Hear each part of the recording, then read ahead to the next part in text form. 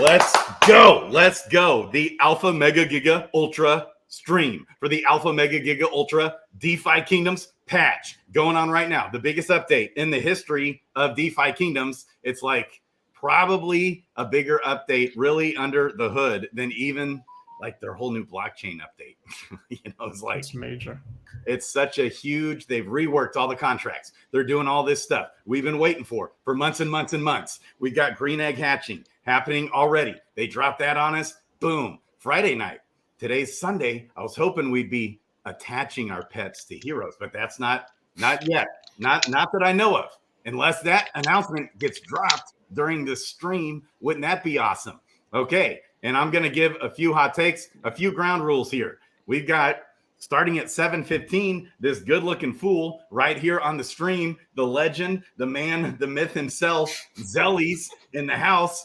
He's got from 7:15 to 7:30, and then everybody's got 15-minute time slots.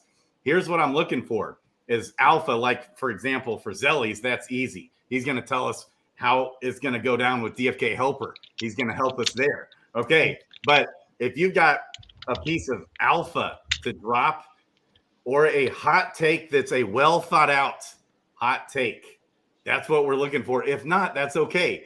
I want to tell everybody right now in the chat, Risen, Bolin, like we should have hit up the team, right? Be easy. I want you guys in here. You guys can be in here, but here's the thing. We just have to be really time sensitive, especially if someone's dropping alpha, like iOS Code's going to get in here with his charts and all this stuff. We're going to have effects in here dropping he's done 5,000 summons. When effects told me that, I was like, are you kidding me? So that's insane. Hot debates, hot topics. This is probably going to be a 4 to 5 to 6 hour long stream, baby.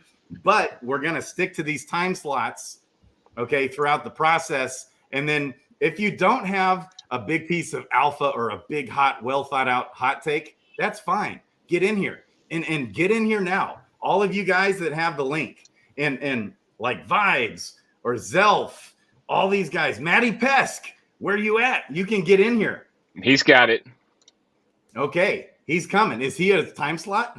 He's got a link, but he's not slotted. But okay, you guys just flow on in. As, get it's very loose. Risen. Anybody can join.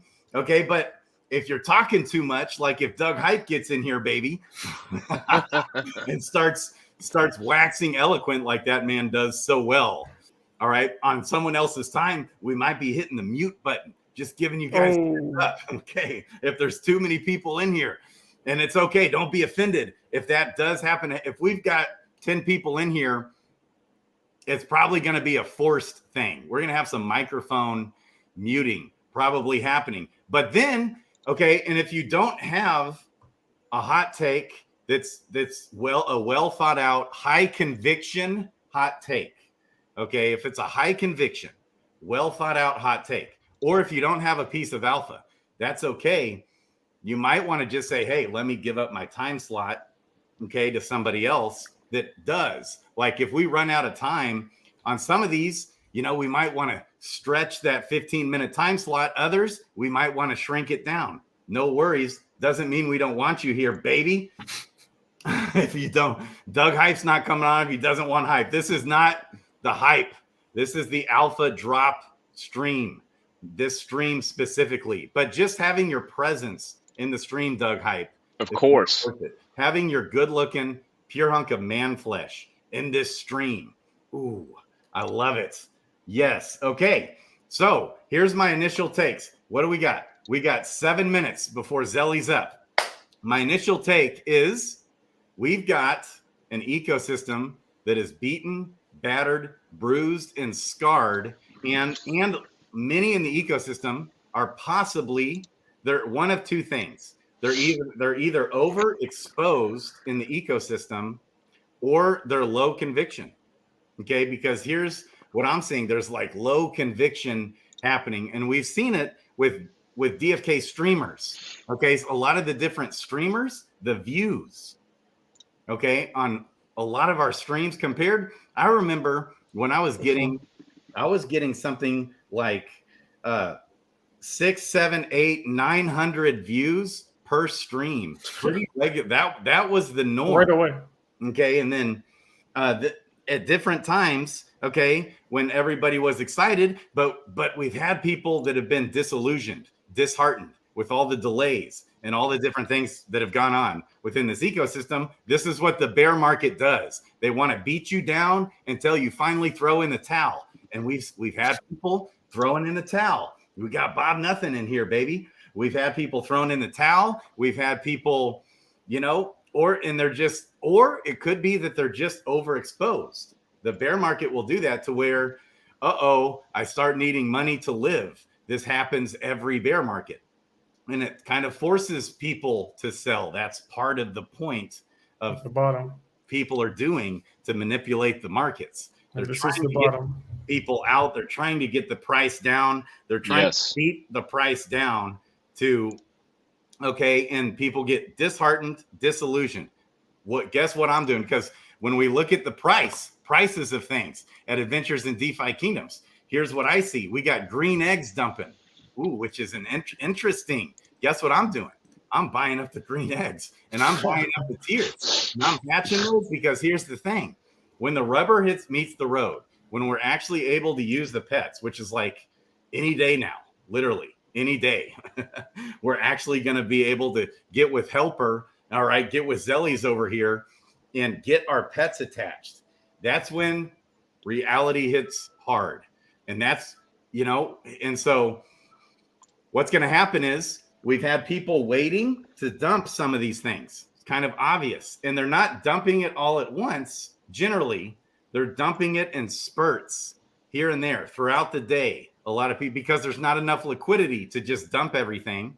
Okay. And so once that dries up, because here's where I know it's going to dry up, unless the ecosystem of DeFi Kingdoms is dead, unless we have a dead ecosystem, I know it's going to dry up because eventually people that have been waiting to sell their green eggs, people who've been or trade and do this and that, people who've been waiting to dump some tiers, which is not a surprise, People have been waiting to dump this stuff, okay, are doing it, and that it will run out because and there's such a massive shortage, okay, in the ecosystem of green eggs, green pets, and pets in general of tiers. We are 10 million tiers short to hatch all the pets, to hatch all the eggs. We don't have enough pets even close to suffice for the number of heroes. And pets, in my opinion, I'm glad to feed the pets is cheap. So what that tells us is it's always worth having a pet on every hero, even if you want jobbers to dump. If that's your goal is to dump, okay, and you just want a floor army of heroes questing away and you dump, you still want pets on those. It's worth it, I believe, I think, okay? And so profitability wise, what the ROI of the pet will bring. Now, some obviously much better than others, but when you factor in the XP and all the different things gained from the hero, okay, and so eventually people are going to run out of their items to dump, okay, and then we're all going to realize more and more as the utility is actually live and present. Ooh, these pets are worth having. As that comes, I've got 2 minutes. As that comes, okay, where's the sell pressure? Where there's still going to be sell pressure always. There's always going to be people that are more short-term trader minded, which is great. There's nothing wrong with it in the ecosystem at all. That's your right. That's DeFi, baby. You can trade. You can play the long game. You can play the game the way it's meant to be played. You can do whatever. Okay. And that's the beauty of it. But as time goes, we're going to see much less sell pressure happening of eggs and tiers and maybe gold for the pet feeding. Okay. And it's going to be more buy pressure than sell pressure. That's going to flip on its head. That's my guess. Okay. It is 7:13 still, which means I've got about another minute. So let me say it again. Sir Jewel Staker, Vibes. Okay. Hit up Kong. You guys where'd Bob Nothing go? I thought we had Bob Nothing in the house. He popped back off. I'm sure he'll be back. We got 15 minutes. Anybody can jump on. Okay, just hit us up, baby. Hit us up. We want you in here. Doug Hype, we want you in here, baby. Okay, let's go. Zellies, what is going on with Helper? Is this gonna, when this update goes live, are you gonna be ready, or is your head spinning? Are you drinking your Red Bulls? What's going on, baby? So as far as I'm concerned, it's already live. Ooh. Yeah. Which is to say, I've pre-coded everything that from theory and from understanding how it is that they do things. I have to thank the DFK team for this. They are extremely good at like, how can I say this? They do everything the same way. What's the term for that?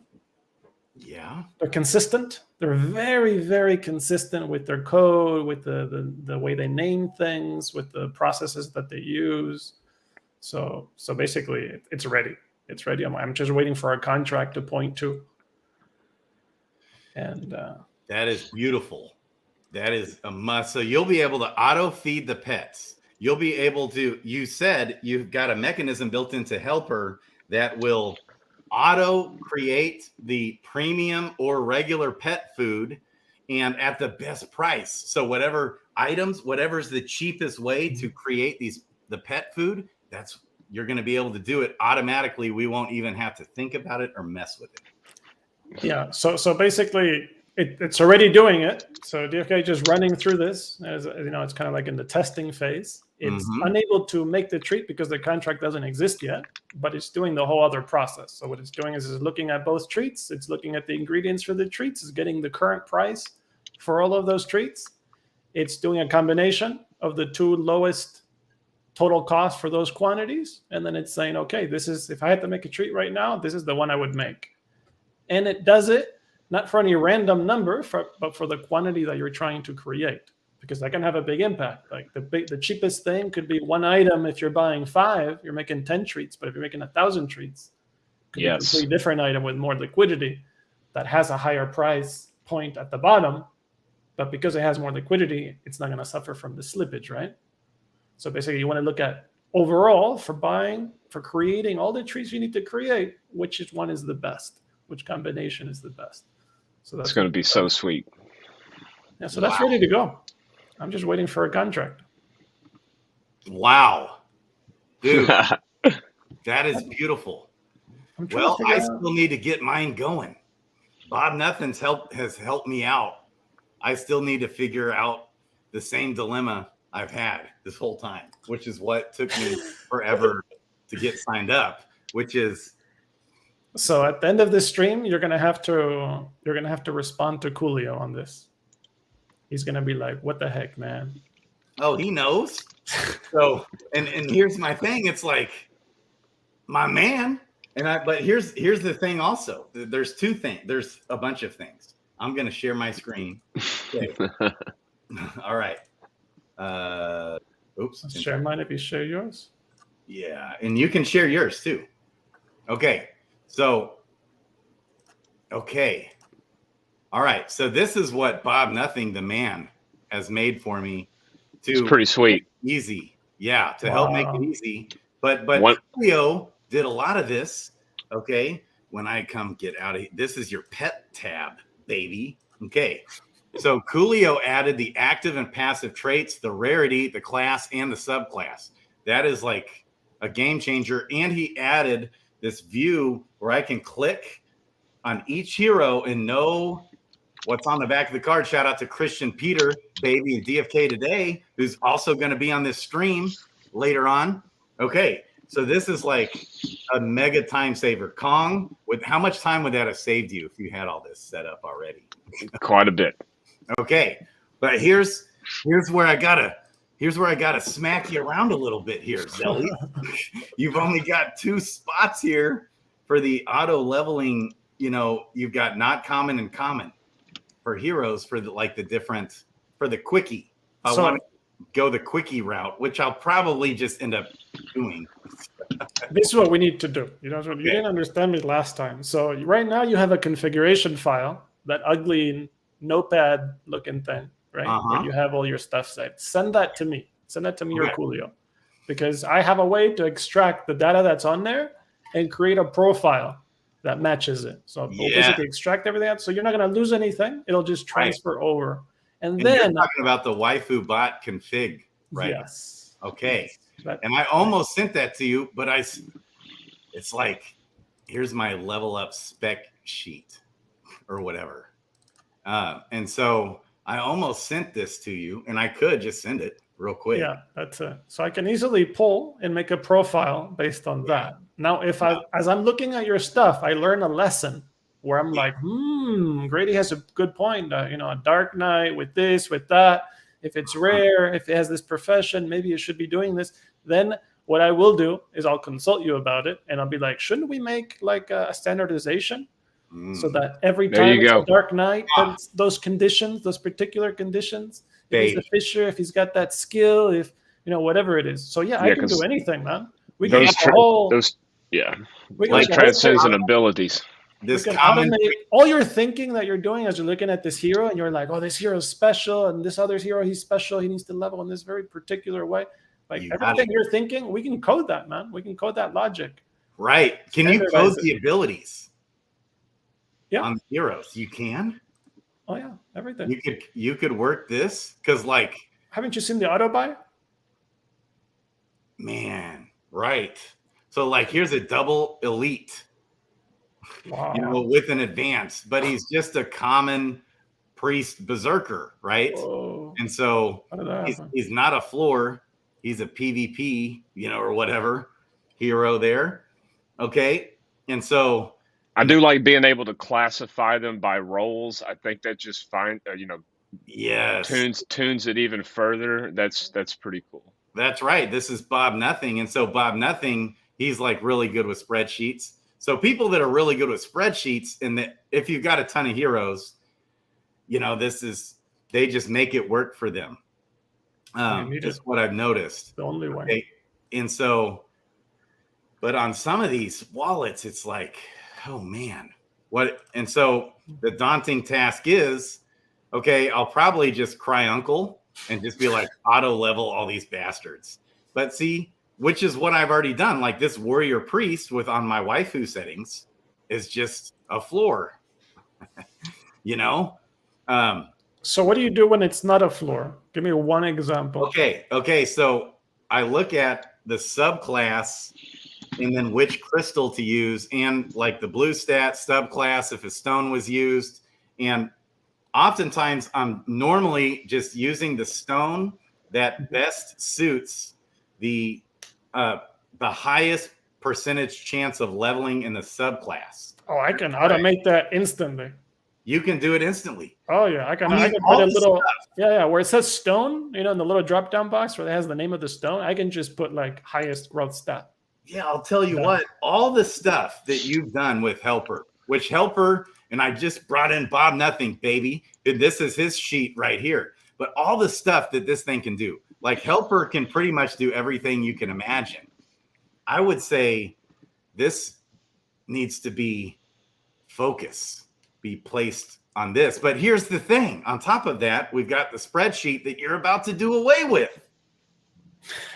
You're about to do away with these damn spreadsheets. That's right. I know things are changing so fast. I don't even see how he keeps up with it. It's insane. Yeah. And so when that happens, we're gonna get some drinks, some margaritas, and get Coolio on the stream and have a party, because I know he'll be throwing a party. Coolio, not having to mess with these freaking spreadsheets anymore, probably drives him nuts. Okay. And you're gonna have like an API layout similar to like a DFK Quester type, right? Is that right? Yeah, I mean, the idea is to have a spreadsheet format. That's basically what we're looking at. It's a common vanilla spreadsheet format where you can fit as much information as possible into the smallest amount of space, and to be able to customize it exactly how you want it. So you don't have information you don't want to see. You only have the information you want to see. There's no wasted space. Oh, it's basically your dashboard, right? It has everything you need in one place, and customized it'll for your taste. Something kind of like a Quester where we can come on and make changes and stuff, right? Right. So like right now, the only choice to push commands is to use a Telegram. But when you have this, that won't be necessary anymore. You can just click a button and bam. So we won't even need the Telegram anymore. No, the idea is that that log would be fed into here as well. So then you'd have a one-stop shop. That can be your choice, but that's the idea. Is everything is here and it's memorialized forever. We're also planning to store all this information so that when you want to know, how many ragweeds you've collected over the last 2 years, you'll be able to without having to download 2 billion blocks from the blockchain. That kind of thing. And this was perfect that Bob Nothing's on right now, because we were talking too, which Bob Nothing is like helping me with. Hey, what's up? I'm here. Yeah, baby. And here's another little headache as it is right now. And how is this going to change? Is that a lot of times I want to send my heroes, like I'm still even trying to properly organize all my heroes, of which I have over 2,000 now. I actually have over 2,000 heroes. I thought I had like 1,800. Okay. And so if I want to send them, like a lot of times, like I was just thinking, I want all my best PvP heroes that are over level 10 on one separate, which I kind of already have, but it's just all my level 10 plus. Well, then I have a level 10 plus overflow, and I probably want to swap some heroes. Well, to do that right now, that's kind of a pain, right? On this spreadsheet. Yeah. Okay. Yeah. So the main issue I see with this spreadsheet is just that it doesn't update itself. Right. If it doesn't update itself, it can't get detailed data. But with the UI, that's gone. It'll update itself. It'll pull all available data. It'll calculate new data that doesn't even exist. Like dual rankings. Coolio. This is Jules feels the brunt of the sheet. Oh man. So does Coolio. This is what we've all been waiting for. Oh man. This is what I was kind of holding out until this came. Well, with pets and pet feeding, I can't hold out anymore. Like I don't know what Carlo's. Maybe I need to check with Carlo, but I don't even know if that's going to be happening at all. No, man. There's so much involved. Right. Can you see my screen? Okay, no, I have my. No, he's got to share. Now your screen is up, baby. There you go. Oh, okay. Cool. Let's go. So okay, I want to share something that's not on that screen. Let's see if I can do this. You can do a share. Oh yeah. Yeah, yep. Now we can see you're dragging it in. Okay, so and you can hit like share. Oh, cool. Like share entire screen instead of share a specific browser. Yeah, it's pretty versatile. Yeah, very nice. You picked this share screen. Okay. So starting off with this, what you see here is something that I'll be releasing tomorrow. This is the auto pet purchaser. So you know how we already have an auto hero buyer. Nice. Yes. This is the auto pet buyer. So you just go in here, you give it any name you like, you put a price, max price that you're willing to pay, you put the type of egg it is, any is an option. Rarity, the same, any is an option. If you leave it blank, then it'll just ignore it. So it'll give you anything. You have the elements, you got all the different backgrounds. Nice. And you have, and I think this is the most important thing that I bring, is my translation. So I sat for maybe an hour or so, and I looked at all the descriptions, right? Like angler and whatnot. Yeah. And I thought, we need a quicker way, a short way, just a couple of letters, short words that tell us exactly what it is. Because as we're doing this, and we have thousands of pets, we're not going to want to be like, oh, do you have the guy that has the angling thing?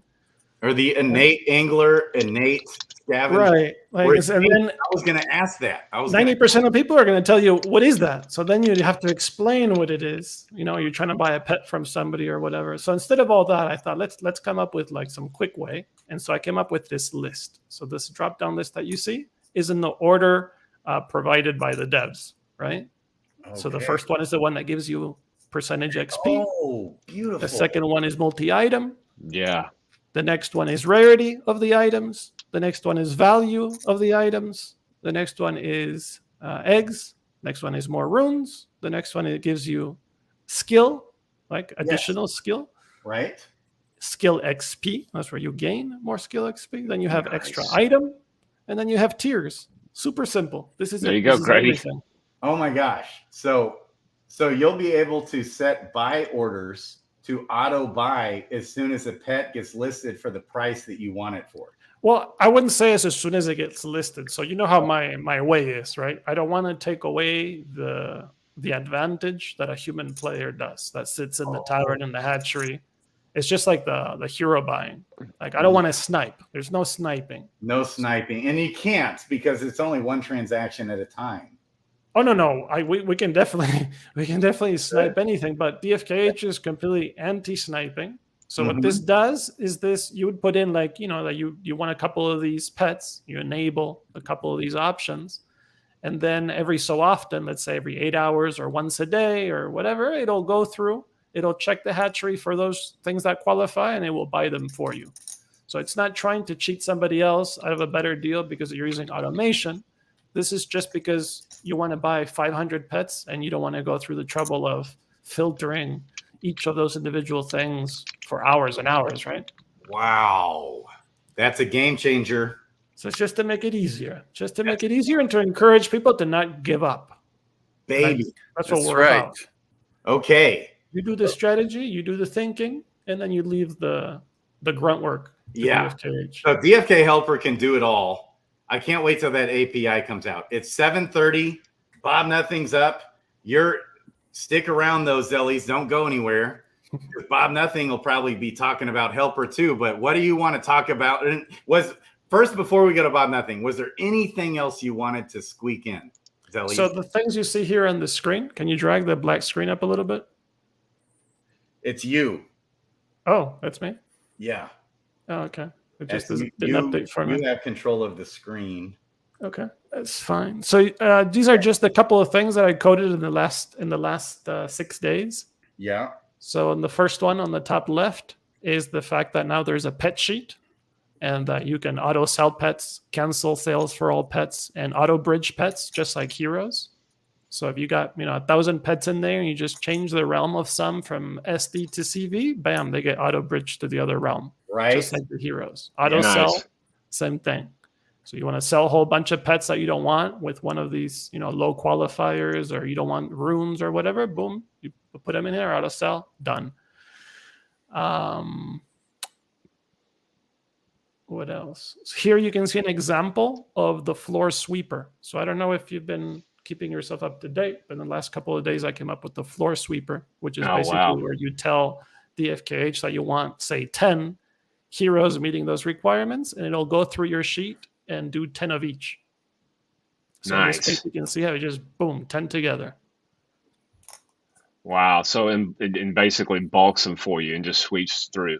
Right. Because people come to me and they're like, hey, man, I really want to have another 100 heroes, but it's going to take me hours. So I have to do 10 heroes an hour, let's say, to go through the filters and to do everything I want the way I want it. And so I said to this person, let's not do that. Just go in a spreadsheet. You put the settings that you want, and that's it. Wow. Yeah. As we all know. Okay. I love it. Bob Nothing.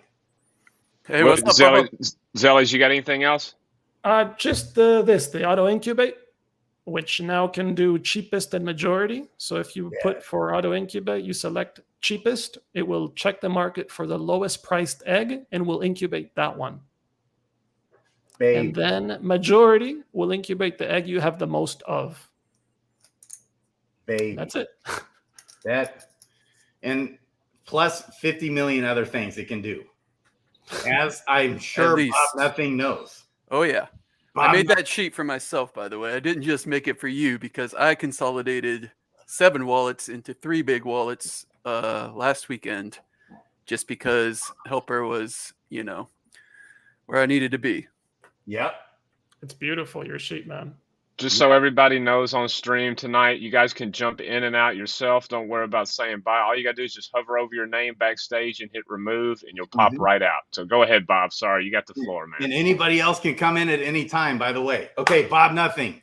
Yeah, man. I was listening on 1.5 speed of your intro, and I'm glad you kind of went there too, because I kind of wanted to talk about sentiment in the community and, all that kind of macro stuff as well, instead of just like the specifics of the patch necessarily. I'm sure there's lots of people that'll talk about bonuses and specific pets and, you know, what's better, a floor hero or buying a pet or stuff like that. That's a good thing. But yeah, what I was kind of thinking about coming up to this is, you know, a good poll that our friend Sticks Intern put up about, you know, with him in our frenemy, what's his name, Slowmad, where he was talking about his little thing about the circular nature of DFK right now, which I actually, you know, is a point in Slowmad's favor for not blocking him, is that he does actually bring up some decent points every now and then when he's not just ragging us for clicks, but you know. Right. But yeah, I thought that was interesting, and I thought they were both right. And I think we're kind of seeing that as the patch summarize. I missed that tweet. So he's basically saying you have heroes, so you get ingredients. You can hatch pets. You do pets, so you boost your heroes. Okay. So and then your heroes get ingredients. So we've made a circle there, right? Which is, you know, fair. Sure. But the point was, you know, yeah, we've been in a PvP environment for how long now? A year and a half almost, where one thing can't really go up without something else going down, you know, between the 500 to 1,000 of us that are, you know, really playing the game hard. So we're just so used to, you know, when there's a big obvious trade like tiers, green eggs, you know, most of the value is just going to get, you know, it's going to play out before we even get the update, which may or may not be true on this. You know, once we can attach pets, we may have, you know, a nice run in tiers for people who have been holding on.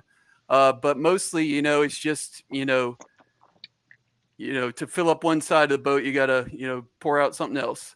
But, you know, at the same time, the point of that kind of interaction was, so what's the point of building if it's just going to keep going in a circle and you're just adding links to the circle and making it more and more complicated? And, you know, my point is that, yeah, that might be true in some ways, but it's still a big deal what they built. I think it's still a huge accomplishment, this patch. You know, so far, obviously we're still waiting on 2 more parts, but for every eyeball we get on DFK, to, you know, whether they are trying to, you know, participate in whatever level, or they just see it on Twitter, or they just see somebody else talking about it, you know, for every eyeball, you know, we'll retain some percentage of them. And right now it's probably pretty low because we just got heroes and we just got, you know, genetics, and we need to, you know, see 3 third-party apps to see what's going on with our heroes. And then we got to talk about, you know, automation, and we got to talk about all these kind of intricacies. And it takes a certain type, like for, you know, About Life podcast is a good example of somebody who came in new and just dove in, but our retention is low. But for all the features that we can do, like pets, like equipment, land, stuff like that, eventually we'll get it to an alpha level of PvP. For every sort of development we get, we'll retain more of those people who, for whatever reason, come to the project in earnest. And you know what I was kind of thinking along with that, you know, I guess I got clickbaited on your last stream there, Grady, where you were talking about Pepe for like the first 15 minutes and then green eggs for the last 6 hours and 45 minutes, because I had a thought on that too about, you know, what we're kind of seeing in the broader markets, like in 2023 here, after a pretty traumatic year of 2022 all around. You know, there's a pretty high tolerance for nonsense. And, you know, I don't view DFK that way. You don't view it that way. Most of the people listening here don't view DFK as nonsense. But a lot of people out there that have not, you know, really given it the look, have remained intellectually incurious, to put it nicely, you know, who just respond to these kind of threads that just don't go anywhere. Just like, hey, look at this chart. Can you believe $22 jewel? Blah, blah, blah, blah, blah. They just kind of, you know, go along with it and just like, don't think about it and think of it as nonsense. And like, why can't, you know, 2021, you know, GameFi be, you know, if Pepe can be something, which is just a funny name and a funny picture, you know, Doge, basically, if that can be something, if profile pics can be something, if we can rotate, on crypto Twitter based on Chinese coins and accidentally throw Clayton into there, if we can rotate based on AI coins that don't even hardly exist, why can't we rotate based on GameFi 1.0? And, there's actual utility. So I almost responded to that because I do have a strong response to that slow mad tweet. But you can keep going, so you can stop. And my only point with that is I don't think it's necessarily, it feels bad to just get kind of dunked on by the people that don't know what they're talking about. But if there comes a point where GameFi, gets in the rage, probably because of Axie, maybe because of Illumium, people are going to think about DeFi Kingdoms. And that's what happens that's how we got down to Clayton in the China coin rotation, is that they used up all the other China coins and then they settled for Korea. So like whether it's intentional or not, there's going to be a bunch of eyes on DeFi Kingdoms at some point, I think, just because of how far it went up and how far it went down. And even if their intentions are bad, we're going to get enough eyeballs on here where if we have enough features like pets, like an alpha PvP, get guilds going. Everybody wants that. There's a reason it went to $22. Like the promise of that was extremely appealing to a bunch of nerds. Yep. Like when we're going to get eyes on those, we're going to retain some number of those people. And some people will buy and then sell and learn nothing and go on to the next thing. But some amount of people will say, holy crap, what is this pet? It's like a weird, kind of caterpillar guy, or like, what's the guy with the corn stuck in his face? Anyways, but they're gonna get into that, or they're gonna get into something else, and they're gonna go down the rabbit hole of Crypto Grady streams, Brown Gent, Christian Peter, Mythic Squad, all the stuff's gonna be there for them, and they're gonna, some amount of people are gonna go down the rabbit hole, and for every development we can do now before we have a bunch of eyes, we're gonna retain more and more of those people. So that's kind of my thought, is that obviously the PvP is the main thing. That's what most of us are here for, kind of thinking, we're going to make our grand return once we get a functional PvP game and take the, crypto community by storm and see, we were right all along. But these kind of things like Pepe Coin and I don't know, Nakamigos to a certain extent of stuff, classic, picture in picture or profile picture NFT projects like Litecoin and XRP have gone on massive runs earlier this year, just because people, it's just all narrative right now. And so like, why can't a narrative come up around GameFi? It was a huge thing. Axie was huge. DeFi Kingdoms was huge. And you got to eat a little crow and say, shit was crazy in 2021, but like, what? Yeah. Like of all the bad things that happened, like there are a lot worse things that happened. That, a little mining contract problem, a little initial liquidity problem. So like, obviously nobody's going to care once the number starts going up. So that's what I was kind of thinking. We just have a high tolerance for nonsense, in crypto. And I think you're crazy if you think that, we have to atone for something because of all the places that went, tits up in 2022. Like I retreated in DeFi Kingdoms and I'm doing a hell lot better than I went like 9 of other places that I could have went. So that's kind of my thought on kind of a macro and kind of sentiment and thing about, just the argument for keeping on building, even though we are kind of, in our closed little environment, making a kind of circle of things to do in a certain sense. I think that's fine. But, I think we retain a bunch of people once they get a good look at this. Right. Yeah. And so there's so many things I could say to what you just said. For one, okay, how long have you been in crypto, Bob? Nothing? Not that long. 2 years. 2 years and 2 months. This same thing was happening with Ethereum. The same thing was happening with Bitcoin the whole time it's been out. Exactly what we've experienced in DeFi Kingdoms is exactly what, if you've been around the block, I've already experienced through 2 cycles. Okay, now the danger is, of course, most projects don't last. Most projects go to zero, even good ones. The team closes the door, okay, and it's a total worthless coin eventually. Okay, but in this case, I've been around the block, when you look under the scenes What's going on? Dreamer hit me up last night, by the way, too. He wants to come on the stream. Okay, I love it. That George set that up, actually, believe it or not. And so we've been through this before. You look under the hood. There is so much happening. And by the way, Workhorse in the house is in the chat. I love it. Workhorse, get in here. We can send Workhorse an invite. I love it. We got Franz now. There he is. Yes. Hey, what's up, everybody? Hey. Yes. If you've been in crypto for any amount of time, this is normal. And what do you look for in a project as far as not going to zero? Okay, you look for what's going on under the hood. And marketing, what Doug Hype was saying, people like Doug Hype hyping it up, okay, is huge, which is happening with DeFi Kingdoms. It's already happening. It's already started. Okay, and so these things take time, and when their time comes, Bitcoin, if you've missed the best 8 days in Bitcoin's history, you missed like 50% of the gains. Okay, so it's like, it comes like a freight train, just like Pepe. I didn't have, Crypto Clay told me about it. I could have like probably gotten a good 20 or 30x in from when he told me about it.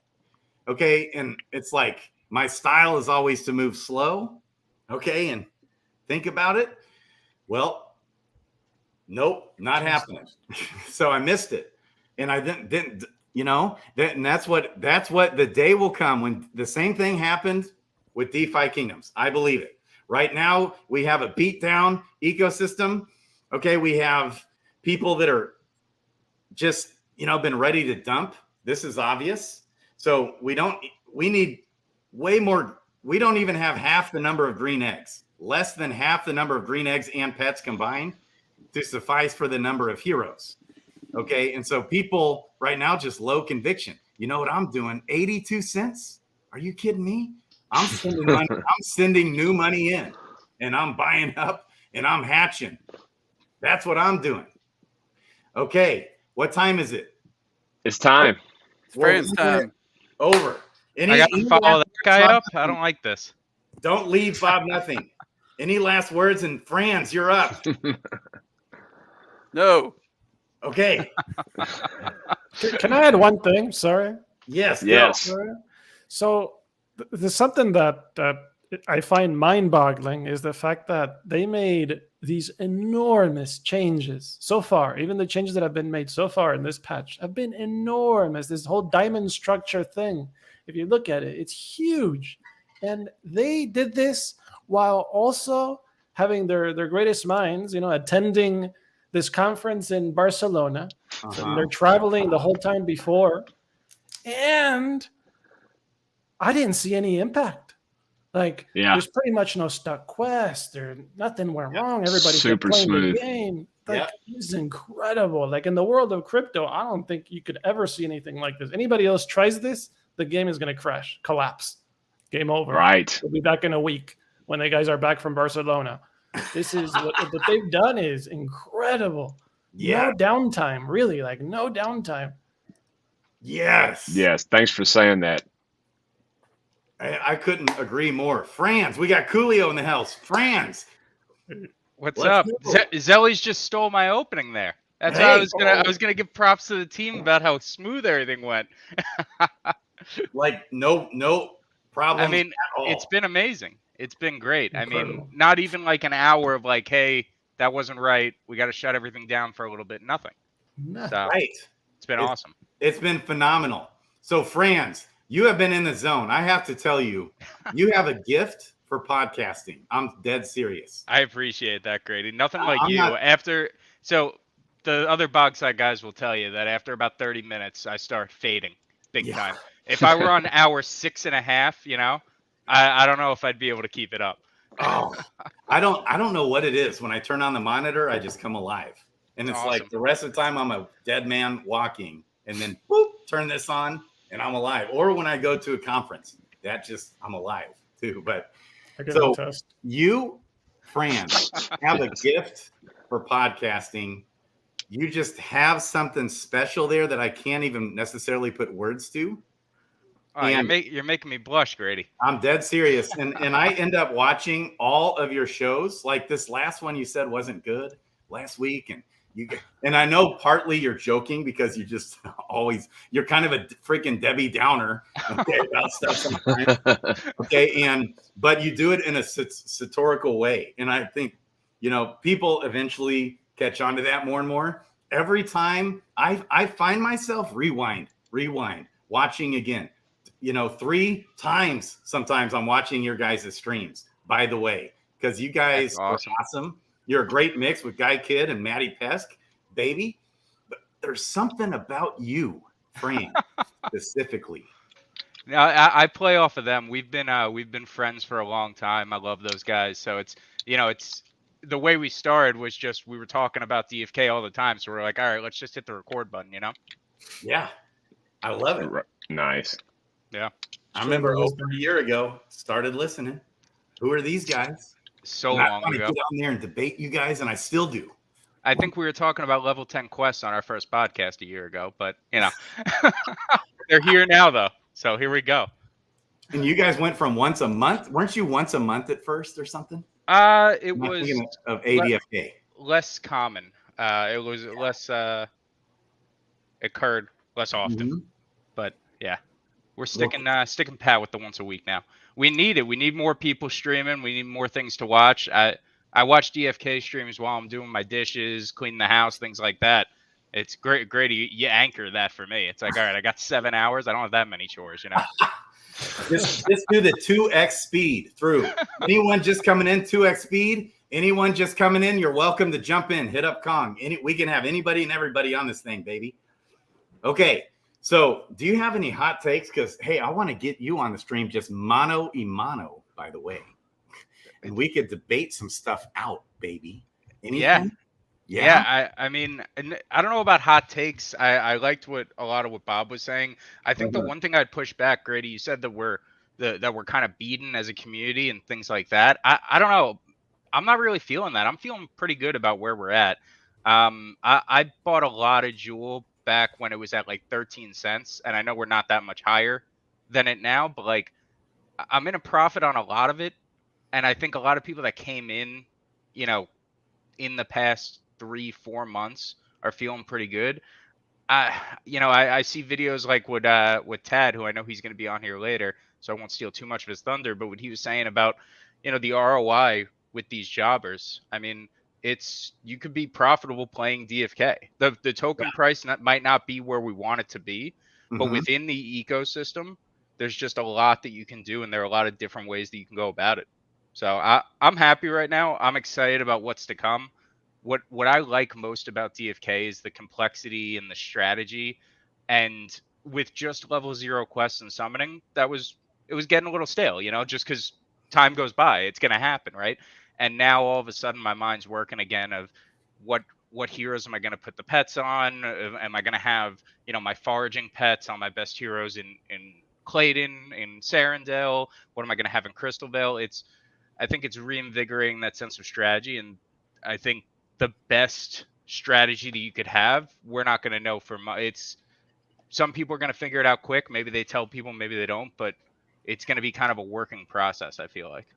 And that's Yep. And we do have new people coming in. I know that. But they're just like tippy-toeing in, I think, and it takes time to figure this out a little bit. I'm just still flabbergasted that Jewel is at 15.75 cents right now. Yeah. So here's what I'm doing. I'm sending new money in the game at this point. Yeah, there's going to be a lot of Jewel being locked up for the power-ups. And the next, what is it? If you want to on both realms, it's going to be 1,000 Jewel you're locking up. Yep. Or 1,000 C Jewel. I mean, that's if you're locking it up for 3 years, it's 1,000 Jewel. A lot of people might not want to do that length of time, so they're going to be putting a lot more Jewel in. Yep. And so we definitely see some people fading away, and it's understandable. They're discouraged. They've lost lots of money. Okay. And they don't know what the heck's going on with all the delays and this and that, or you're just not sure. Okay. And then people are just ready. Maybe they're overexposed and they want to get some money out of the game if they put too much in. Okay. There's some of that going on for sure right now. but when you look under the hood of what's going on, all this going on is unbelievable. I believe we're gonna be on this TV show next Crypto Gym.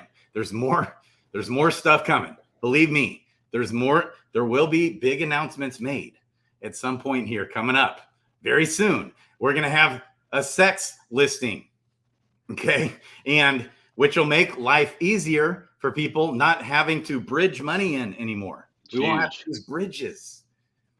Ooh, yeah. I mean, we'll still use lots of bridges, but when new players don't have to use bridges, that's huge. You just send it right in direct. Stuff like that. It's going to be a lot of fun when new players come in and we start having arguments about, oh, it's too expensive to summon because token price has gone up. You know, you remember those days? Yep. It's been a while, but that's a good problem to have. Yeah. I can't wait for those days, but I believe they're coming back, baby. The fundamentals are there. Oh, it's 7. Okay, what? Oh, you've got 5 more minutes. Okay, so we're still good. Yeah, it looks like Maddie's stirring the pot a little bit in the comments. I'm pro innate angler. One that changes your profession. Okay, and I know I'm alone in that, so that might be the hot take that I could bring to the party. Dude, I thought you were joking about that. Tell me more. No, I don't think it's the best of the power-ups by any stretch. I think it has a lot of value in the idea of taking a strong, say a ninja is the best example, right? I think that as the quests kind of progress, as we get into level 10 quests and then, you know, further into the future with level 20 and all that, that the stats are going to play a larger role as these heroes grow and there's that much bigger of a difference with the stats. So I'm excited to put an elite, the innate angler pet onto a mythic ninja per se. That's a gardening ninja. Okay. And have it start fishing. Okay. And my big thing is, I know a lot of people are saying, but then you're not going to have another pet bonus, right? Right. But I don't have to be better or be producing more ROI than another pet bonus. I just have to produce more ROI than a training quest. To me, the pets coming out is the death of the training quest. I don't see any, because you can't use a pet with training quest. Is that right? I don't know if that's true. I think you get the base XP, right? Base XP, but not the. I mean, these are, you know, all of them are around catching fish and plants. Yeah, they do specify that. Yes. So to me, but if I have the increased experience gained, I think that still works on a training quest. That one might. Or the rarity. Maybe it'll produce a crystal. Yeah. Possibly. Like a crystal rather than like a fish. Bonus? No, like in training quests, I mean, like instead of just gold, like efficient specifies. It specifies for foraging quests. Okay. So you don't get experience or anything like that. Oh, that's right. Everything is it specifies. Yeah, so to me, like right now, my mythic gardening ninja that I used as the example has been doing training quests nonstop because I don't want to send him gardening. To me, give me an innate angler, I'll have him go do fishing all day long because I'm gonna be producing more that way than with the training quest. I don't, as long as you have enough pets to go around, and I know that's quite a few for a lot of people. I don't see there's not enough pets training quests anymore. There's not even close to enough pets to go around. There's not. People need to get hatching. Where's the mythic squad? They're supposed to be our hatching floor, just rising it up. I've been hatching, I bet, more than almost anybody. I got to be top 3 hatchers. Have you gotten anything good out of the gardening ones? Ooh, are you kidding me? Okay, we're gonna have to show and tell here. We got iOS code in the house. iOS code, what's your take? Will we be able to send, like for example, gain XP pets? Are we gonna be able to send them on a training quest and get XP from that? Do you know? Probably, I would think. I popped a comment in the chat. You know, I think, you know, people are still going to want lesser crystals. So if they get expensive enough, you know, people will still be doing those quests. Right. Yeah. And you have overflow miners. That's just part of it. Okay. That's a good point. Yeah. So that's the only reason why anybody should ever training quest though, which is bullish for gold, by the way. Okay. Kind of bullish anyways. So look at these sexy fools I've gotten right. Oh, I'm not sharing my screen. This is starting to get good now, baby. And I have hit. I'll go on a little spurt where it's like strikeout, strikeout, strikeout, strikeout. But even when I strike out, Jesus, you weren't kidding. Look at all these 9 of them mythics, already? baby. 9 mythics, baby. Whew. And guess what? I hope you're right, Franz, because okay, this is the absolute best I could ever hope to get. Unless I'm wrong. I'm literally increasing my gardening skill by 45. That profession stat is being increased by 45. Can you guys imagine? Yeah, that one's going to be good. So Yeah, that's equivalent. Let's say I've got a hero with 30 vitality and 30 wisdom. Let's just say for sake of ease. And he's level whatever he is. Yeah. And his gardening stat is at 21 right now. Okay. Which I've got some, probably just like that. And then I throw this pet on. That is equivalent as to me tripling my, just automatically tripling my vitality and wisdom stats. So that's like having 90 vitality and 90 wisdom.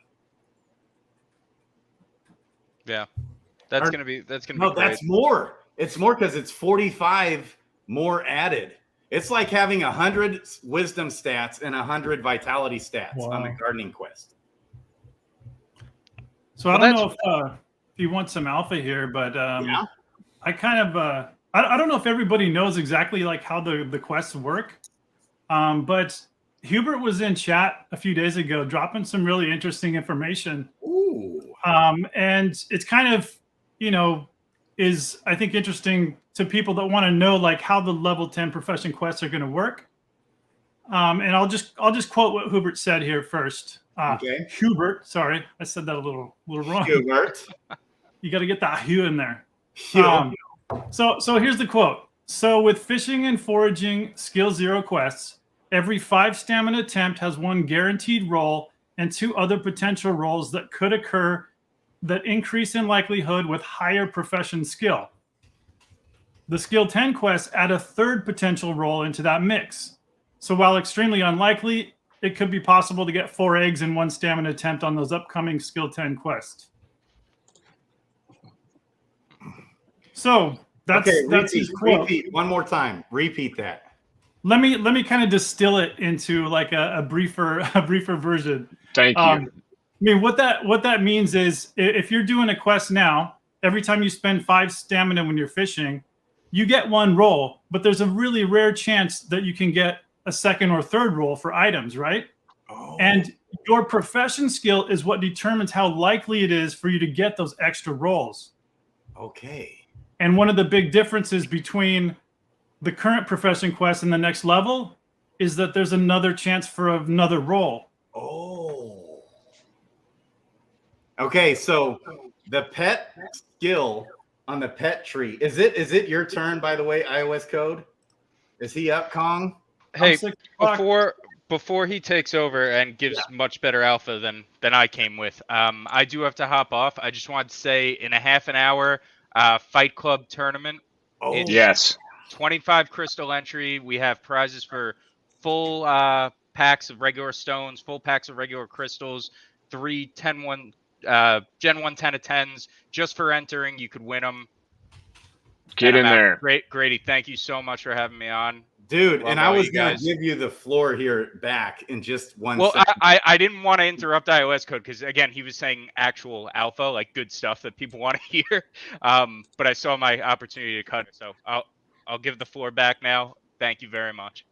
Thanks for coming on, Franz. I'm taking off too. Later, dudes.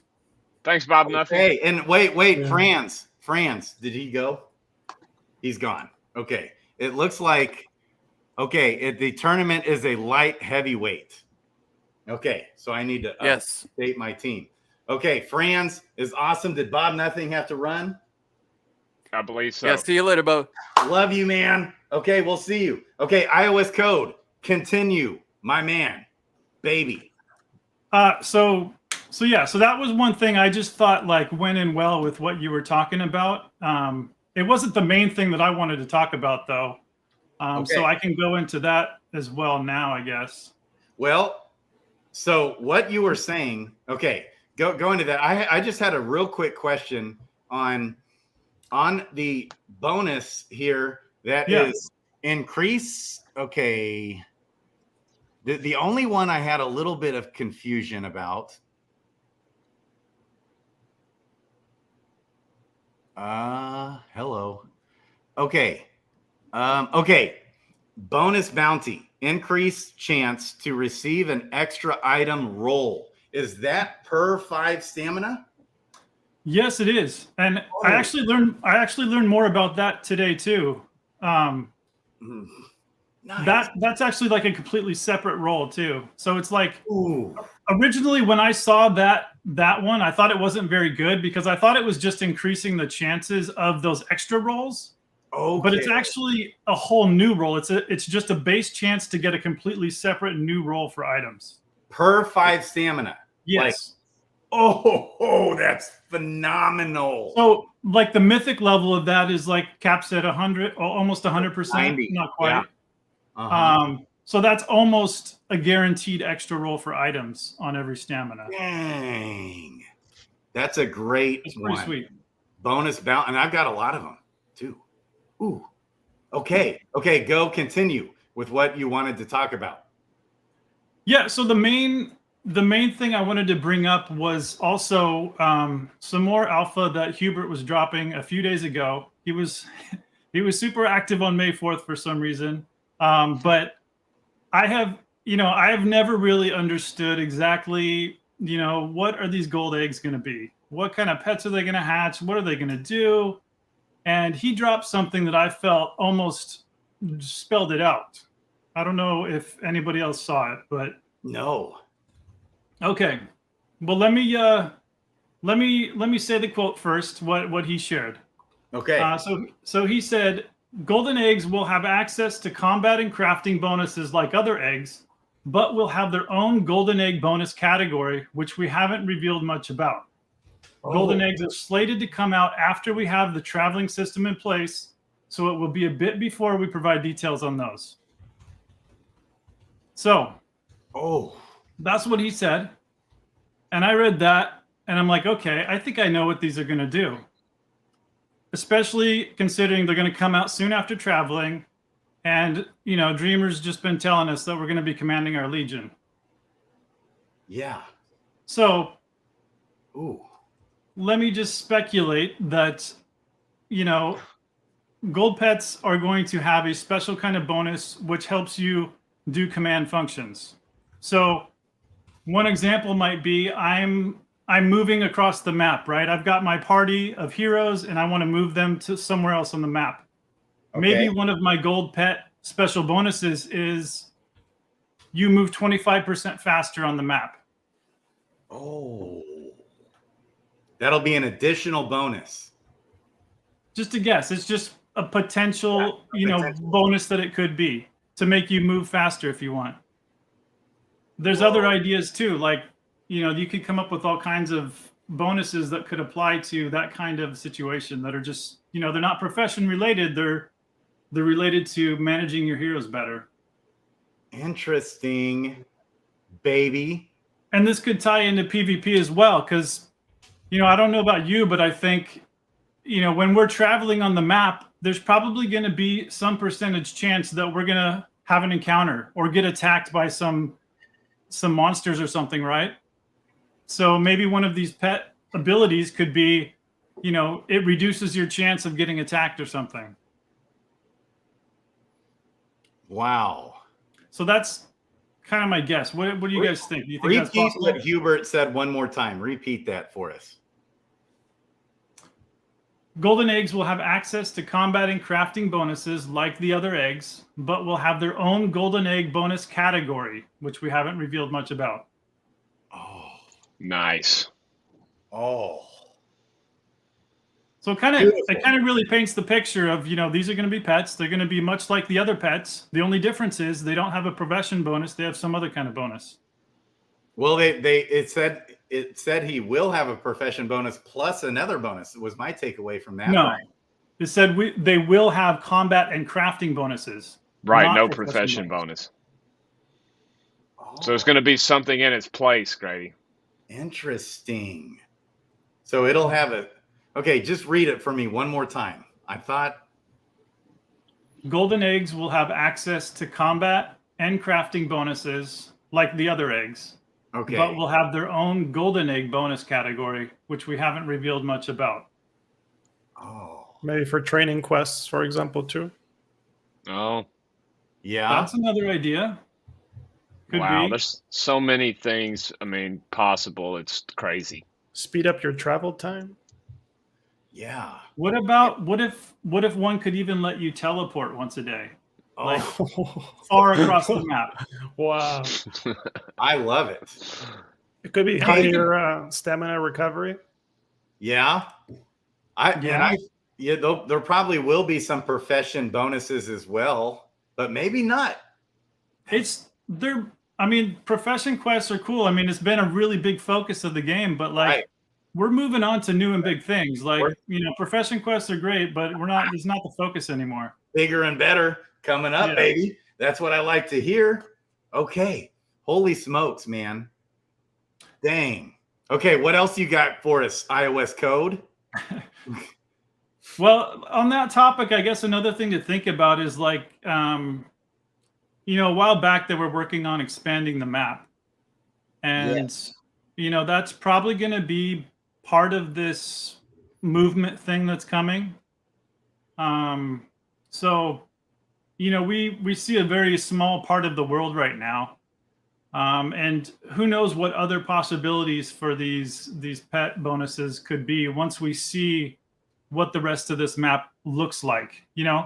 Some of this map might be like, frozen wastes or like huge mountains.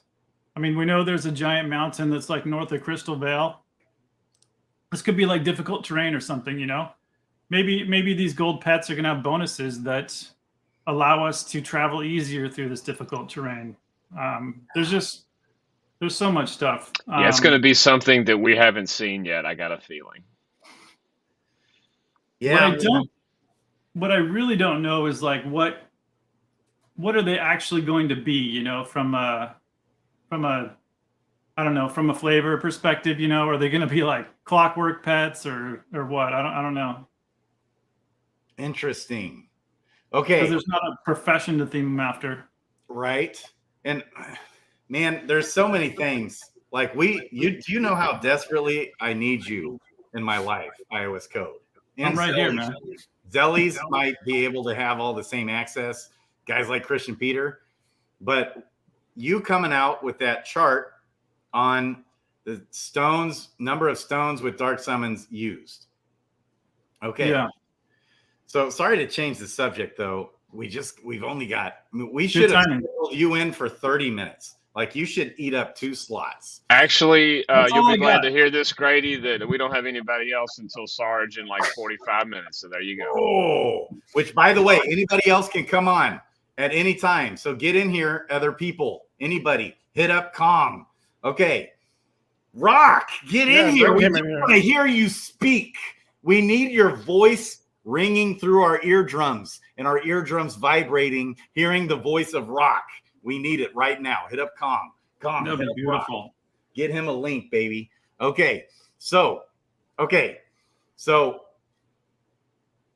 we've got more time with this man, iOS code, and Zellies, who's still here. I don't know where Coolio disappeared to, but people, you can just come pop in and pop out anytime. Okay. So yeah, that chart, Grady, it's that it takes time, it takes time to come up with that kind of stuff, and I think that's why it doesn't happen very often. In order for someone to really like dig into the data and figure out what's really happened with something, I mean, it's easy to just guess and go with what it feels like, right? But it takes someone a few hours to go through that and figure it out. So it took you a few hours to create that. It wasn't like a few buttons clicked, plug this in, API thing, and then boom. Right. You had to spend time on that. This was, I woke up, I think it was Sunday morning or something, and, I look at Twitter and, Crypto Grady's, flipping off about the stones again. I'm like, God damn it. I got to get to the bottom of this. Yeah, we got to get to the bottom, but we're not even close to getting to the bottom of it. Because here's the thing. We need to look at, there's several factors in play. I think it's just a few people like Be Easy, Christian Peter, About Life Podcast, if he's still going. I think About Life Podcast did a video last night, maybe. We got a few people out there few others have piped up and said, hey, I'm still using stones. And I'm like, amen. Okay, praise God. Because we would have items going to zero. I mean, practically. We'd have it, because if people weren't using stamina potions and stones up to this point, we wouldn't have an in-game economy. The ROI of our heroes would go to zero. Pretty much. And so unless there's a demand for the items in the game, which I think there's going to be more demands coming. But other things to look at, okay, with stone utility is frequency of summons, like and summons done by per wallet versus, from back then compared to now. I think there's definitely a couple of other ways to look at it and get more information out of it. Right. I kind of went with what I thought would just kind of cut to the most valuable information. And, which is percentage of heroes summoned, right? Isn't that what you did? Yeah. So regardless of how many heroes were summoned, it's like what percentage had a stone used. Yes. Yeah. Okay. And did that also include dark summoning? Yes. Okay.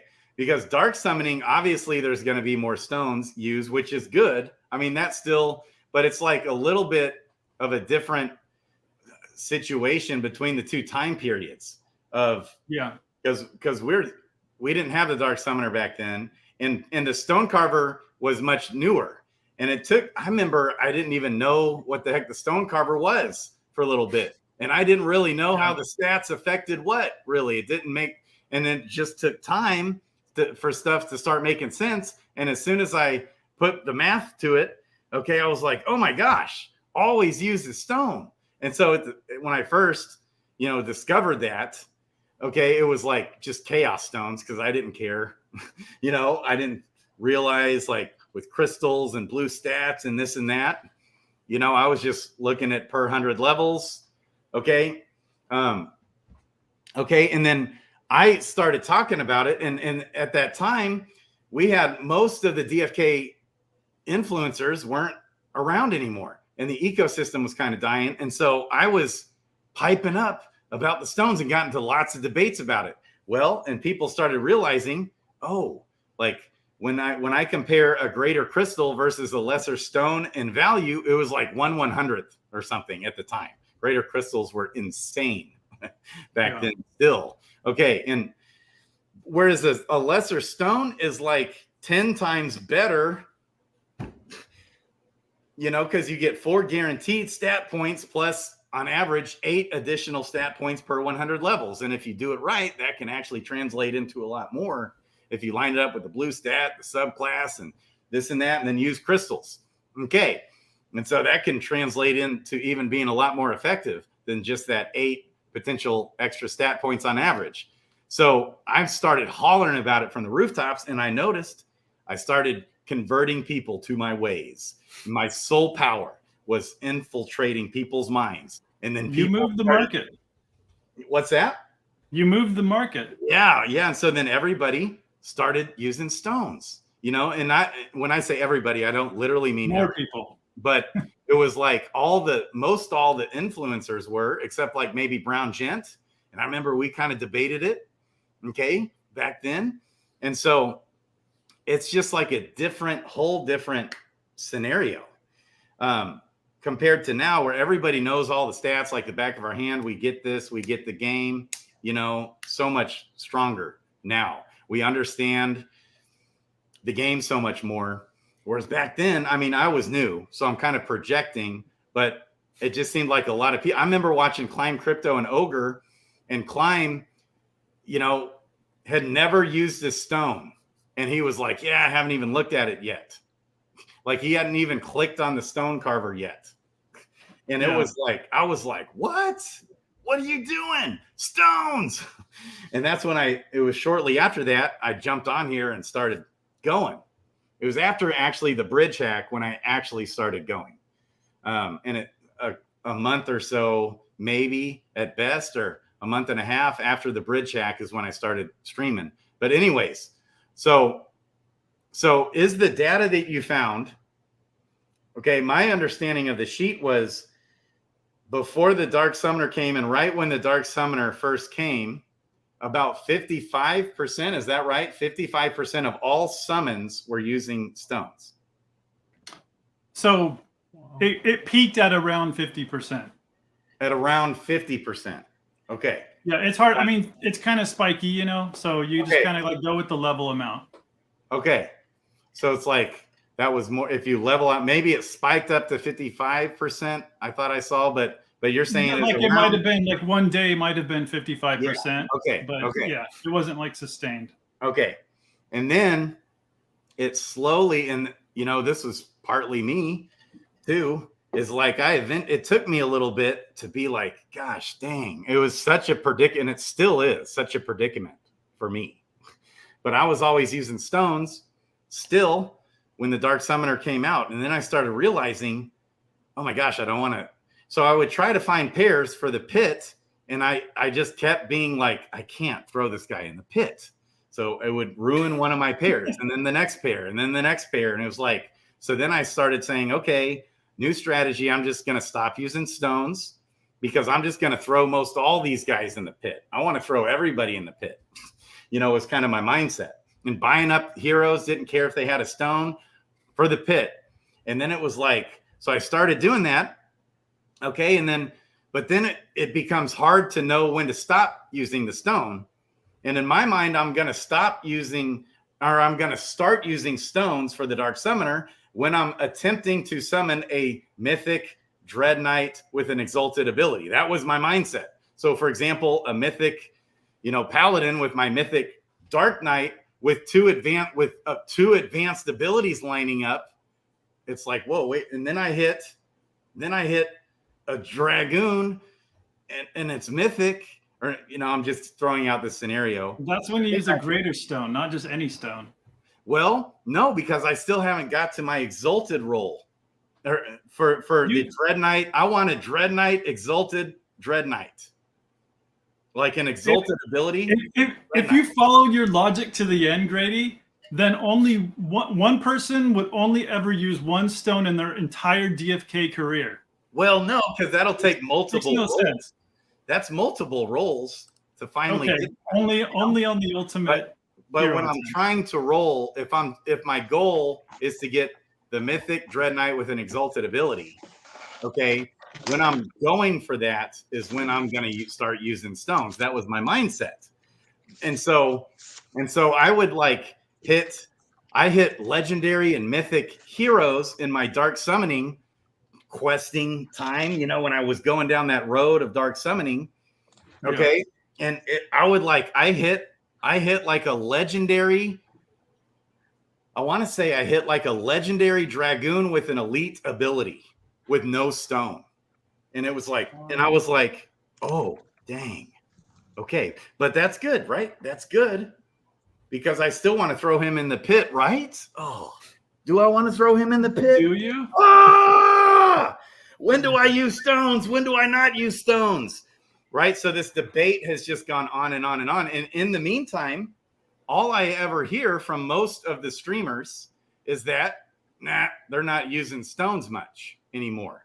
I've had 15 to 20 people communicate with me over the last week. I've had about 5 people-ish, give or take, 5 people, give or take, I think, say, hey, I'm still using stones every time, like pipe up out of the woodworks, and they send me a message and they tell me, and I'm like, yes. I probably had 15 or 20 people-ish say, we'll just say 15 to go on the low side-ish, say, I totally agree with you. I was always using stones. Now I'm not using stones. So you don't have to go based on anecdotes that you've heard, right? Like we know what has happened in history, right? Yep. For the first, many months of having the ability to use stones, the percentage of summons that people use stones with were about 25%. That was the baseline. That's where it started. That's where it was for a long time. With like a steady uptrend, right? Well, that's what I'm getting to. At some point, it started going up. And, maybe that's when you started telling everybody, hey, everybody, stones are awesome. They're way better than crystals.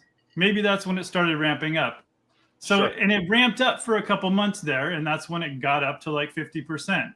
Yeah. And then, around the time of Dark Summoning release, it starts going back down. Mm-hmm. And it went back down to the baseline to what people had before.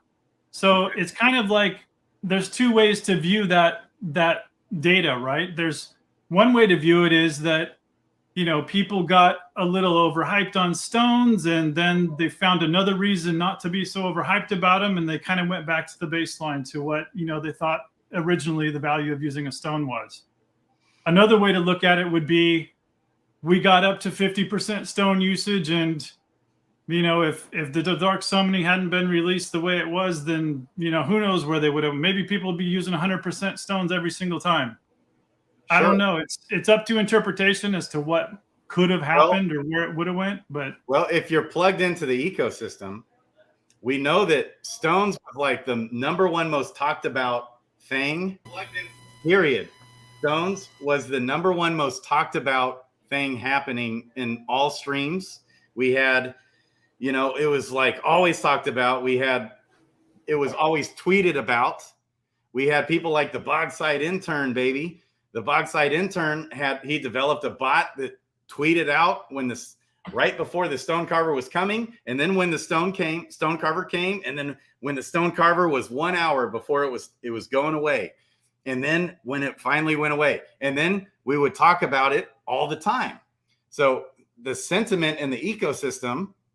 Okay, now nobody's ever talking about stones. Nobody pays attention.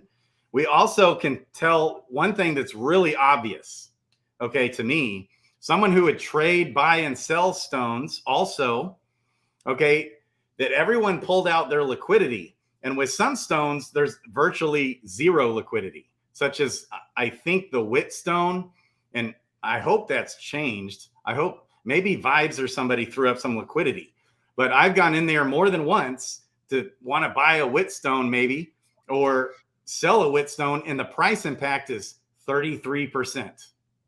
And so as I continued doing the trading for a while, where you craft the stones, and then when the stone carver's gone, you could go sell the stones. At times, it would go up to, with plenty of liquidity. By the way, you could sell 10, 20 stones at a time, no problem. Okay. Yeah. And it would go, like, for example, a mite stone was 5 jewel. And then, and that's what the cost to craft it was 5 jewel also. And then when the stone carver goes away, it starts creeping up. It goes to 10 jewel. And then it goes up to 15 jewel. And that was pretty much normal. It would almost always get up to 15 jewel when the stone carver was gone. But at times one time it went all the way up to 30 jewel value. Okay. And then as soon as that stone carver came back, boom, it went right back to 5 jewel. Okay. And we would see these ebbs and flows now. So another big thing to look at. So Kong, what we're going to have to do when Kong gets real famous on this channel, because Kong makes his magic happen, we're going to have to hire iOS code, baby. Okay, so he can make these charts for us. What's the rate of crafting stones? Because I still have a couple hundred stones still, and I haven't crafted a single stone in a long time. That would be interesting to look at too. Mm-hmm. Let me just respond to you. Like you said a bunch of stuff. Yeah.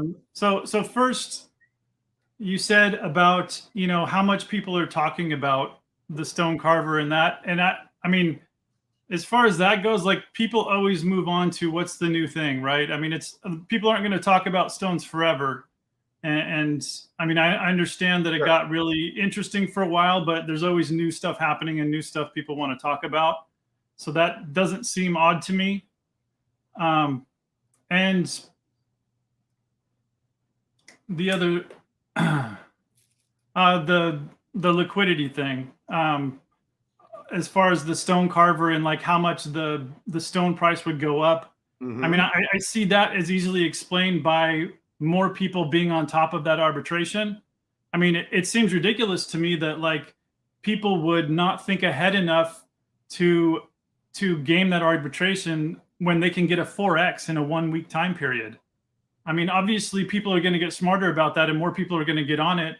And I think that's why the margin is less now, not because, because people aren't using stones as much. Trying to arbitrage it though, I got to where I could only sell like 1 or 2 stones and then it just goes back because there's not enough liquidity. Okay. So and that's if there's less liquidity, what that would mean is there should be a bigger price impact with less liquidity. There should be even more people buying up those stones, but nobody was buying up the stones.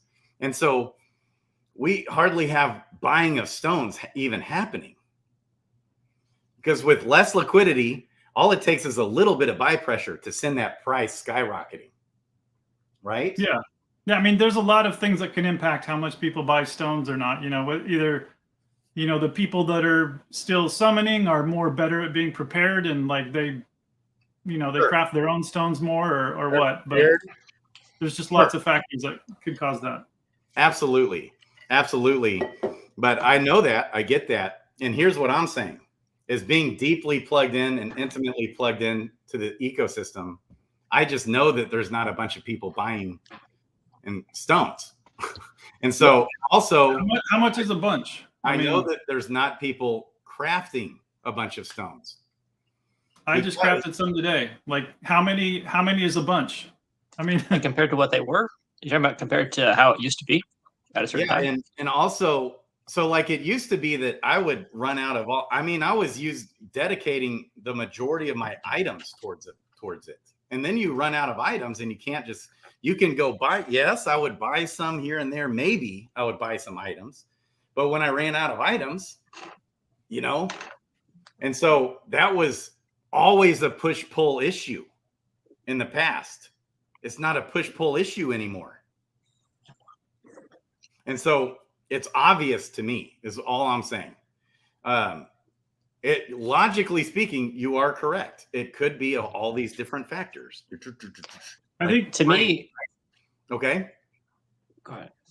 No, go. To you. I was just going to say real quick, we have to remember that, DeFi Kingdoms is the, brainchild of both a game and a DEX. So the main focus right now of people is going to be on the DEX because except for the few of us, I think who are playing, but there's still those out there who view it as a DEX and treat it as DeFi. While a lot of us are gamers and we see that game aspect. So I think when it comes to, different things as far as DeFi goes, people are really going to put their money where their mouth is in that sense. While there's the lack of a game, like we have duels, okay, but we don't have the actual functionality of what's to come right now. So I think that the long term of looking at stones and looking at heroes to craft with is just going to be the few of us who are actually into the game, while the majority still see this as somewhat of a DeFi protocol and very little else. It's like a trading, and sure, there's going to be plenty of that for sure. So the point I'm making, though, the point that I made to Hubert that before the Dark Summoner came out, when they dropped, and I was like kind of screaming from the rooftops, oh gosh, you need to incentivize stoned heroes and heroes with crystals, but the bigger focus on stones, but for sure crystals matter too. You need to incentivize those heroes to be thrown into the pit. And at the time he said, I'm not sure if we can do that. Like, well, he did say we'll be able to do that in the future with how they reworked whatever. They reworked some code at the time to where now it's like implanted on the NFT. Every level up, if whether or not a crystal's used now, but not, I think stones have always been there. So stones are there already. And so I'm like, I've been campaigning hard to incentivize stoned heroes to be thrown into the pit. And you can just throw me a bone is all I'm saying. And if that's the case, especially if you throw on a little rarity boost, okay, that is going to put a lot of people, even your DeFi traders like Brown Gent type guys, who's flipping summoned heroes a lot and things like that. The demand, people who want to go Dark Summon and build a beast PvP hero, they're now going to want that extra boost of rarity. So it will affect the tavern more. So even your Brown Gents of the world who are more trader focused, ROI focused, short term, which is just fine, by the way, there's nothing wrong with that. Okay. He's going to have to, we're going to have to, he'll start analyzing what some heroes sell for versus floor heroes without stones. Okay. And be like, he'll start having to think twice. And everybody who's hardcore building that, all the people that are building heroes specifically to throw into the pit, right? Like, especially your Gen 1 10 out of 10s, no brainer to use the stone in that scenario. Well, what does that mean for the economy of the game? So my point that I've made is we wouldn't see gold down as much as it is. We wouldn't see the items down. Gold went down 99%. And then gold went down 99% again. And then gold went down 99% again. And then after that, gold went down 95% again, at least. And maybe a couple more, 99%. Yeah. So before you get into the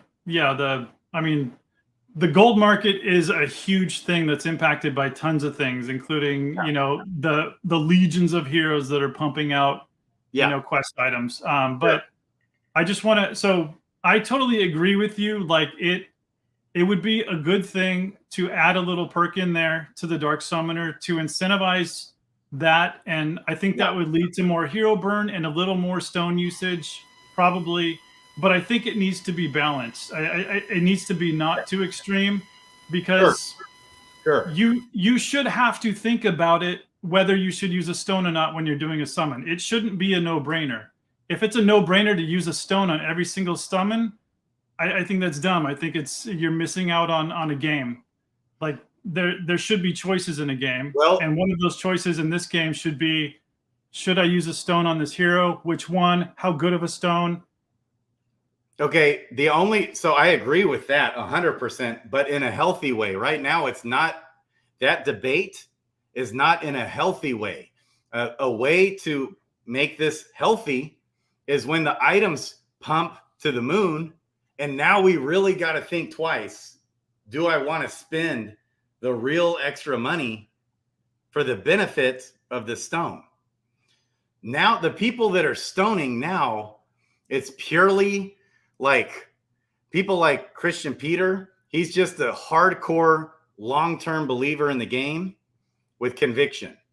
Okay. And that's all there is to that. Otherwise, it just doesn't make sense to use a stone. Now, that's equivalent, I would say, the scenario we're in right now is equivalent to okay, we can have a pet, to have a pet or to not have a pet. Okay, that debate's going to be coming.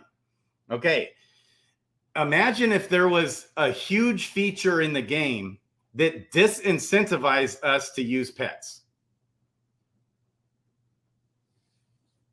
A really important feature that's crucial to building your PvP army that you want to build, that literally you don't want to touch a pet because if you want to do this XYZ thing. Imagine if that's not what it is, though. It gives you maybe a slight reason to not dark summon some heroes if you're really tied to your sunk cost fallacy of, like, I used a stone on it, so I can't dark summon it. It's not like completely disincentivizing you from using dark summoning. Obviously, people still dark summon, so yes, and because and it's no question, if you want to build your PvP army, unless you like win a lottery, that's still possible in regular summons. But you gotta really go ape into the Dark Summoner if you really want to build that monster PvP army. And so I would say right now, okay, I had bought up a bunch of heroes and had a ton of heroes ready to go to throw in the Dark Summoner.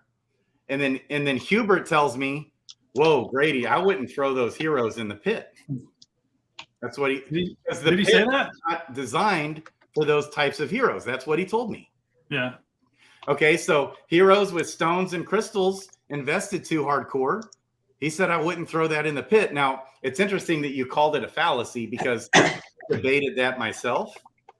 I've debated, should I just use a stone? If in doubt, use a stone, and who cares? And just write that off on your hero loss. I mean, it's all about, like, it's the same thing that you deal with dark summoning in general, whether you have a stone or not, right? I have a mythic dragoon and a mythic sage, right? And I'm going to dark summon him, and hopefully I'm going to get a mythic dread knight. Some percentage of the time you're going to get a mythic seer, and you're going to have to go buy another mythic sage and dread knight, or mythic sage and dragoon, and try it again. And that's kind of like a built-in cost. Sure. And paying a stone on both of those temps is another cost. Yeah. And then you're going to have a greater stone on your mythic seer, and you're going to have to decide, do I write off that greater might stone in that mythic seer and burn him, or what? Or do I keep him forever as a trophy? And here's what I'm saying is that is a mechanism in the game that's working against itself in an unhealthy way. And rather than, here's what you want in the game. We want maximum dark summoning happening, and we want maximum stone utility happening. Especially we wanted that over these last 6 months. Well, maximum to a point, because we still want people to have to make choices or they're not having fun. Well, but people aren't having fun right now. That's why we see, and I'm just telling you, look at the YouTube views for all of the DeFi Kingdoms YouTubers. Look at the sentiment. Right now, we have the biggest update right now. And how many eggs have been burned? I can look at real quick. Franz already covered this. He said everything's cool and everyone's happy. Who did? Franz. He said it's not bad. He feels good. Well, Bob Nothing said Bob the that said GigaPatch that? stream turned into a stone rant. Oh yeah, this is part of it. The great debate happening right now. So, well, I still remember Workhorse. Remember what Workhorse did with those 2 mythic paladins? Oh baby. Oh yeah. And he stoned that guy. Yeah, and that's exactly like what Sandwich Punch and guys like that. Okay, but then it starts getting boring and old. Okay, and it's like, okay, so with eggs right now, we got up to 52,000 green eggs, and we burned. Now we're down to about 42,000 green eggs, right? Yeah, just about 42. We've actually dipped slightly below 42,000. I like that. So we burned away 10 green eggs, and we've also seen 10,000 green eggs. Okay. And we've also seen a heavy selling happen. Instead of the sentiment being high. Now, part of this is to be expected because the delays have been so long, and some people are just discouraged in the game, a lot of people. And so the ecosystem, though it's encouraging when we see that there's still people in the Discord responding to the giveaways, like that's one of the best tells of how many actual human beings are engaged in the game right now. So that has maintained, we saw that hit up over 900. But in the past, over these past 6 or 8 months, I've seen that at 2 different times when sentiment was low. I've seen that go below 500 in those Tilt Tuesday giveaways. Now we're seeing 600, 700, 800, 900. That's good. That tells me some new people. And also in the Discord, we have a lot of new people joining the Discord, apparently. So that's encouraging because Hustle's talking about it. George is talking about it. People are asking them about it. Yeah, there's definitely people flowing back. Yeah, there's some people coming back, but there's still a lot of people that, like Sandwich Punch, for example. I know he's busy with Dragon's Crossing, baby, which that mint is coming up this month. But Sandwich Punch and there's so many people like Rock, different people in the game that were so excited, and then they start getting discouraged. And just because of the delays and things, and maybe people are overexposed. And so I was expecting some people to start dumping but I wasn't expecting an 82 cents, 83-cent green egg. So especially if you're just following the game and following what's going on, and you follow that these pets are the bomb, even 1-star common pets, you can feed them. It's not too expensive, even the premium routes. Okay. And then the benefit that you get from that, even on the 1-star common pets, a lot of them, like even if you get the freaking rune at 5%, like, come on, what's up with that? But hey, you're getting that XP. It's still worth it with the little bit of pet food you got to feed them is nothing, I would say. And so, okay, Hey, Grady. Oh, we're way past on time. Yeah. Hey. Eric David Tippett in the house, baby. And your mic is fixed. Your mic was yeah, that was my computer mic, and this is my crappy cell phone mic, but I guess it's better. Okay. Yeah, so I was thinking for like the dark summoning, you know, how there's a big problem with it. I figured, you know, an easy way to fix it would be one, apply pretty much what you're saying is, you know, the stones and everything you did to upgrade your character, maybe levels, who knows, and then that would give like a higher rarity chance.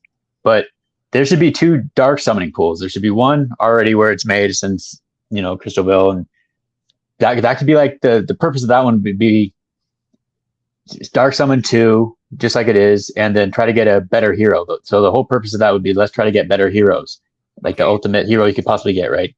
But then they should make another dark summoning pool in Serendale, and the purpose of that one should be mass dark summon, destroy all the crappy heroes or whatever there's too many heroes, we need to destroy them, you know. So that it could be like a salvaging system where it's like you'd only dark summon one, or well, you can mass dark summon like, you know, Q50 or however many you do, but it just breaks them all down. It won't create heroes, but it'll destroy them all. And it could create, you know, what was used, like the stones that was used to make them, the tiers or whatever materials were used. And then also they could add like a new tier, like a dark tier or something, where I'm sure like in the lore, there's like Gaia tiers is like God or something. And maybe there's a devil in the game. I don't know, but they could make that the opposite of Gaia tiers and make it be like dark tiers. And then they could use that to, you know, for another mechanic in the game where you can only do this mechanic in the game, like if you dark summon your heroes or if you buy these dark tiers off the market, you know, and that would be like a huge incentive for people to finally just destroy all these heroes because there's a bajillion of them now.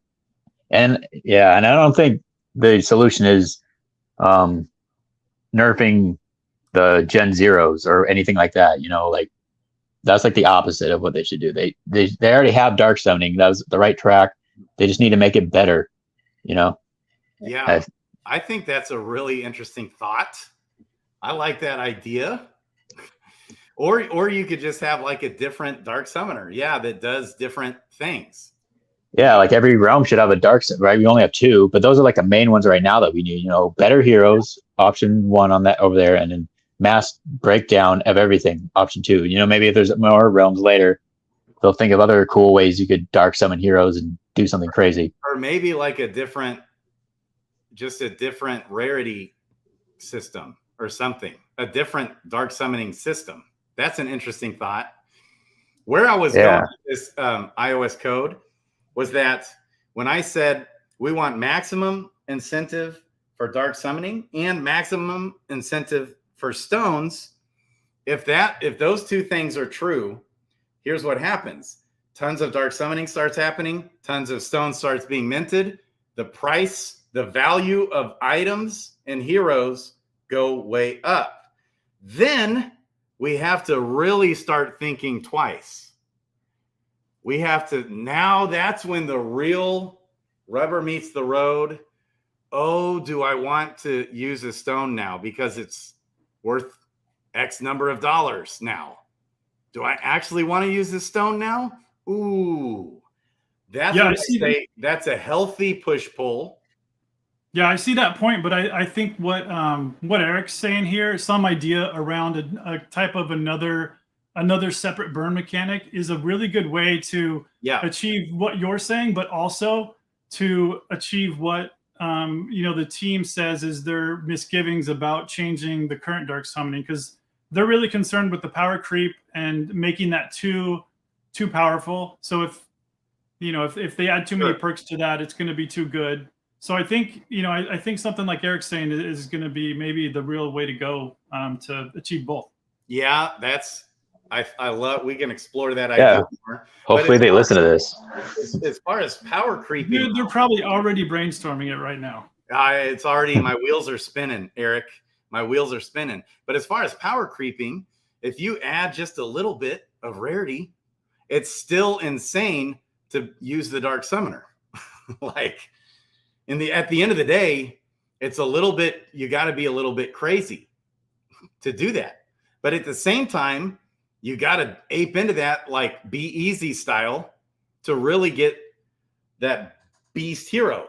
But if I want to go burn 800 to 1,000 heroes to get those couple beast heroes that I want, so be it. Right? And we know that people like King Baka and Okul and Be Easy and will be throwing like thousands of heroes in that pit. I'm just saying it wouldn't take much. It wouldn't take that much. It's not like you'd have to break the game and break the rarity incentive to do that. And you would achieve the goal that we want, which is a potential hero deflation happening. I mean, that could really potentially happen. iOS code, B's asking you a question in chat. What's that question? B's talking about burning some heroes and is asking iOS code, what's his favorite class?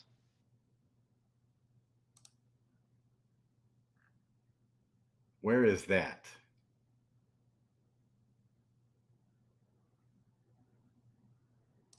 Wait.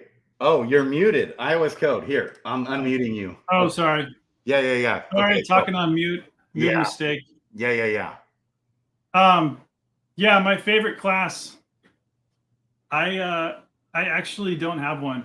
I can't answer that question. I can't pick a favorite. Okay. So I'm sorry to disappoint.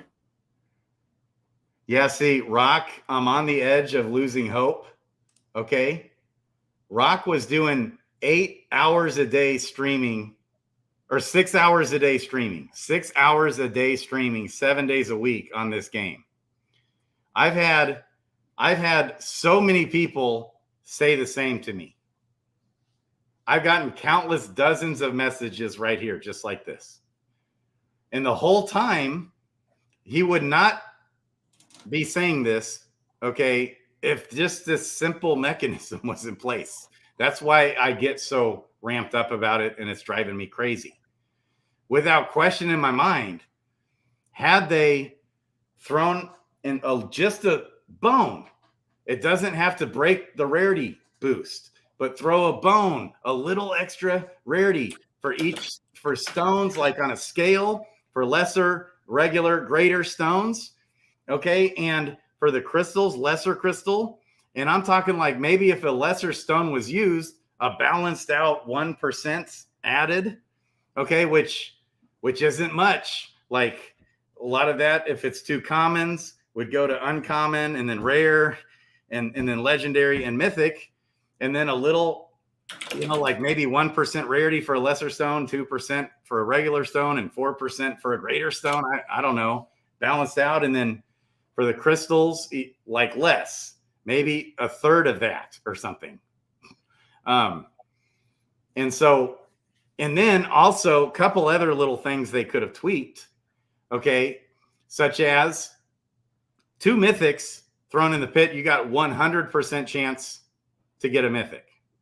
That's the biggest benefit of the pit. And I love it. I think the pit's brilliant. But then a very similar scenario is a mythic and a legendary. And in that scenario, it goes from 100% chance to get a mythic to a 12% chance. Like, we can't have that. Like, hello. And so it just doesn't make sense to throw in a mythic with a legendary, period. The other thing. I think Like, I think you've brought up several times, like, a lot of good ways that maybe, that could be improved. And I think it was built as good as it could be, in the time frame that they could do it to get it done. And, there's also contract limitations and blockchain limitations, and who knows how much that played into it. But, I think the team has probably heard all of your suggestions, and, maybe they'll be incorporated at some point, when they have time to. Do you think they've heard it? I'm not so sure that they've heard it. Dude, there's like multiple team members watching the stream right now. Okay. But have they really heard it? Because the responses I've ever gotten, they can't. Is like, the Dark Summoner's not made for everybody. That's about the extent of the response I've gotten. So it makes me. That's what you heard early, yeah. But I mean, it takes time to process that. Sure. I also think too, Grady, that you're in a unique situation along with a handful of other people that have a ton of heroes. So it really amplifies your opinion of everything, as it should, and it's just for the betterment of the community. But I think you keep hitting on this so much because you want to do something with these heroes, like you said, and you want to burn them, and you want to but you want to get value for what you've invested into them as well. Right. So. Well, and it's just got to make sense. And then I get lots of responses like this. What's Grady's point? I'm so confused. And so people come out and say, and it's just obvious they haven't really heard and listened. That's all the time. Like, people haven't really. They maybe have heard snippets. We need to do a video, Kong, so I can lay out all my thoughts on one condensed video.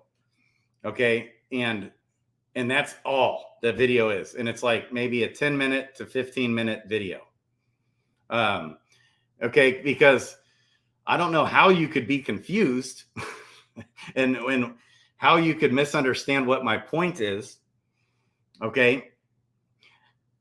If the Dark Summoner would have come out incentivizing, making a couple tweaks, which the Dark Summoner, first point, Dark Summoner is genius. Big brains. I love it.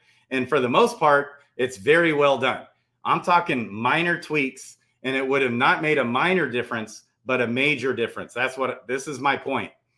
If when the Dark Summoner came to be, and we were incentivized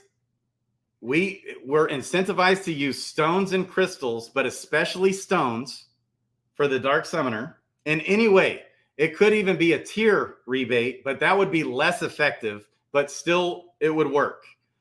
A slight rarity boost that doesn't break the game. Okay. If that was the case, and if they had given a little bit more, like even if you throw 2 mythics in, you're 100% chance to get a mythic. Then a very similar scenario, you throw 1 mythic, 1 legendary, you just got a 12% chance to get a mythic, aka 88% chance to get a legendary. You're probably throwing the mythic away. It doesn't make sense, so people won't do it. Okay, and then disincentivizing heroes that are stoned and crystalled, okay, disincentivizing them to throw that into the pit has shortchanged the potential of the amount of heroes that would have otherwise been burned on a big scale, not a small scale. That's my point. First point. Second point is, if we were incentivized to use stones on all heroes, I'm not saying that everybody would use stones. That's not what I'm saying. I'm just saying the frequency of stones would have been increased by a lot. And I would say way more than a 50% increase, like way more, from 25% to 50% increase. I would say it's even more. Okay. That certainly would be the case. And until the value of the items keep going up. Okay. And so if we're in, way more stones would be used, way more heroes would be burned, the in-game economy would be much, much healthier and sustainable long term, without question in my mind. That's all. That's my point. Okay. So it's so odd to me because every day people tell me this same thing. I see what Vibes is saying here. I see them on a daily, but then I get lots of people that DM me and say, yeah, Grady, 100%, you're 100% spot on. Yeah, since having hundreds of heroes is so profitable, it's hard to think about burning them. That's right. So I would say, if anything, okay, what Hubert's looking at is the big picture. He's looking at the number of heroes, okay, that are now mythic and legendary Dread Knights and so on. We've had like a 10x of new Dread Knights that are mythic and legendary in the ecosystem. Okay, right? Since a Dark Summoner, something like that. That's probably about right. Probably. So Hubert has even talked about possibly having to nerf the Dark Summoner. Well, I'm saying, well, wait a second. We've had 80 or 90,000 heroes or something burned. 80 or, and how many Sages and Dragoons? Like Sages and Dragoons used to be worth something. So the only logical output should be a 10x in mythic and legendary Dread Knights. The cost of 10xing which context, before the Dark Summoner came to be, we only had 2 or 3, I think, mythic Dread Knights in the entire game. Okay. Now we have whatever, 50. Okay. And so, or I don't know if that's right. Do we have 50? Whatever we have. We've probably had a 10 or 20x. Now we've had a whole hell of a lot more summons as well. But we've got something, maybe, let's just say we've got 50 mythic Dread Knights now. What's wrong with that? Isn't that worth burning 88 heroes, 88,000 or 90,000 heroes? Shouldn't we have? And what's wrong? Okay, if we're going to have thousands of people flooding into the game, wanting to actually play the game, I mean, that's my vision for DeFi Kingdoms. They're going to want the OP heroes. They're going to want the best heroes. Now, I get it. Every class is good, you know, and you can put stuff together, and I get it that it's skill-based. But when you're putting 2 professional DFK players side by side, you know, and so why can't a guy like me go throw 1,000 heroes in the pit and walk away with 2 or 3 mythic Dread Knights with exalted abilities? What's wrong with that? Okay, and if I can do it, why can't you do it? What's wrong with that? I mean, don't we all? And if the cost of doing that is 200,000 heroes being burned, done. That's a great. That's what. Shouldn't we get something for burning the heroes? I mean, that's the exchange. Otherwise, I mean, what did we expect to have the Dark Summoner in the first place? You have to have incentive to use the thing, right? Okay. I know I'm beating a dead horse here. Dude, it's dead. You killed it. You killed it. That's, yeah. So, yeah, to me, we accomplished, done, perfectly balanced game. And if it's something's a little out of balance, then fix it. Yeah, I guess just to say something before I hop off, Okay.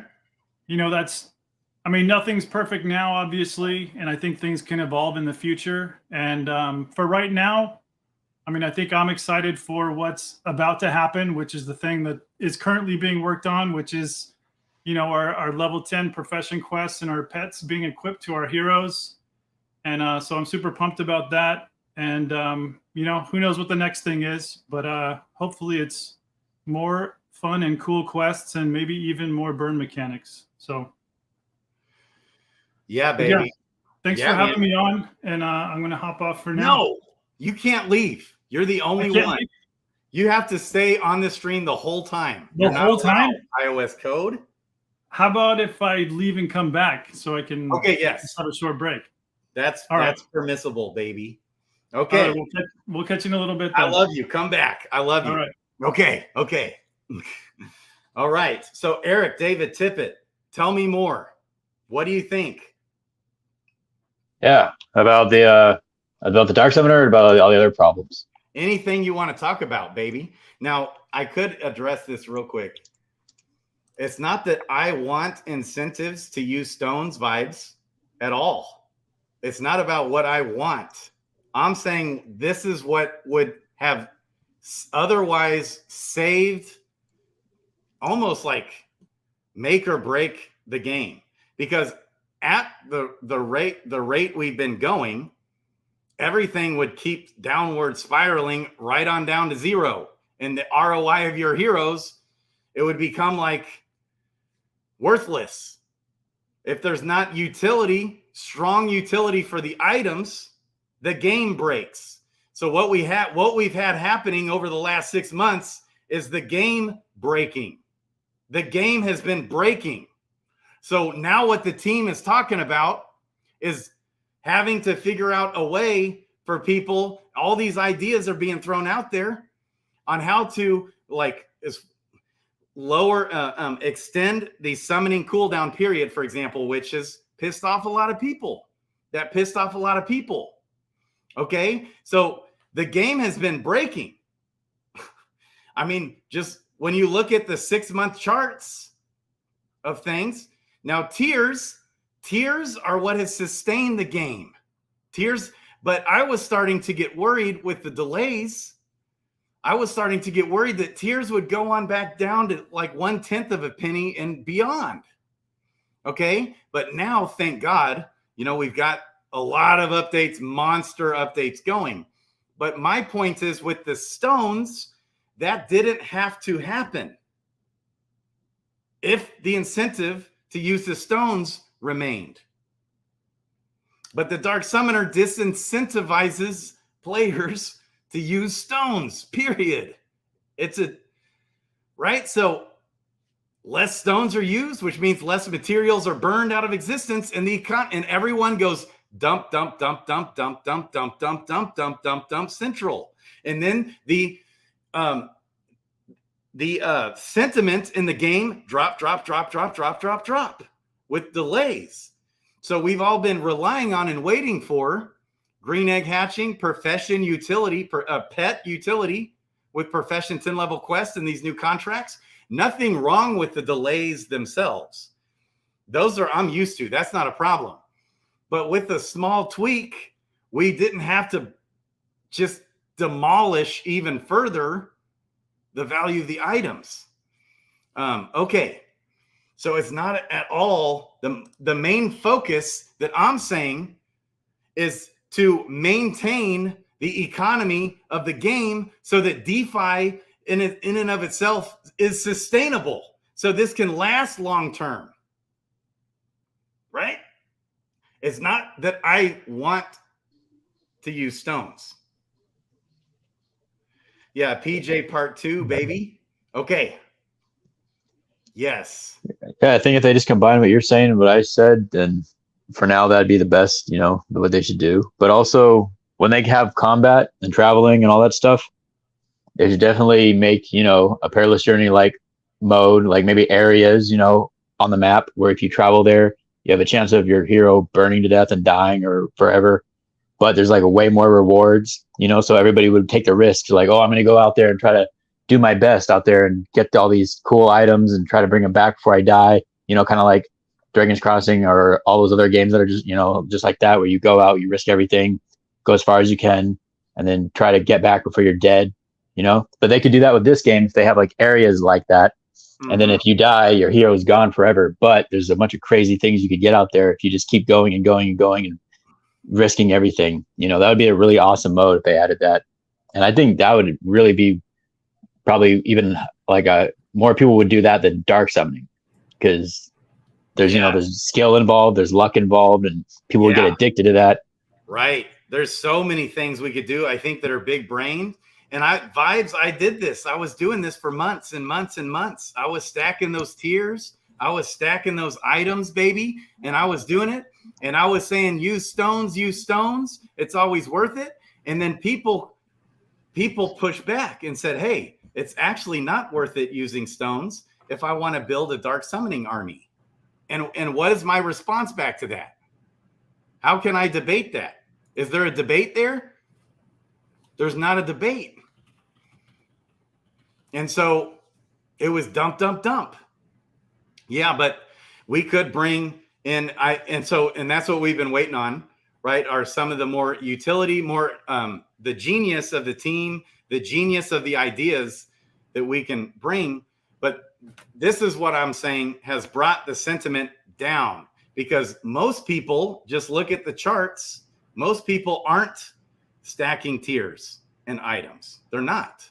And so I would love for you to be rewarded, Vibes. I would love for you to be rewarded for stacking up those tiers and those items down the road. That would be great. But you won't get rewarded if there's not incentives in the game that drive the value to those items. That's the only thing I'm saying. Okay, baby, we got effects in the house. We still got Zellies in the house, and Kong is in here. He's right here. Okay, Tad, what time? Kong, what are we doing on time? So it's pretty much an open forum at this point. I would just expect people to kind of come in and out. So yeah, have at it. Okay, when's the next time slot? What are we looking at on time?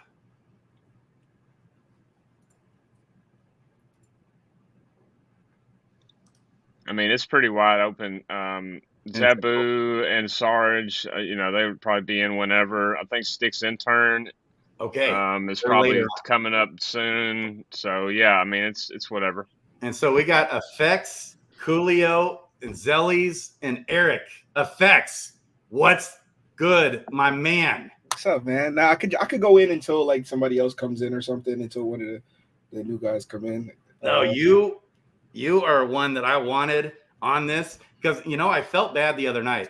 So I have to apologize to the world.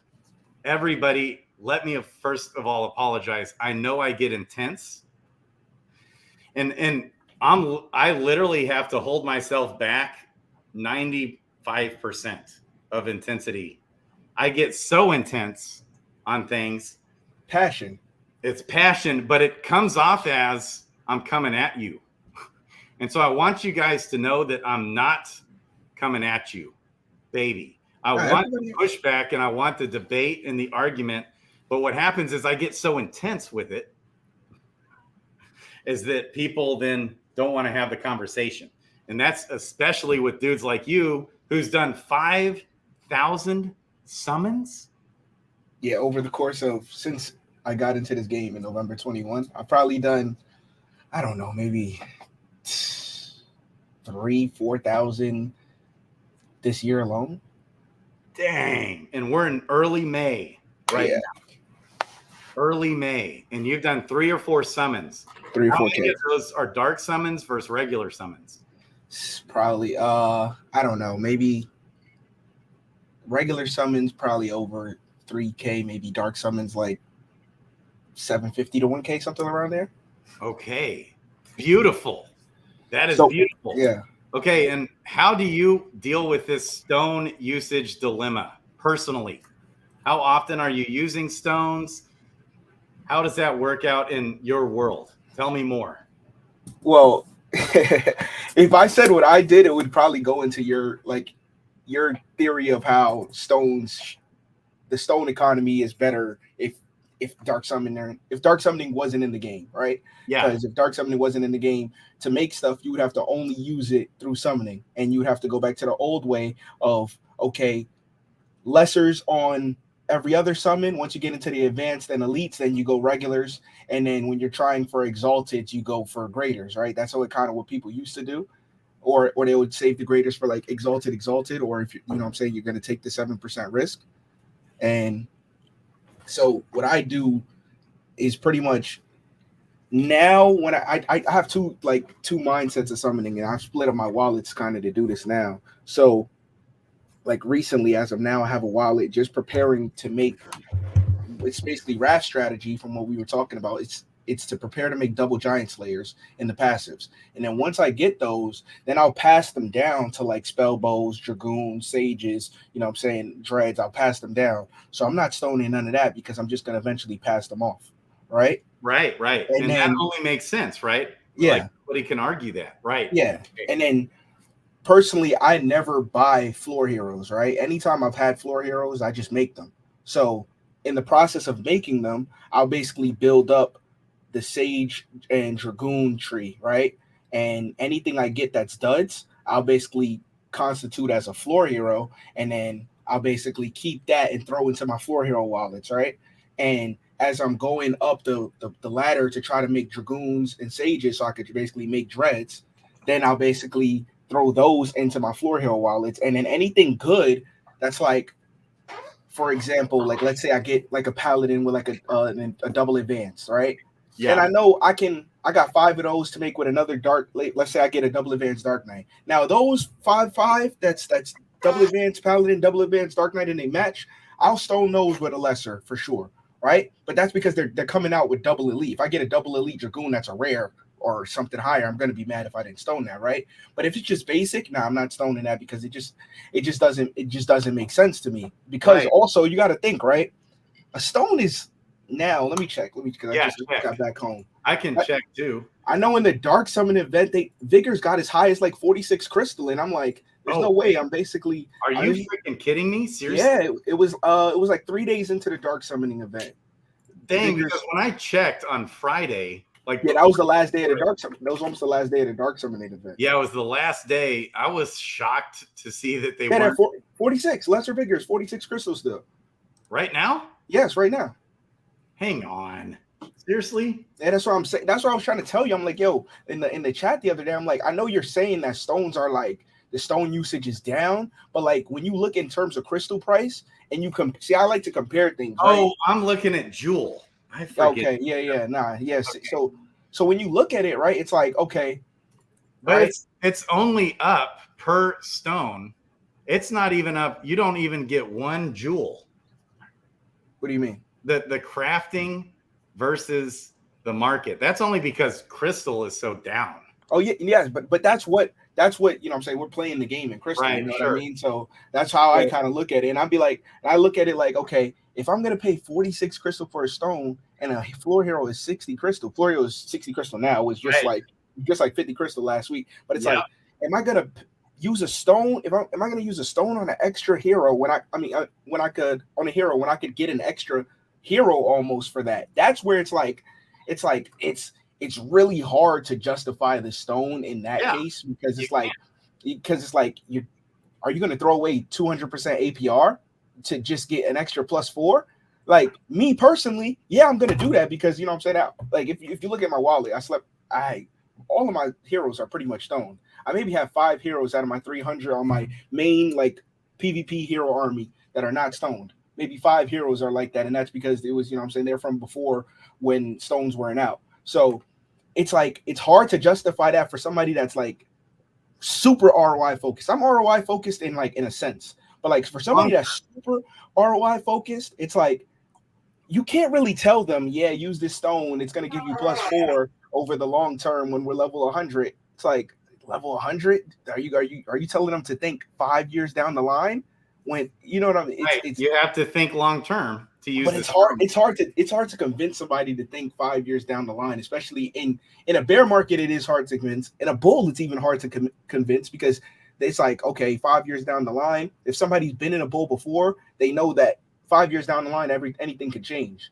So it's like in a bear, it's more convincing because you have a more long term outlook because it's like, okay, 5 years down the line, if I use this and the +4 stats compound to the extra 5 and 15% stat boost over the long term, I'm probably gonna have an extra like 20 stats compared to another hero. And I do gotta check Oh yeah, I freaking missed the Fight Club thing. I was driving home. Did I you was like, miss it? yeah, man, bro. I haven't joined the last like 10 tournaments because I missed like the last 3 of them. I would just go in and then I would just forget. I like, know. oh, Hey, the odds just went up then. If Effects isn't in there, everybody else has got a better I couldn't chance. join for some reason. My Discord wouldn't let me join. Like I couldn't add my loadout. Okay, so I have a question for you here, Effects. If you are incentivized in the pit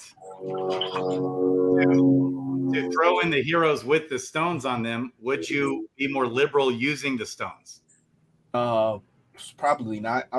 It depends. All right, so okay, for like rarity boost, let's say a little rarity bump. I don't.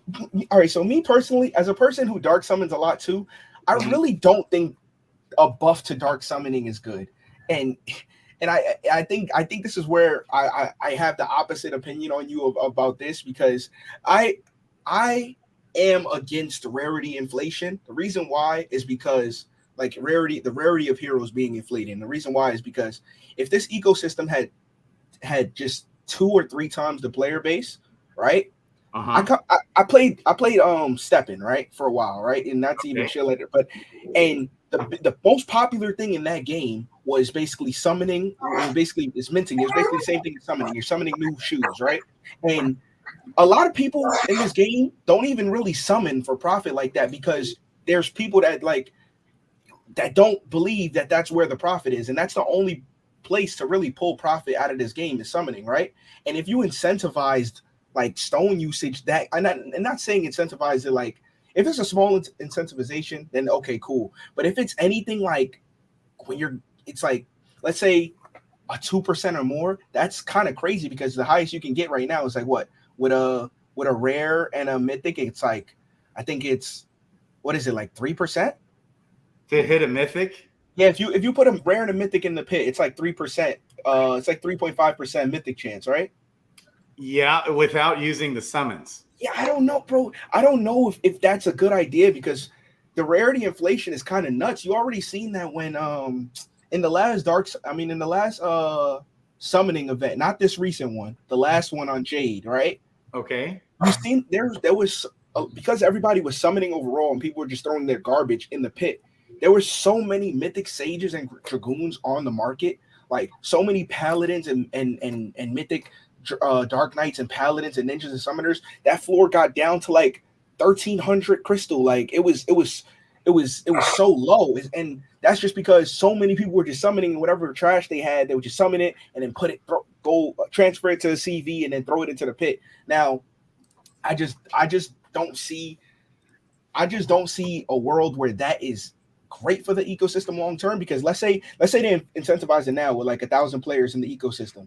When it gets to 3,000 players and more people become like super smart, and you have more guys like the Mark Cookies out there, you know what I'm saying? The guys like me that summon a lot, and they start figuring out real profits. Like I know Steppin' was big in the Asian community. In the Asian community, those guys are big brains. They had whole videos on strategies on getting multiple phones and minting. Once they find out with summoning and they already see how much profit you can make with summoning, if it's just 10 crystal per profit, if they saw, okay, if I do Gen 1 summoning all the way up to the Dragoon tree and Sage tree, if they realized there was like 10 C crystal per summon, and the game was like 3,000 players instead of 1,000, you would already start getting the inflation of mythic heroes and legendary heroes from just normal summoning. And then on top of that, they would throw their trash in the dark summon pit. I think it's gonna get worse before it gets good. And then let's see what that would do though is burn all those heroes out of existence, and then it would be good for the economy of the game. Well, that's right? not, I mean, I get where you're coming from, Grady, but at the same time, I remember the reason when I first came in here. One of the first summons, which was crazy to me, I pulled was a mythic summoner, and I can't remember how much that was worth at the time, but it was a lot. And part of the incentivization of getting into the game in the first place was, the adventure, the what can I pull next, and I feel like, yes, burning common to uncommon heroes that are jobbers and not the best could be quote unquote healthy in one sense, right? Because there's an inflation of heroes.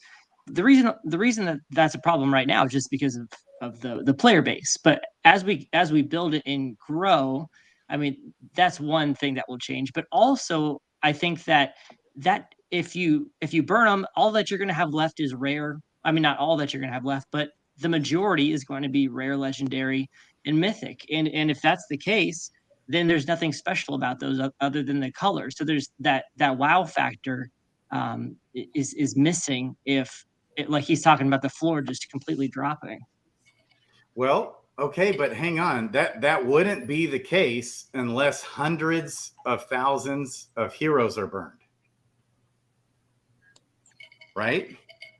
And so if I'm going to burn my 2 heroes, this is why Christian Peter doesn't dark summon and a lot of people don't.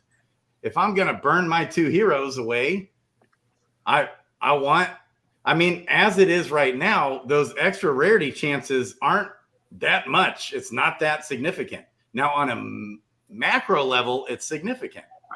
The biggest benefit of the Dark Summoner is the rarity floor is like, so that's by far the most. So in order to get everybody having rare, legendary, and mythic heroes, in order to get to that point would require probably 200,000 or 300,000, like where it stands right now, 200,000 or 300,000 heroes being burned at least.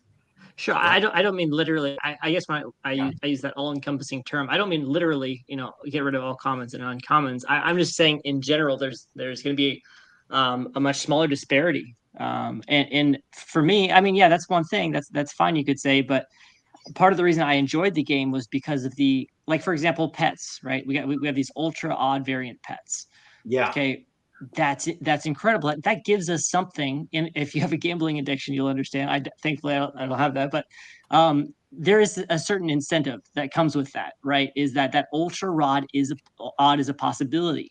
Now, if we narrow that window and we just stick to this, a smaller gap where things have a higher probability of becoming mythic or legendary, that's the one aspect that I kind of would worry about. And as far as a new player perspective or somebody who's looking to want to be hooked into getting that next summon, that's very, very rare. A couple of points here, trying to get in. I have a short window here. I may be back later and hang out in the background. Okay. One, Doug Hype, we absolutely have a gambling addiction, and I hide it with NFT heroes. But I wanted to touch on something you briefly mentioned, Grady. Macro. I know there's a lot of hot takes here regarding the GigaPatch specifically, but I wanted to sort of maybe re-enthuse everyone. I know we've talked about how our sentiment has ebbed and flowed over the last couple of months, especially now that we're in a bear. I found this interesting stat, and I want to share this with everyone. Okay. So as of mid-March, CoinGecko reports that 1,800 roughly of the 6,300 crypto tokens it had listed in 2022 were already classified as dead. That's almost 30% of all crypto tokens listed on CoinGecko. 100%. So the sheer fact we're all still here and we're surviving, not only surviving, but we're sort of we're building during the bear should be something to sort of rejoice in. I was looking, I know we've often made comparisons to Axie Infinity. I think we've all heard Frisky and Dreamer make those analogies in the past. And I went back to their sort of completed milestones, their roadmap. What were they doing during the bear? And some of the things they were doing might ring a bell as to some of the things DFK is doing. So before the 2020 bull run got started, they developed that concept idea. They started an NFT marketplace. Breeding, summiting became a thing. Idle battle gameplay, land sale was done. And this was sort of, they're when you go on their website, those are the high level, big ticket milestones they've touched on. What have we done during the bear? We've done way more than that. I mean, the fact that this GigaPatch is rolled out and all the things that come with it. If we're patient enough as a community, and I know we are, we at this point, if we're here, we're patient as heck. When the game finally rolls out the way we all envision it, it does. if and when, as we all suspect and hope, the game gets featured in this next crypto jam, the eyes, the exposure, to even, if even a smidget of a percentage of those people who watch this show come on board, if we're doing, this many transactions, as an AVAX subnet with, conceivably speaking, between 500 and 1,000 players, what are we going to do with even twice as much as that? It should be something to raise a brow at, and sort of, hey, you know what, give ourselves credit as a project and as a community for having believed so much in this project, to have stuck around for as long as we have, one, and two, the fact that the team has done as much as they have to date. When many other projects, 30% of those projects went out in 2022. We weren't one of those projects, and we had every reason to be one of those projects. Here we are, right? I'll leave you with one last piece of alpha. If you've not seen it, I think it's worth sharing. I'm sure someone's gonna throw stones at me because, there goes any ARB opportunities. But if you look at a Crystal Veil, someone started Greater Crystal LP, so now you can trade those there. Yes, Greater Crystals, Chaos, you name them, they're all there. So take that as you will. I know I've been making use of it. I accidentally discovered it maybe a couple of days ago. To send those stones to Sinjuro, don't send them my way. But I'll leave you with those tidbits. I'll hang out here in the background for a bit, and I'll bug out. Maybe I come back. Okay, yeah. Pop in, pop out. Okay, so a lot of good points there. I love it. So DeFi Kingdoms has been grinding through the bear market. Most projects die through the bear market. Not DeFi Kingdoms, baby. They've been grinding. Look at all these legendary. I got 12 legendary gardening pets, and I've hatched. I haven't bought any. I haven't even looked at the market. I've got 9 mythics, baby. Okay. Does anybody else, Christian Peter, anybody else in here have a hot take or a pushback? We can stick with the stone debate. Maybe we ought to do a separate stream that's all about the stone debate. I envisioned us doing it on this stream, but that could literally, because you guys, Effects is big brains and Coolio. I don't want this to be all about that, though. I don't want this stream. But we could, if anybody else has anything else to share on that, I'll stop sharing on that. But if anybody else has any other takes, agree, disagree, go. Hey, Grady, I'm sorry I'm a little bit late to the party, but I hope I made it in time for a couple of hot takes. I think that the biggest thing that we should all take away from this is that, we're going to get compared to Axie Infinity until there's something bigger than Axie Infinity. And, Axie Infinity was the first one to the party, but it's definitely so much less than what DFK has developed in just a short amount of time, right? We've only been around for 20 months or so, not even, it's been such a short time, and they've done so much already with the mega gigapatch or whatever they're calling it, the hero's best friend. There's just so much more to come. And the one thing that I took away from all of this is that, Dreamer mentions several times, he's talking to VCs want to invest money, but there's really no way to onboard new people into the game yet. And that's the biggest takeaway that I've had this entire time, because for the last 2 days, ever since green egg hatching came out, I've been watching the price of materials. I've been watching the price of the tokens. I've been watching everything go up and then go back down again.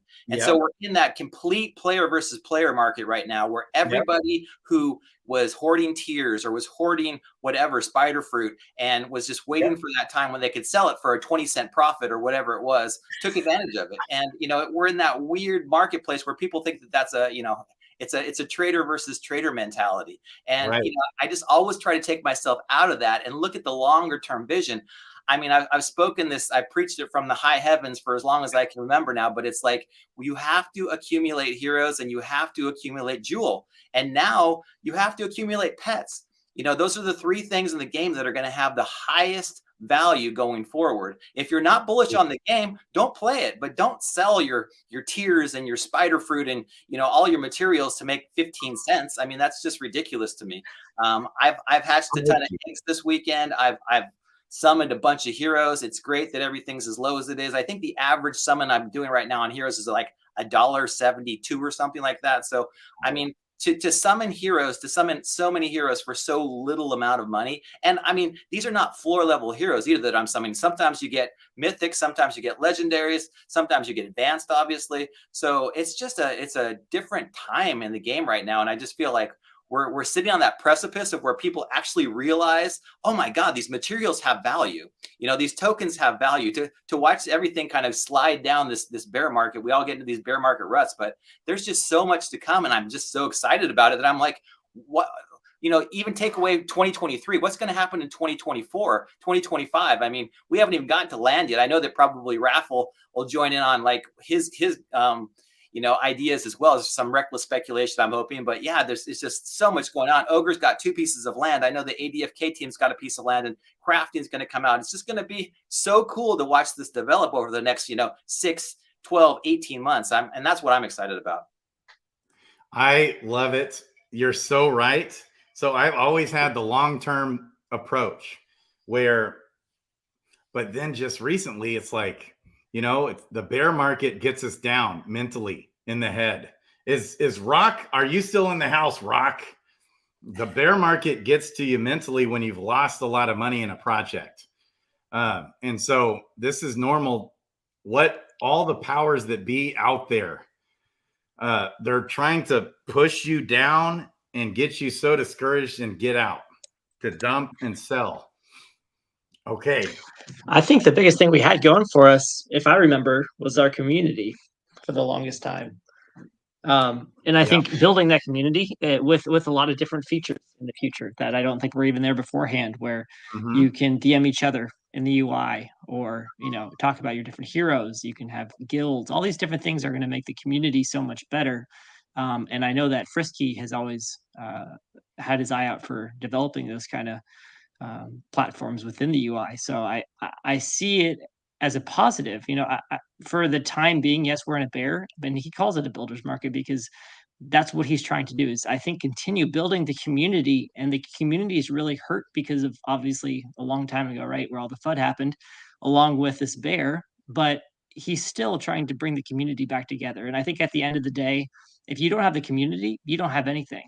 And you can just see that in any project that people are working on. Yes, I love it. Yeah, and we should be able to use pets soon, baby. We should be able to use pets soon. And Rock, I was going to say one thing, to be fair, Hubert brought it up about extending the summoning cooldown. I think that's been very overblown. He brought it up. Hubert brought it up because lots of other people brought it up.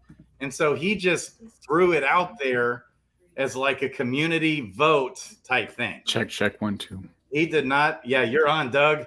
Hubert threw that out there as a suggestion or a thought. It's not like, and he threw it out there because other people have been talking about the hero, quote unquote, inflation problem, which I don't actually think there actually is.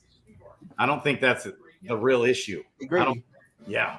Check the Twitter link that I put in the StreamYard.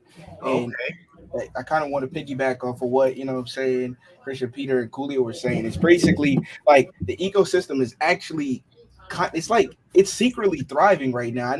I know like, if because everything moves fast, like if you look at 2 months ago, sentiment was kind of low. It was like post the Jade summoning event, and we kind of seen a lot of downtrend and everything. But look at this, the daily number of hero and pet sales was all time, and this was like a few days ago. I'm not sure. Let me see the exact date of this tweet.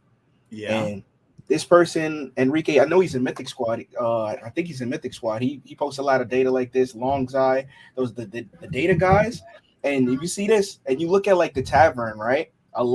There's a lot of tavern activity. I'm a person that checks tavern sales all day. I'm a tavern sales watcher. I like to see what people are doing. You know what I'm saying? I could probably tell a lot of people what they're gonna buy before they buy it. You know what I'm saying? I know what people kind of trend to do. I kind of see what people are doing. And if you look, the floor is like 60 right now. Fisher Forager floor is like 75. 1010 floor is like 200. The Dragoon Sage floor, Sages are like 1750. You know what I'm saying? Some quick alpha if you want to summon summoners and ninjas right now. Sage floor is like 1750 for 3 out of 3s.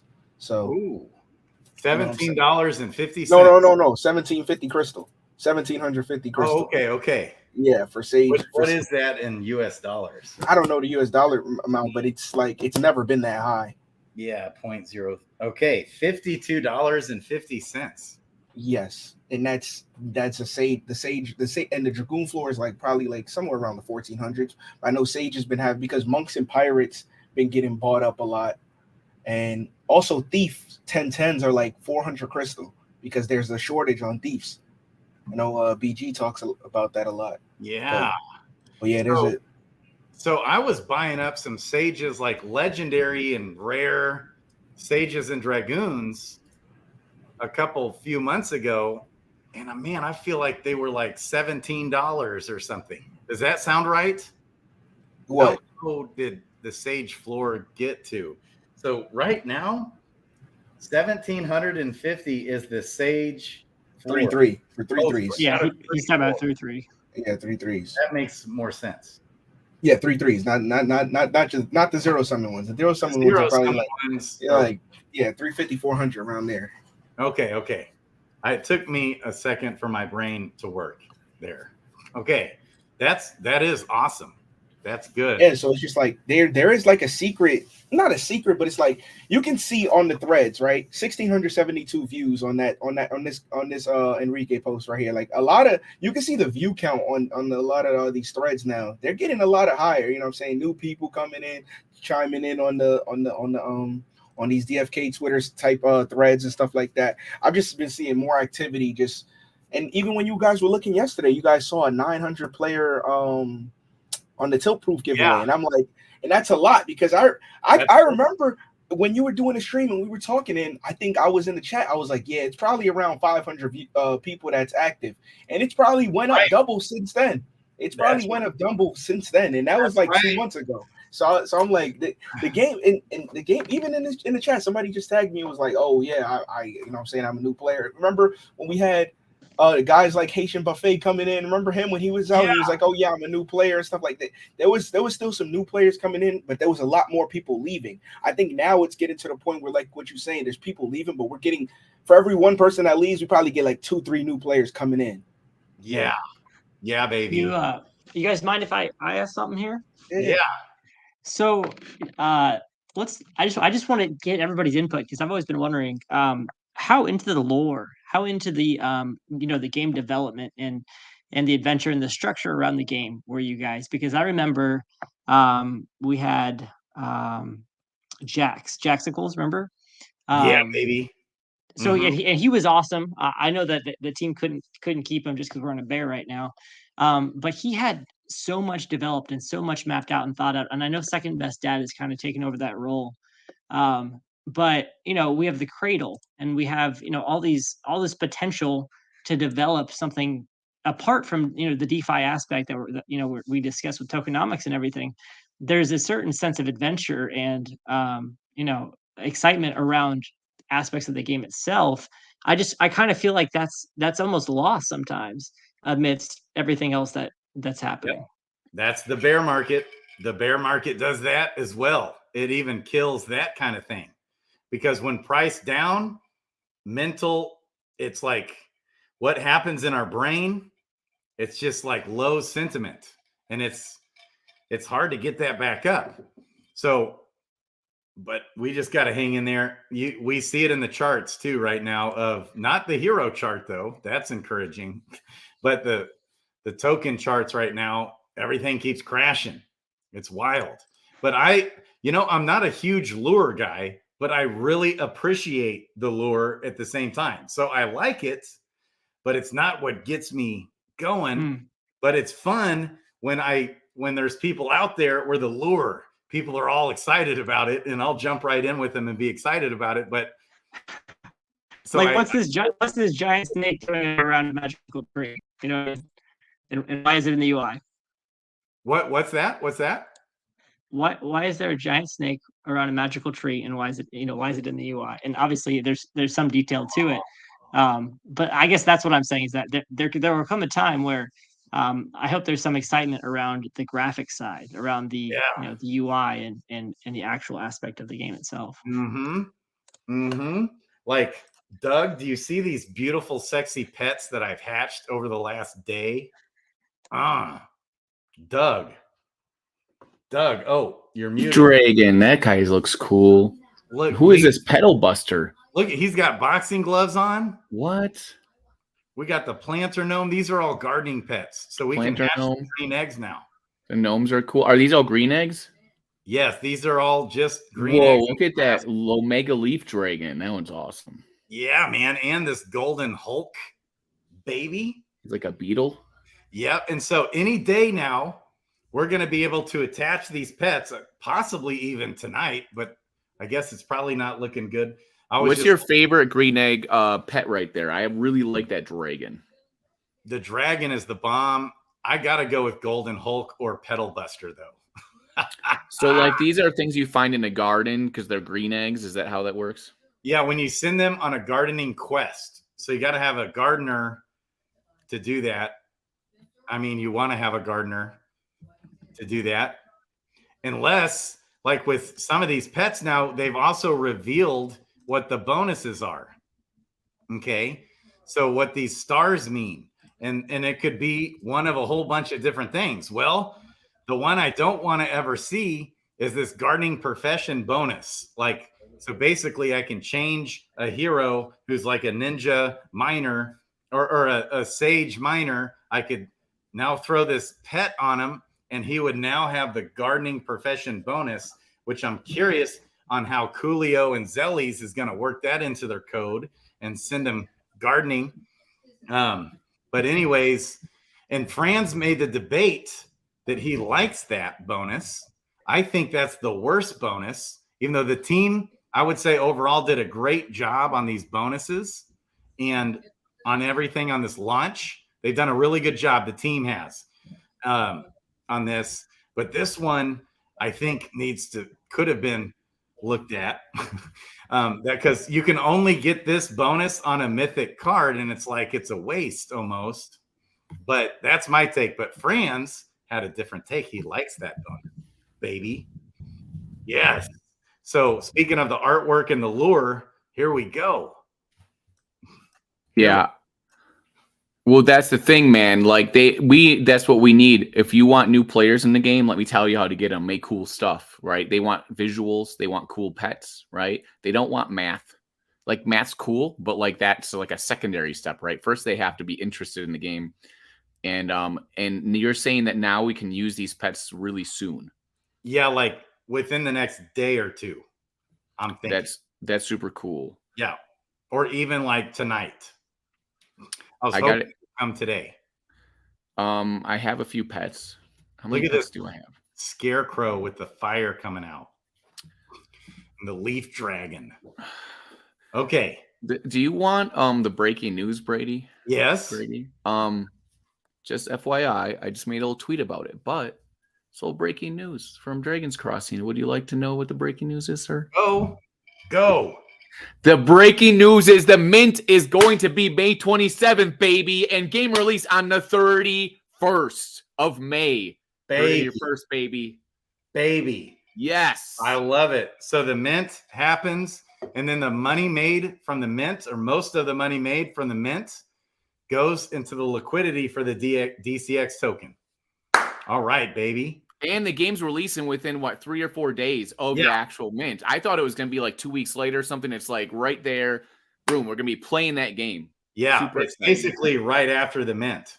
I mean, we're going to be able to mint the heroes, and then we play the game. You know, that's the whole thing. Day one, ready to go. And then we're gonna see who the real Web3 gamers are. Everybody in this room and in the chats, like I'm coming for you on that ladder match. I'm coming up that ladder, and I'm gonna be killing chonkers.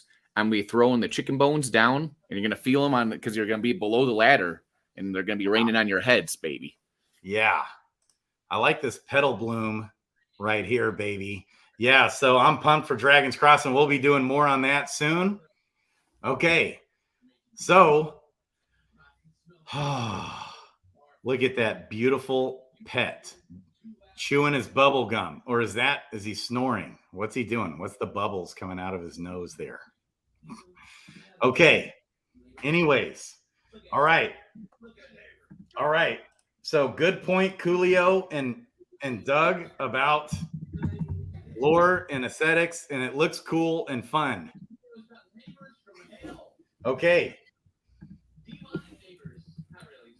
Zellies, how are you going to incorporate that gardening profession gene 3-star pet on, how's that going to work?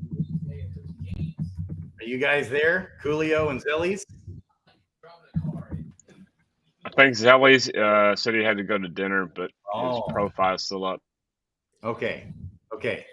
That's all right. So just talking to Zealous about it a little bit. The biggest thing is they're going to do the crafting for the pet treats. That's next, I think, on the roadmap for them. So they're going to have a way where you can craft the least expensive pet treats based on what the cost of every item is. So I know that that's quickly coming on their roadmap. The other one, obviously, is going to be the pet bonding. So once you bonded a pet to a hero, that's where it gets kind of tricky, right? Because then you've got a lot of utility that they're going to have to really take into account. And each pet has, such a different array of what it is they can do. So I'm sure that they're working on that stuff. But yeah, I mean, these pets are going to add so much more differing kinds of potential into the game. It's going to be so cool just to see, like, who bonds with whom. And then once these pets are bonded, they're no longer for sale. So it's basically like taking them off the market. So you're going to see the pets like start to dry up really quickly that are for sale. Yeah. All right. Now you're speaking my language. So guess what I'm doing, Christian Peter? And I haven't had time to do it, but I'm getting situated to send in some new money. I'm sending in new money into the game to buy up some more green eggs and tears and hatch those fools. Some gold, baby. Because I want a pet for every hero I've got. Sweet. Yeah, I mean, everybody's going to want to have a pet for each hero that's doing professions. If you've got a PvP hero, it's a definite must to have a 3-star combat pet, right? And there's going to be, 11 different attributes that you're going to have for those combats. So people are going to want certain combat skills for certain types of heroes as well, right? You're going to want to have projectiles for your archer. You're going to want to have spell casting for your sages. You're going to want to have, melee for your knights and warriors and berserkers. So yeah, every pet's going to be just so valuable, and you're not going to know what somebody's after until they go and look for it and they can't find it, and they're either going to have to hatch a pet that's got it, or they're going to have to buy one. Yeah, baby. Yeah. So or someone cool like Christian sends you a cool wolf. You might get a dire wolf if you're as cool as Doug Hype. If you send me wolves, that means you're cool, man. Doug, I forgot to send those to you. I know I haven't brought that up, but also he forgot to send me his wolves. I forgot to send Doug's dire wolves. And in the back of my head, I keep thinking about it. I'm like, I want those dire wolves. You guys realize, like, all the math and everything about the game is fun and cool, but like it can be overwhelming for people. And I really just like to concentrate on what are just cool things so I can feel good about the game, right? Not get too overwhelmed. And because it's just, there's so much going on in crypto, man. My brain gets so overwhelmed at times. Yeah, there's so much to get into. So that's right. This game is good for the people that want to deep dive and geek out, right? Like Tad here, Effects, and most all of us in the community. But it also is important. Doug's point, I think, is big. Most people just want like fun and look cool, and they don't want to deep dive into all the statistical averages. Plus, those people don't care if they even win. They just want to play a game and have fun. You know what I mean? Like, I don't really need to play DFK PvP and like really win. I'm competing against people like you guys that have like millions of heroes. I just want to have fun and maybe win a few battles. Maybe there's some small aspect of the game I can be good at. I don't know, but like. I would rather be doing that than spending time on my phone or some other game. You know what I mean? Yeah, baby. Yeah. So Christian, I want a pet for every hero I've got. Right. But here's the problem. We got a problem, baby. We've now got combined pets, like gardening pets combined with green eggs. We've got 52,000 total ish, maybe 53, 52. I think it's closer to 52,000 total green eggs and gardening pets. And personally, how many pets total do I have? Let's see here, baby. I just reset. Oh, I'm going to share my screen again. So, okay. gardening pets, and I've done a lot. Here it is, green. Okay.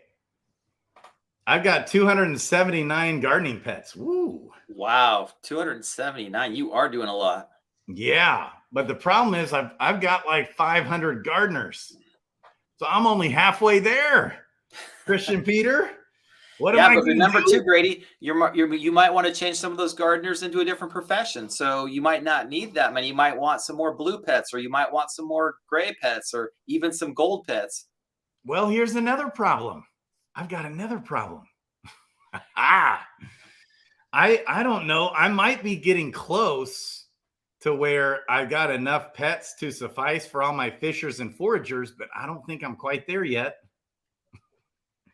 And then, okay, and so I think you made a good point. As the sentiment comes back into the game, yes, right now we do have people dumping. Surprisingly, I didn't expect the green eggs to go down to 82 cents. What do you think of that?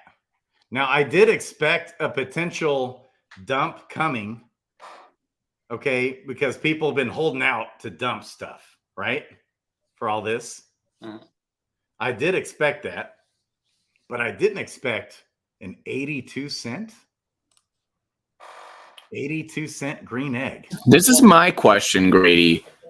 There's so much speculation and all the things going up and down, and it's like there's 25 elements in play that it's like almost hard to put your hand on it, right? So a lot of times things will go down when we think they might go up. Where's the pressure coming from? And we don't always know the future, right? So like, how do you make decisions? You obviously explain your process of what you want to do really well, but like, it's like, how do you make decisions? Because like, it's obviously like there's the aspect of you're not sure what you're going to do, but you just got to go for it, right? You just go for it and just see what happens. What happened with the speculation, I think, is that everybody was, holding those green eggs, going out and buying those green eggs in anticipation of the green egg hatching, and the green eggs got up way too high. The green eggs were like, I don't know what they got to, about $1.20 or something, where the blue eggs and the gray eggs were both around 30 cents. So it's like 4 times the same, and green pets are not going to be any different than blue pets or gray pets. In fact, now I think blue pets and gray pets even have more utility because there's super odd, rare variants of them. So people will probably go back and probably start hatching a lot more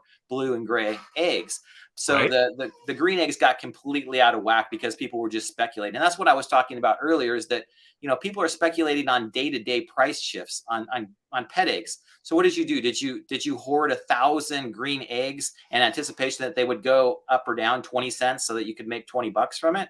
I mean, it doesn't make a whole lot of sense to me. It's just like, if you want to play the game, get enough green pet eggs so you can go out there and hatch them. If you don't, then sell them off. But the speculation is kind of weird, I think, around different aspects of the game that don't have a whole lot of value to them. Right. Well, and I think so look at this. We got gray and blue pets at 22 cents right now. Green pets at 80 cents.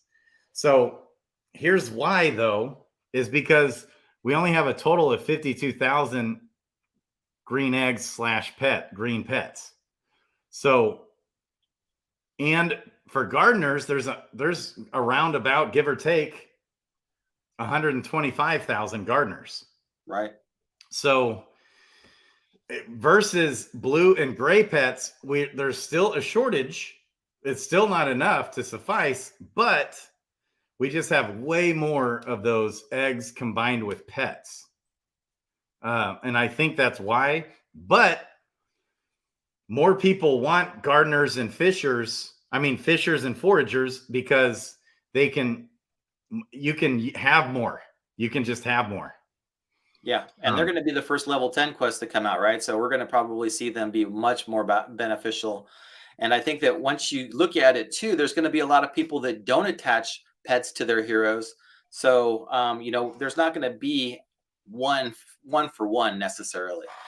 There's probably a little bit over 500,000 heroes in the game. That we don't need 500,000 pets. There'll probably be 250,000 pets, if that. So I'm looking at it more pragmatically, and I think that when you take a step back, like Doug was saying, you want to have a really cool hero and a really cool pet, and, bond those two together and send them out to go mining and have them bring back a really cool crystal or something, and I think that what we haven't really talked about, and I wanted Raph to kind of recklessly speculate on this as well, is like, we're not into the entire game yet. So there's going to be new items that come out, right? There's going to be new things that pop up, new materials, all these things that are just going to happen over time. And I think that a lot of times people are looking at it like, okay, well, this is it. This is all it's ever going to be.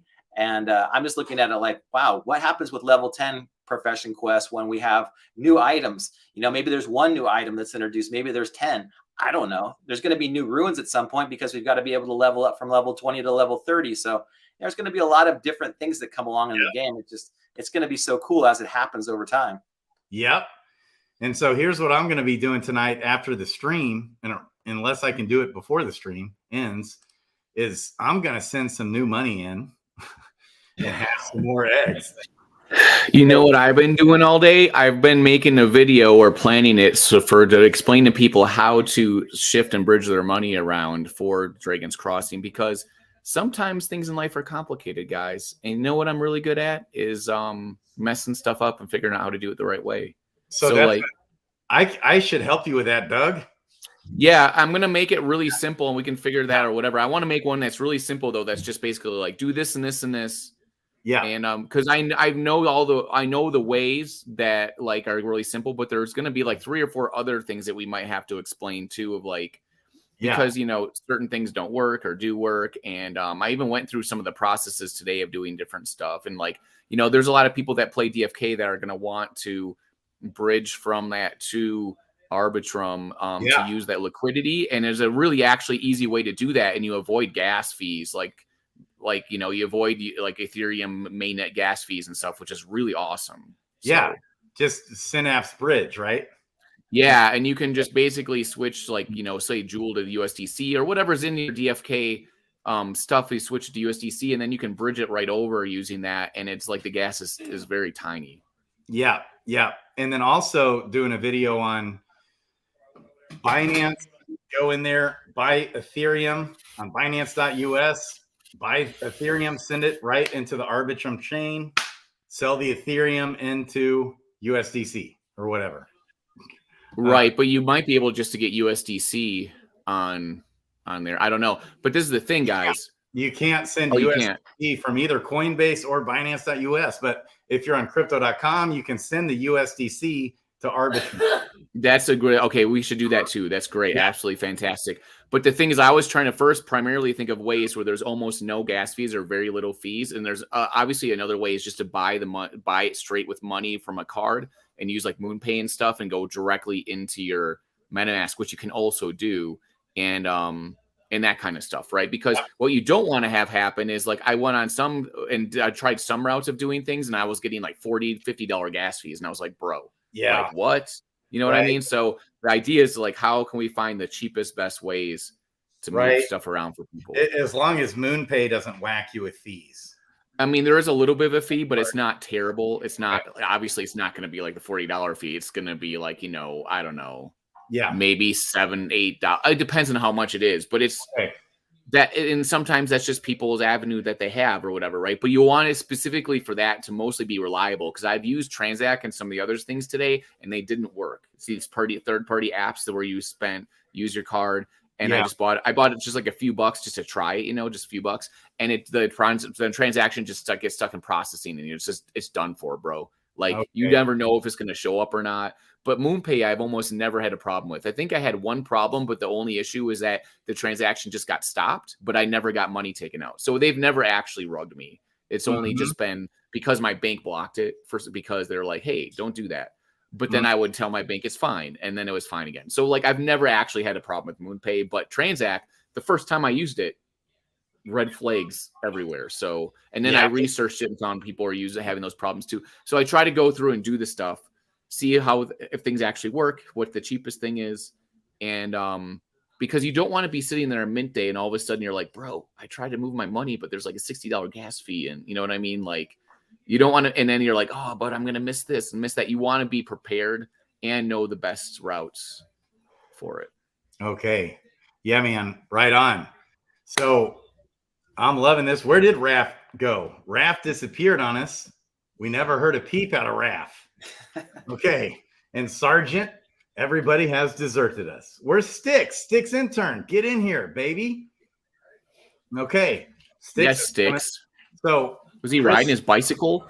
What's he up to? Christian, what do you think, baby?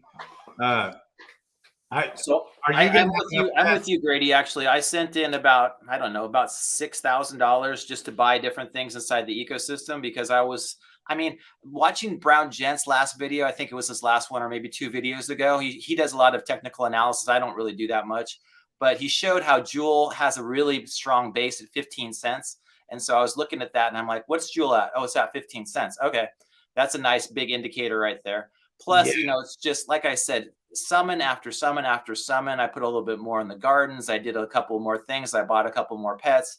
And, it's just like, I feel like right now is the time that you want to be buying everything. I really have a hard time understanding why people are selling. I mean, I'm on board with effects and I completely 100%. I know why they are, because they're losing interest because things take so long. But if you zig when everyone else is zagging, right, and you purchase when things are right around the corner, you could be in for a really good time. That's what I think. I just think we have June coming up here where I know that Grady's excited about it. I'm excited about it. We're going to be at 3XP in LA, seeing all the amazing GameFi projects that people are building. There's going to be 5,000 people there. There'll be another 50,000 that are on the live stream. So it's just like one of those things that continues to be built and built and built. And, it's just like, it's going to take time. I just don't know why everybody gets so frustrated when they don't get something tomorrow or today. The team just delivered this GigaPatch. You know how much alpha we're getting in like a matter of a week? This is more than most projects do in an entire year. And they're just, they're releasing stuff to us that we can actually use. It's actually bringing value to the game. I'm just like, I'm so excited about the fact that they actually are giving us things to do. And they could say, oh, we're going to wait until the bull market and then we'll release everything. Because right now they know that releasing it in this crappy market is not going to create the value. You're not going to see these prices pump like they would. We need new players in the game, but they know that if they build the base where we are right now and they continue, releasing things, by the time we get to that next bull run, be it this year, next year, the year after, it's going to be like such an amazing time for everybody who just weathered the storm. And I don't know. I'm excited about what the future is. I'm with you. So we did have a good number of people waiting to dump, waiting for this to come in order to dump, which is okay. That's understandable. Some people are maybe discouraged, this and that, or they're just broke. Maybe they just need to get some money out. Okay. That's going to dry up. They're going to run out of green eggs to sell. They're going to run out of tiers to sell. Okay. And then once we can actually attach the pet to the heroes and send them questing, which is like going to be tomorrow or the next day. Okay. Like now is when we're going to be able to do that. It's going to be like, oh, and so I want to be ready. And I would have never thought the green eggs would go down to 80 cents because actually, if you look at it in terms of US dollars, this is the all-time low by far for green eggs. Now it's at 81 cents. Hey, people are buying. Okay, and we got Jewel. Are you kidding me? 15.5 cents. Ooh. So I'm sending money in, baby. As soon as we end this stream, that's what I'm doing. And I want to hash some more eggs. 22 cents. 22 cents for blue and gray eggs? 22 cents? Yeah. Tier? It's like such a great time to be accumulating heroes, pets, Jewel, everything. Every time I see like so many posts out there of how low the prices are on things, I'm like, great, go out there and buy some more. You're not going to get people to these prices are not going to 10x or 100x in this market. They're just not. So you might as well take advantage of them where they are. You can't go out there and post on Twitter how low the price of pets are and expect them to go up, or the price of Jewel or the price of Crystal or Jade. It's just not going to happen. Mm-hmm. What's going to happen is that people will come into the game over time. And if we're getting 10 people a day or 20 people a day or 50 people a day, and that happens over a month or 6 months or a year, that's when you start to see the price appreciation. But right now, it's, I'm just looking at it like, great, every day, go in there, dollar cost average. I know you did a great video on it, Grady. You come into these bear markets, you DCA, you pick the projects that you like the best. If you don't like DFK, fantastic. There's 10,000 other projects out there, but I have the same, revere for this team that I've had for the last 18 months. Every time they get on an AMA, even when the whole team was in Barcelona, Dr. Zipper got on and they still had a pretty good 25-minute session about what's going on, what Beetle's building and what Hubert's doing, and, how they're all just, coming together and putting the docs together for all this. And I was just like, wow, this is cool. So they're actually delivering week after week after week, and they've been doing it for the last year and a half. And I'm just like, wow, this is one of those few projects that I think anybody that's in crypto could look at and say, wow, they actually are putting their money where their mouth is. Nobody's like jumped out of the project. It's just like they continue to do what we all want them to do day after day after week. And it's going to be cool. I mean, for us that are there now, we're already the hardcore believers. It's just when new people get in, they're going to be like, wow, how did this get to be built so cool so quickly? And be like, well, it was a struggle. Let me tell you, watch some of the past videos. Okay, yes, and it's going to come. So, like, we see what's going on with Pepe. Pepe's not even been in an existence for a month yet. Exactly. Well, they have hype, that's the point. Like, Twitter hates utility. They hate things, because this is the problem. Regardless of DFK doing a great job, it's very complicated for people to understand. It's very hard to tweet that out, be excited about it. You know what I mean? What are they going to do? Write a 3,000 word, like ode to DFK? No, like everything's about very small, simple messaging and hype, right? So then you have something that can easily be hyped as like even Nakamigos, Pepe, whatever, because it's just simple and fun, right? And people just say, hey, go do this, right? And that's really the genesis of how everything starts. Now, if there's stuff behind it, that's great. Usually that means people will stick around and want to be part of it, right? But you have to have that initial actual excitement happen, or else people have no idea. Like the whole mantra of Nakamigos was like, we were making fun of utility because all these projects quote unquote say utility, and then they take 4 years for any utility to come out, right? Or a PvP game or something, right? Like, I mean, like that's the thing. So like people have gotten to the point now where they're just like, stop promising me things. I'd rather just be part of a rug than be promised stuff, right? Like just that's the point where people are at in Twitter land, where they want to jump in something like Pepe because it's so simple. It's just like, hey, maybe I'll get rugged, but at least people aren't like blowing junk up my butt and like telling me about all this stuff that's going to come out. Then I have to spend all this time paying attention to it for 2 years, and then what's even happening, right? So that's the other part of the coin, is that people are overwhelmed in Web3. And the people that are very concentrated, like DFK and stuff, are here, but everyone else is like, they want very simple things and fun. And then they move on to the next thing in the next week, if it's not something that they're into, right? It's very much high turnover. And I'm not into the high turnover stuff that's just built off of hype, but you do have to have something that's obvious for people to jump on, right? Like when PvP comes out, so like for DFK, that'll be a big giant thing that people can be like, hey, come play the game. That's all you got to say, right? Just come play it and check it out. Yeah. But here's what's crazy with DeFi Kingdoms is the hype train happened last year. Right. They had like, it was a 10,000x or more. Yeah. It was like, whoa. And that happened, right? Because it was like one of the few games, it was there and it would look cool. The 8 bits is great. But when the bear market happens, things change. Yeah. And you gotta do something to keep people's attention. Right. Mm-hmm. It's just like, I can't really blame people. I get kind of upset that everyone's in the Pepe. I'm like, bro, like relax for a minute. Okay. Like do something else. Do something during your day other than just Pepe. Okay. Hey, have you seen the Ponzi token? If you want to go that route, we got to go Ponzi, baby. Dude, Ponzi, whatever, all of them. Like my DMs, I told you, Grady, my DMs are full of those coins. People that invented the coins DMing me being like, hey, do you want to help hype this? And I'm like, no. They're like, we already sent you some, blah, blah, blah. And I'm just like, I am not touching a damn thing because I want to be part of stuff like DFK, Dragon's Crossing, where there's actual real stuff happening. Oh, yes. Because that's what lasts. That's what sustains. Yes, I want sustainability and relationships and friends. Now, it's fine if you throw some money in Pepe or whatever, but I'm not going to spend all day obsessing about it and being in Twitter spaces about it, bro. Come on. Like what?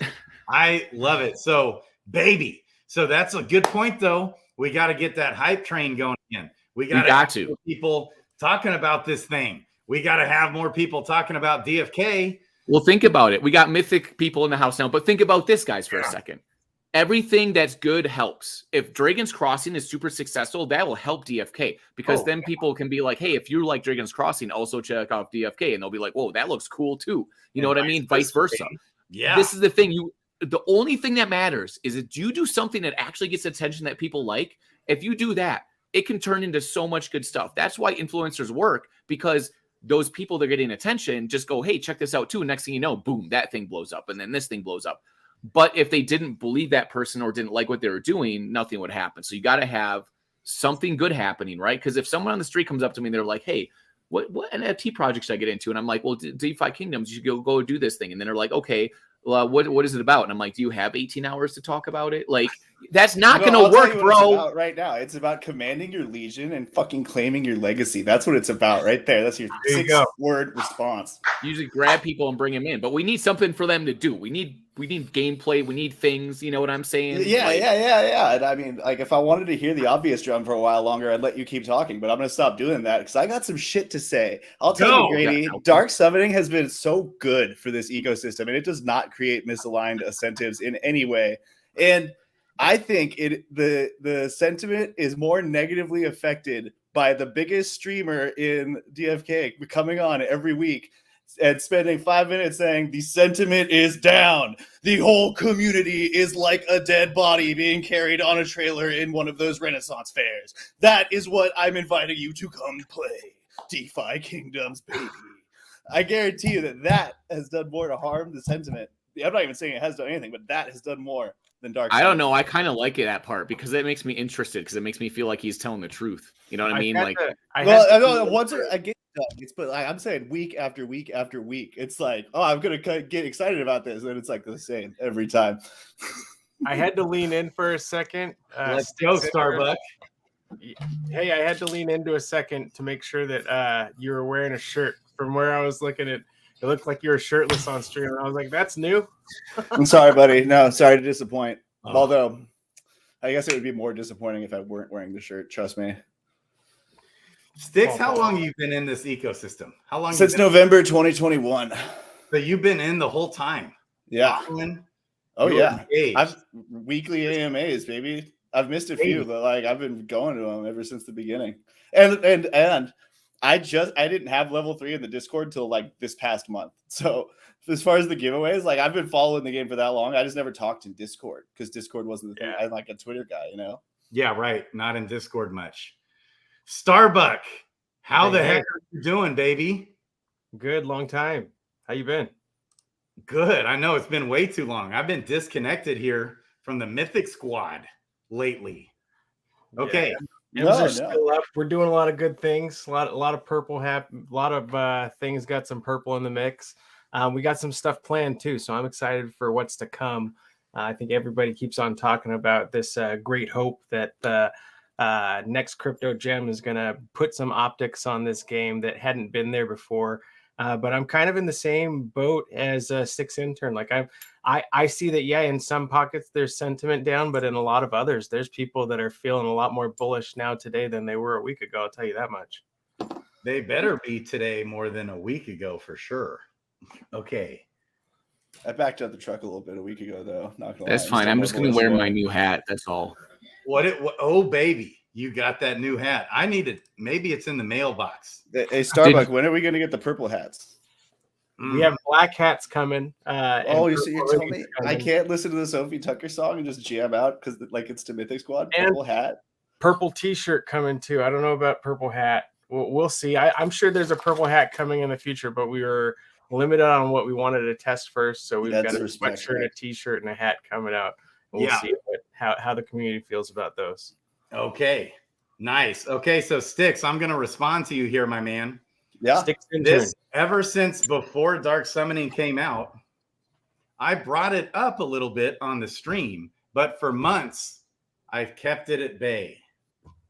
I kept it close because I didn't want to FUD the project. become the thing you swore to destroy in a way. Nope.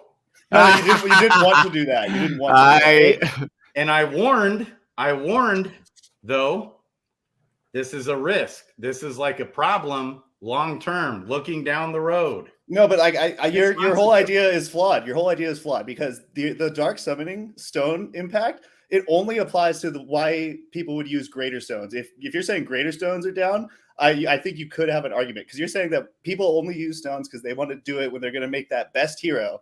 And if that's the reasoning for doing it, no one's ever going to use a lesser stone or a normal stone in any situation. They would always use a greater stone. You have to listen to an argument. Oh no, I've listened to it so many. Listen, no, I just muted you, my man, because you obviously haven't listened. You obviously haven't listened because when you say something like that, my man, it's obvious to me that you didn't listen. Okay, I'm unmuting you. So repeat what you just said. That my decision of whether, like, if I am deciding not to use a stone because I should only use a stone when I'm dark summoning, because that's when I'm going to make that super elite PvP hero, that is only going to impact the greater stones, not the lesser or the mid. Okay, so are you saying that the dark summoner does not disincentivize people from using stones? Is that what the point you're trying to make? No, the point I'm trying to make is that the logic in your proposition is flawed because, like, I was never going to use a lesser stone if my goal was to make the greatest hero ever. That just doesn't make any sense. Why would I do that?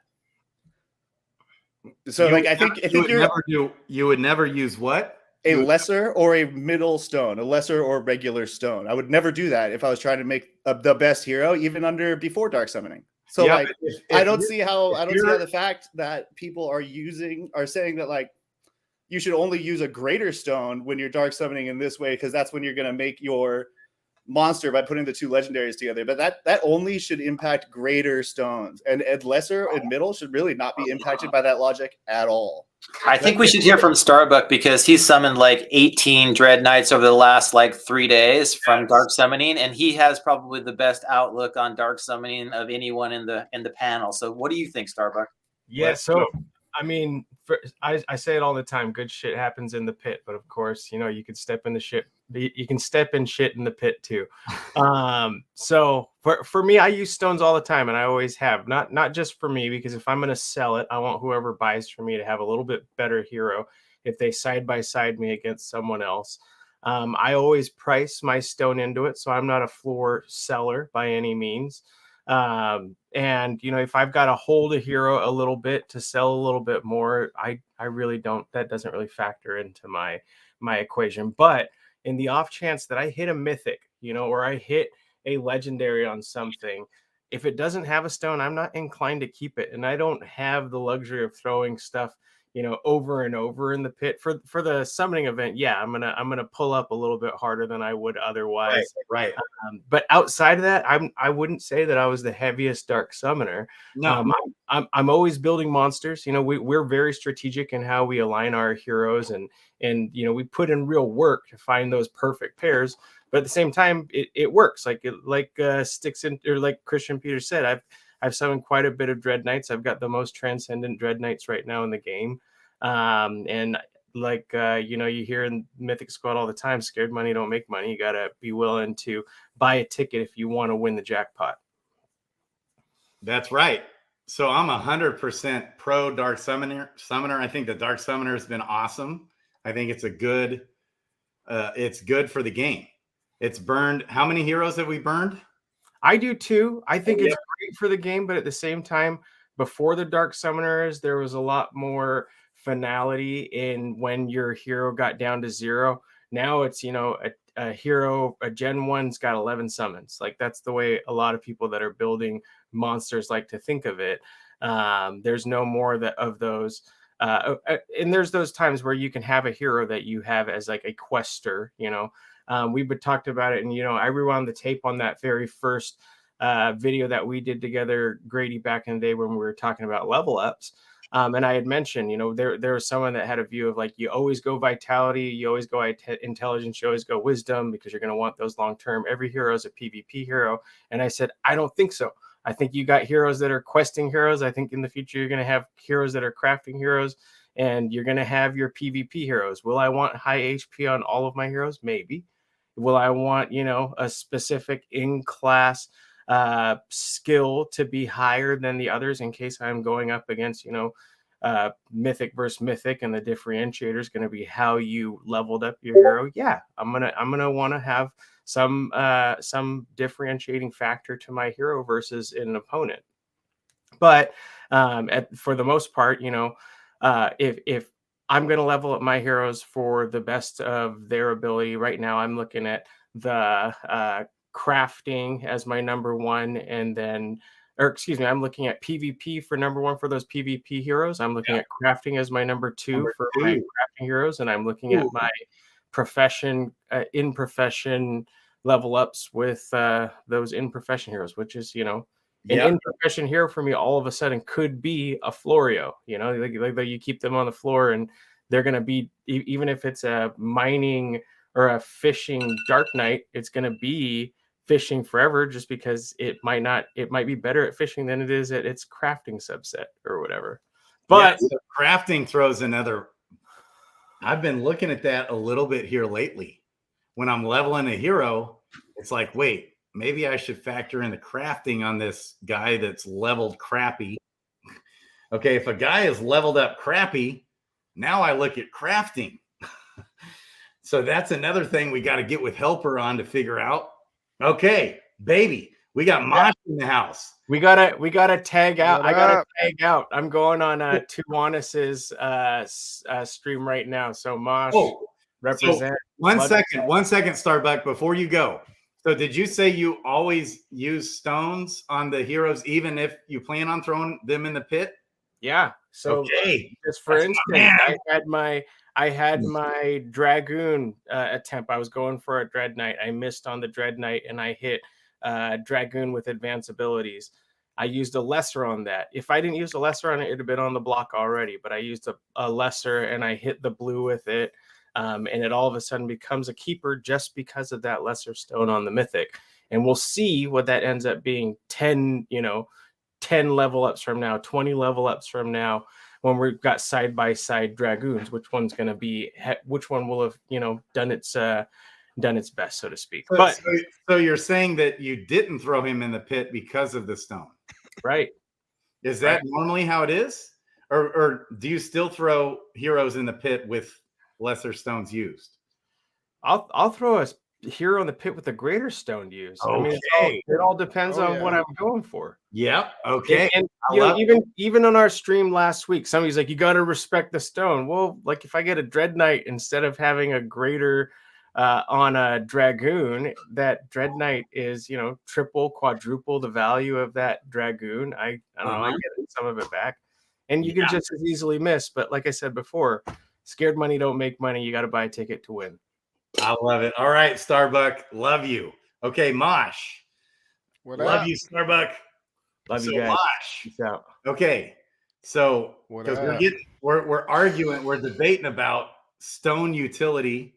Okay, for people that are, and there are some people that price it in. So Starbuck used that term, and I was even doing that some.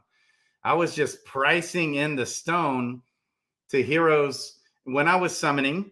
Okay, and I plan on probably throwing this guy in the pit eventually.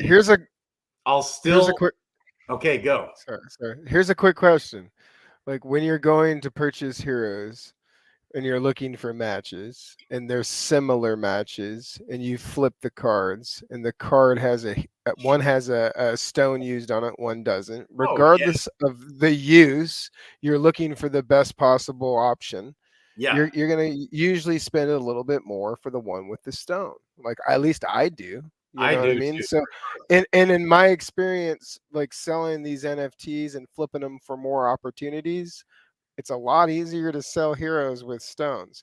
And if you're using at least lessers, like here's the deal. I try not to do any summons that doesn't have at least an elite mutation, right? So like an advance that lines up or a possible pass through or something like that. So if I'm doing that and there's an elite mutation possibility, I'm at least lesser stoning that, period. Because it could mutate up in class. It may have a subclass mutation, whatever the reason. If a stone is added to that and I hit one of those mutations, whether I decide to burn that or list it, is irrelevant to me in the sense that, like, I'm going to burn it if it's a match and there's mutations and it has a chance to turn into something better, regardless, period. But if I decide or I can't find that match and it's stoned and I hit those mutations, I can sell that to somebody that's looking for that type of hero, because there's so many different types of players out there. And a lot of people still look for stoned heroes because they're better heroes, period. I don't care what anybody says. They're better. They're juiced. You know, significant. So when you compare the value of greater crystals, for example, to a lesser stone is significantly better. Significantly better. Like 10x better. It's literally at least 10x better if you just do the math. Yeah, and how many times have you heard somebody say, like, "Oh man, dude, check this hero out. It's a mythic spellbow or a shapeshifter, but I didn't use a stone." You know, don't be that guy. Do I need to make like a commercial? Like, don't be that guy. You know what I mean? Okay, but so here's what we're talking about, though. Here's what we're talking about. If we plan on throwing this hero that we're about to summon in the pit, are we going to use a stone? There are a few people that say yes, but the majority of us. I think Starbucks said it really well right there. You could hit like an unexpected mythic, and then it's not stoned if you didn't use one. And that's happened to me, but I still plan on throwing that mythic in the pit. Well, but so does Starbucks. So, I mean, I get you. Right. Yeah. If you go into every summons saying, like, it doesn't matter what this becomes because I'm throwing it into the pit, you're closing off avenues for yourself to make income and grow your account, period. That's right. Because you're taking away a chance to, like, if you hit a mythic paladin with an archer and a thief or something like that, and you hit an elite mutation and it's at least lesser stoned, you're going to get top shelf. You're not going to get floor for that. Somebody's going to pay for that. You can just list it and go on and do the other stuff. And that's so many more opportunities. You can turn that into so many more heroes. So like maybe a couple more mythics, you know, maybe you go hatch eggs with the winnings from that and hit a couple mythic pets. Like there's just so many more opportunity in the game. Then I don't know. I just think it's silly not to. Mosh, remember a few months ago? Remember I was telling you I was coming up with my dark summoning strategy. Do you remember that? Mm-hmm. Yeah. It broke down because of that very thing you just said. So guess what happened? I stopped summoning. Period. Because it's like paralyzing. That's when you go hatch pets. I don't know whether or not I should use a stone or shouldn't use a stone, but I do know this. Sticks intern, Mr. Sticks intern. Oh, I got more. I do know this. I do know this, including Effects, who's here, and Effects jump back in. Where you at? Okay, is that it? He said his words, and a lot of people, most people, who are hardcore planning on, guys, I'm talking your B-Easies, your O'Cools, who are throwing hundreds and hundreds and hundreds and hundreds of heroes into the pit. High value heroes too. Dredge, legendaries, sages. Yeah. All that kind ridiculous shit. Right. Crazy stuff. Generally speaking, if they plan on throwing this hero they're about to summon in the pit, they're not using stones. Period. Say that one more time. Okay. Well, first, I think you can't really compare the people who are in like the 0.1% of summoning decisions and say that, well, look at how they're doing it. That must be how everyone is doing it. I think that's just a flaw. That's just not accurate to begin with anyway. I think most people are like Hodl Gang, who up earlier said, I just throw out a stone when I feel like it, and sometimes I don't. guys, to be honest, I just degenerate dark summoning, add stones to random pairs. I ain't got a clue. Just do it for fun. I think that is far more likely the average person's behavior that we are talking about here. And like, I don't think like that. And for the record, I'm not talking any shit on Hologram because that's exactly how I do it, which is why I am that guy, Mosh. I have a mythic shapeshifter ninja, no stone, right? But here's the deal. Like, if there's an option, like if they say, okay, hey, you can pay X amount of extra, like a small proportionate amount of the total cost of the summons to have better odds for a better hero, like period. Like every time you smash that button, like if that option exists, I'm sorry, man, I'm taking that every single time because there's RNG and so many variables involved, and if it hits, it hits. And it's really is the delta difference of using lesser stones on these summons is it's not huge, and I think the return of hitting on some of these heroes outweighs that tenfold. So I don't know. I think it's a valid argument. Yes. I just think, in my opinion, it's silly. Could you make an infographic with what you just said, because that could just spark a revolution. I cannot do that, but maybe there's lots of smart people out there. You said you cannot make an infographic. Oh, okay. No, well, yeah, not that guy. He's not even being sarcastic. No, I'm not that guy. So, Grady, here's what I think the bigger issue is, though, because you're trying to fix this big item economy problem, and I don't think what you're proposing would like really do anything at all to touch that. I think the problem is that, ironically, common heroes, floor heroes are too freaking good. Aphex proved that to us. There is no reason that you should dark summon any common, because you can get enough from two of them to get another hero and then dark summon that if you want really quickly. Like commons are extremely good. They just never makes rational sense to burn them.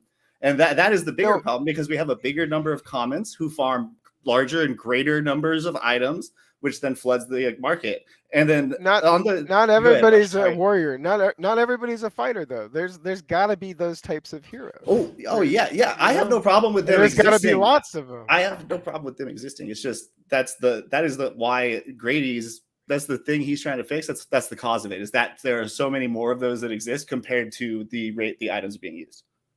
Okay, but if you use the summons on those commons, especially if they're Gen 1 10 out of 10s, and you throw two of those together in the pit, that is a very, very significant rarity boost. Yeah, I did it the other day. I got a common.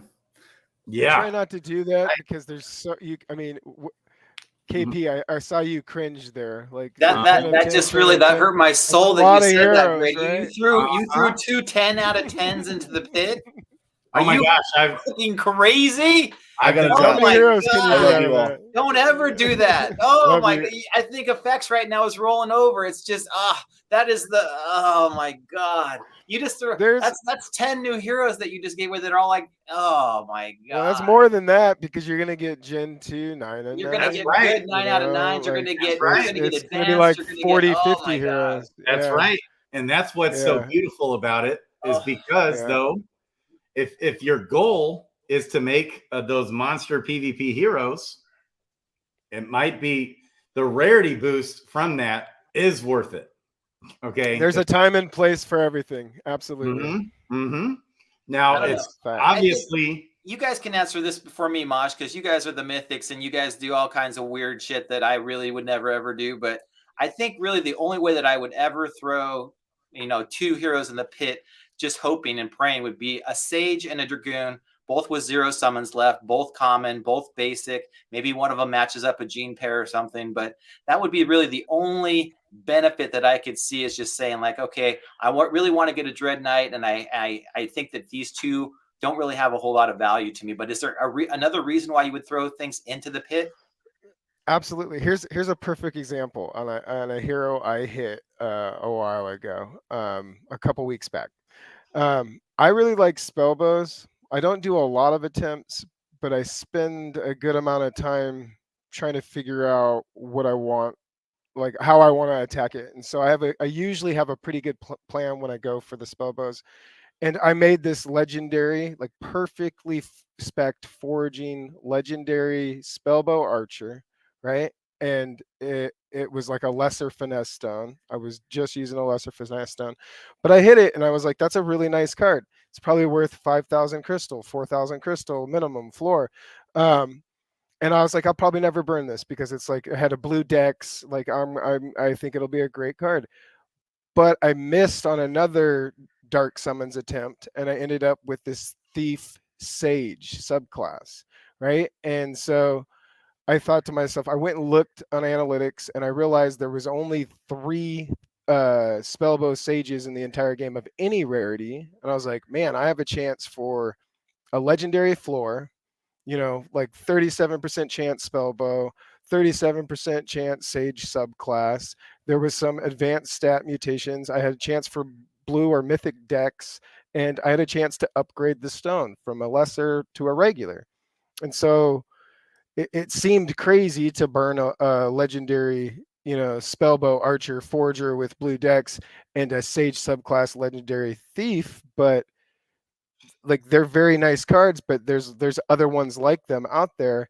And by doing that, I was able to make like the only spellbow sage forager in the game, period. And it was a forager blue dex and had a regular dex stone on it. So like there's a time and a place for all different types of dark summoning. You can do I had a buddy recently put in a Seer and Berserker Gen 1 10 of 10, right? Both commons, and hit a double advanced legendary shapeshifter, you know? So like I would maybe trade that with 5 summons, you know, for 2 you know, common 10 of 10s after the fact, but it doesn't always work out like that. So I don't know. There's endless possibilities. I love dark summoning and I love the pit. I know. So here's what's crazy, Mosh, is that my most success in the dark summoner is with my Gen 1 10 out of 10s using those summons.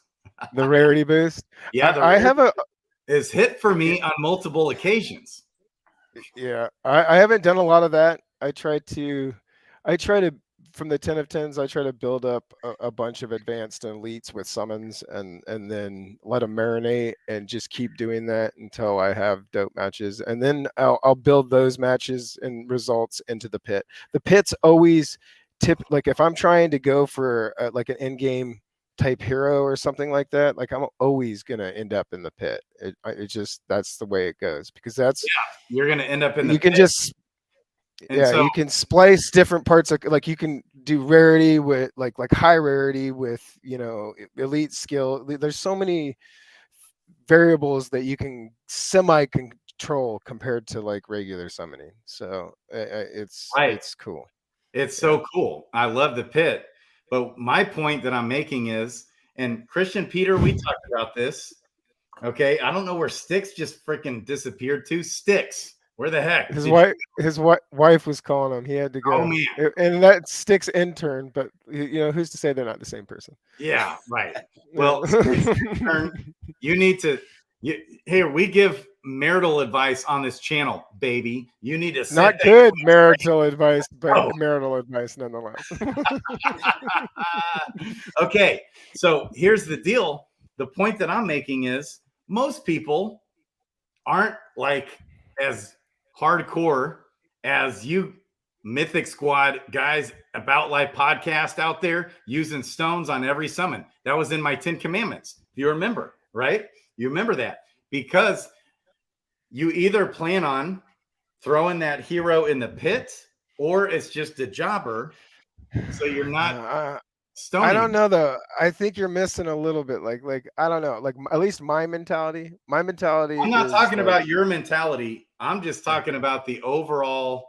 And I've, you know, so many people, including Effects, who just said it doesn't make sense if he's planning on throwing this hero in the pit when he's doing summon.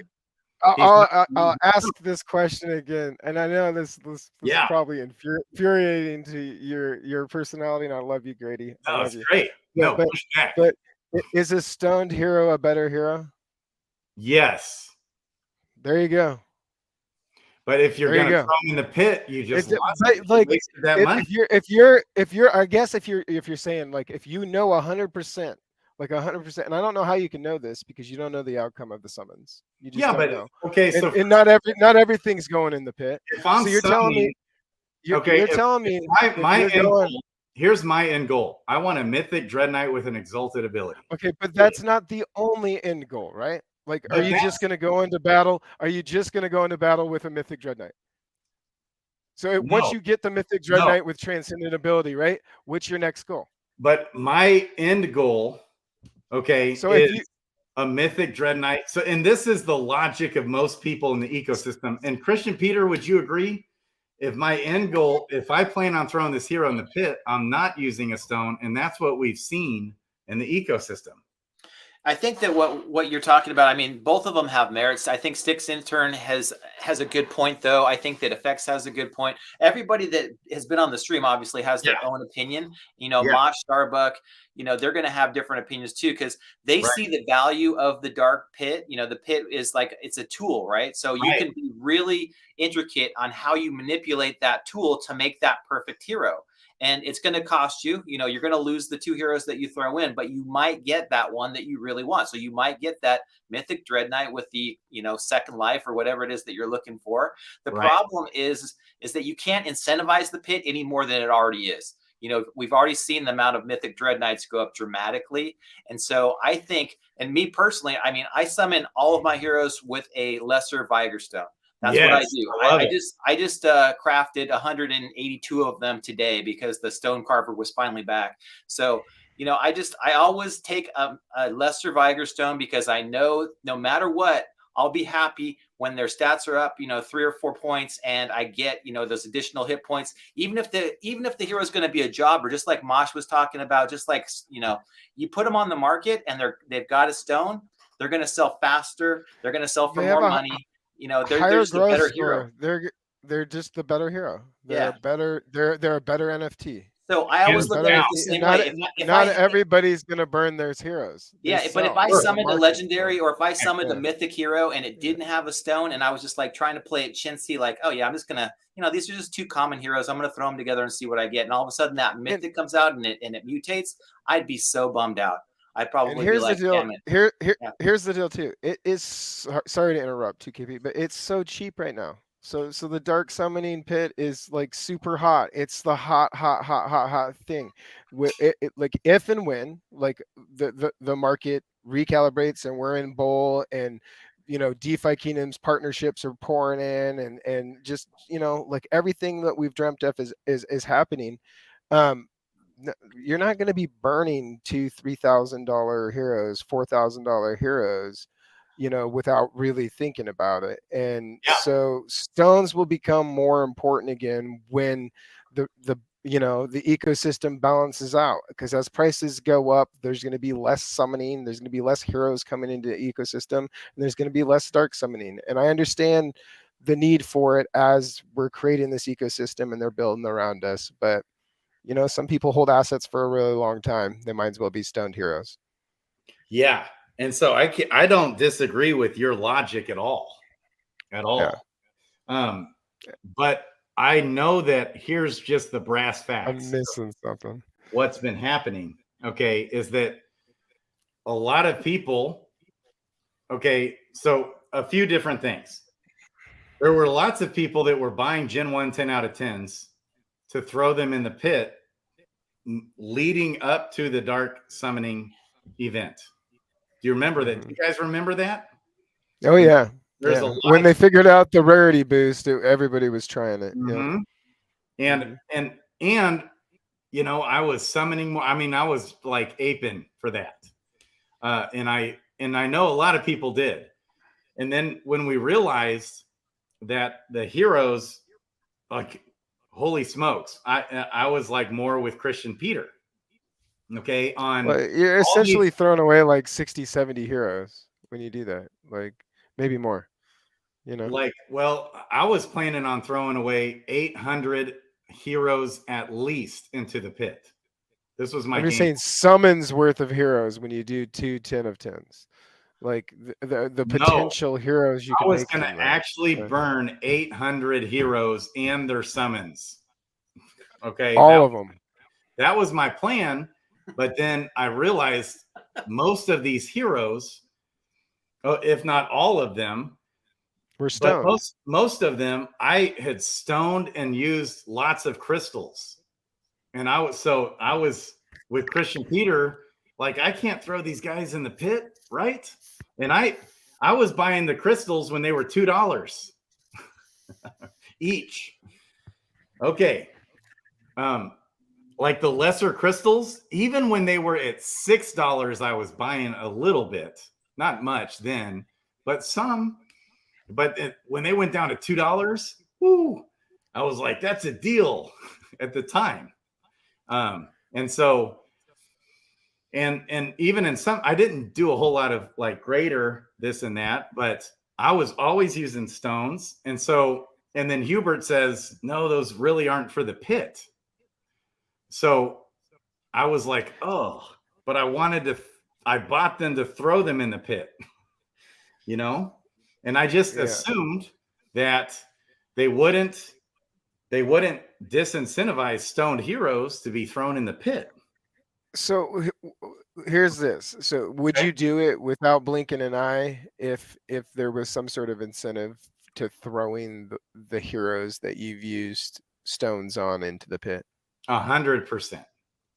So like what I don't understand is, here's the deal. So if you use like a lesser stone on a hero, right? And you're going to do a dark summons with that hero, and both heroes have lesser stones used on it, and you can round down like rarity or whatever, but you just get a plus on that stone that you're using. So if you choose to use another stone, you get a plus, you know, that lesser stone plus a +3 or something on that summons. Like, wouldn't that be beneficial enough if you're making monsters? Yeah. So like essentially a lesser stone turns into a regular stone. If a regular stone was used, it turns into a greater stone. But the effects on the dark summoning. So essentially stones would have a stoned heroes would have a, you know, like a tier bonus or whatever. Yeah.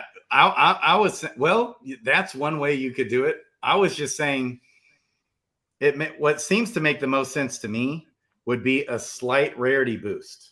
Okay. And Effects and we got to talking about that, but rarity boost always gives everybody, like, everybody throws fits about it. You're on one side or the other of it. People that have mythics are like, no, that's terrible for the ecosystem. People that don't have mythics are like, yeah, that's great because maybe I can get a mythic. You know, like there's always going to be somebody on one side or the other. And I'm saying that we very possibly.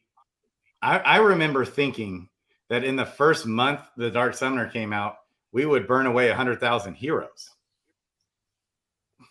Like, fast. There was so much hype around it at the time. Yeah. People realized all the information about the elite traits and stuff came out right around the same time and really started gaining steam. Right before that. So people were a little iffy about throwing certain things in the pit. Yep. Yeah. You know, I can see it happening a lot more, but it's going to be post PvP when we actually see what these genes do. Because right now it's still mostly speculation. I mean, we all think that Second Life is going to be the best gene to get. We all think that having a Mythic Dread Knight is going to be the perfect hero to have. But what happens if there's a different trait? And then all of a sudden, those heroes that you were throwing into the pit are no longer the ones that you really want anymore, and maybe the ones that you already had stoned and crystal, those are going to be the perfect pair, and you're happy to throw those in the pit now. So I agree that there's pros and cons to everything. I don't think the team can rebalance it now that it's already out there. And I think that for people that really want to take that speculation, like Mosh and the Beeve and Starbuck and Sticks Intern and everybody else that are like, hey, I'm going to go for the perfect hero. Well, that's a perfect hero in your own mind. You're not, you're thinking like, oh, this is going to be my kingmaker. This is going to be the one that wins me that land tournament, baby. So I'm going to go out there and do everything I can to get it. But nobody knows who that hero is yet. So until we have that PvP, I want to keep all my heroes because I'm going to throw some in the pit too. But I want to know what those traits are before I do it. Yeah. And so that's also part of what helped, is what stopped me from summoning so much. And I get the logic. Yeah, Mhm. sorry guys. Oh, go. Mhm. I get the logic behind both sides of the argument that you're saying there, and there's Mhm. just different players. I'm a different player, so like Yeah. the potential value in using the stone always outweighs if I'm going to grow into it or not. But I also don't like closing out my options, man. I like it. Like if I hit something, it's all about opportunities. I feel like there needs to be more bets laid down. Like someone has to eat a ham sandwich naked on a stream or something. Like, you know, like there's speculation everywhere, baby. But like, come on, let's see. Those let's are see who's words I gonna didn't think I'd hear together. Ham sandwich naked. I didn't think, you know. Thanks, Dougie. So, okay. I love it. So, well, Sticks brought up that can of worms and then ditched us. Where the heck is Sticks' intern? He just said his part and mic dropped. He did. You know, he said true lawyer fashion. He came in like a ball of flame today. Like he just been on a bender, man. Yeah. But he had like Crypto Grady level ecstasy, excitement. You know what I'm saying? Well, let me address one thing he said. Is that as far as the sentiment in the ecosystem being more affected by me coming on stream after stream talking about it. I haven't been coming on stream after stream talking about it for 6 months. Or when did Dark Summoning come out? Was it November? February? No, it wasn't February. No. I think I think he's talking more about the general sentiment because you'll say stuff like that. Right. And so I kept that under wraps for the sake of not hurting the sentiment. And then after the sentiment has taken a big nosedive. Well, what everyone's missing is that you spend 98% of your time screaming out of your lungs like how awesome DeFi Kingdoms is, and then you'll say something you're like allowed that. to have. Yeah. I like that you have that Yeah. balance. That you have, even if you have no idea what you're talking about, it sounds like you're like rational. Right. And so I've kept this close to heart for months. And I have brought it up, but I brought it up with real soft gloves. But in my heart, this was like code red, emergency I think alert. it's just a temporary thing. I think it's a temporary thing. I think because it's temporary. it's like you keep talking about how much it costs for the eggs and all that stuff. To summon a hero with Gen 1 10 of 10s is extremely cheap. To dark summon, the cost of them are really cheap. Like, and if you're taking chances on really cheap heroes or you know, excess heroes, if you have a whole bunch of freaking paladins and dark knights, you want to slim those out or whatever, like it just works out, man. And I think when prices go up, like the ecosystem will shift again, and you know, you'll see less use of the dark summoning pit, or for different reasons, or at higher stakes, you know. Yeah. So you think but here's the thing, we want more use, not less use, right?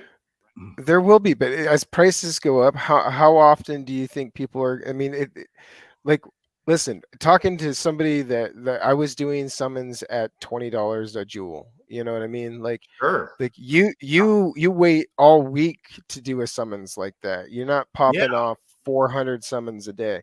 Like when I hear, like, you know what I mean? So like, I'm not saying we're going to go straight to $22, or if we'll get to $22 again, which we will. But like, we're in a bear market, man. We're in a bear market they're building, and the ecosystem's not designed to sit in the bear market. It's designed to grow with the bull and more users and more money in there. And like, I don't know that it's as big of a red flag in my mind as maybe you know, you feel about it, but that's okay. I still love you, man. I was just saying that 6 months ago. I did say it. I talked about it from time to time. You did.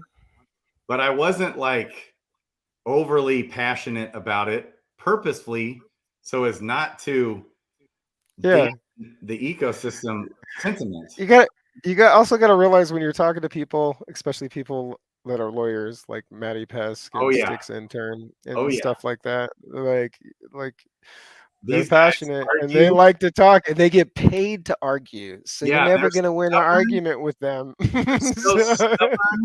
they like to argue. And that's why we love them. And you know what? They're on the team. I've got that same gene in me. I mean, absolutely. I got my undergrad in criminology and law. It's like, I never wanted to be a lawyer, but I've always been stubborn, so I can relate. And I couldn't be a lawyer because I'm way too conviction driven. So this is no simple thing that I'm talking about. It's not a simple, light. This is like, I said this is an issue 6 months ago, and then we've seen it play out.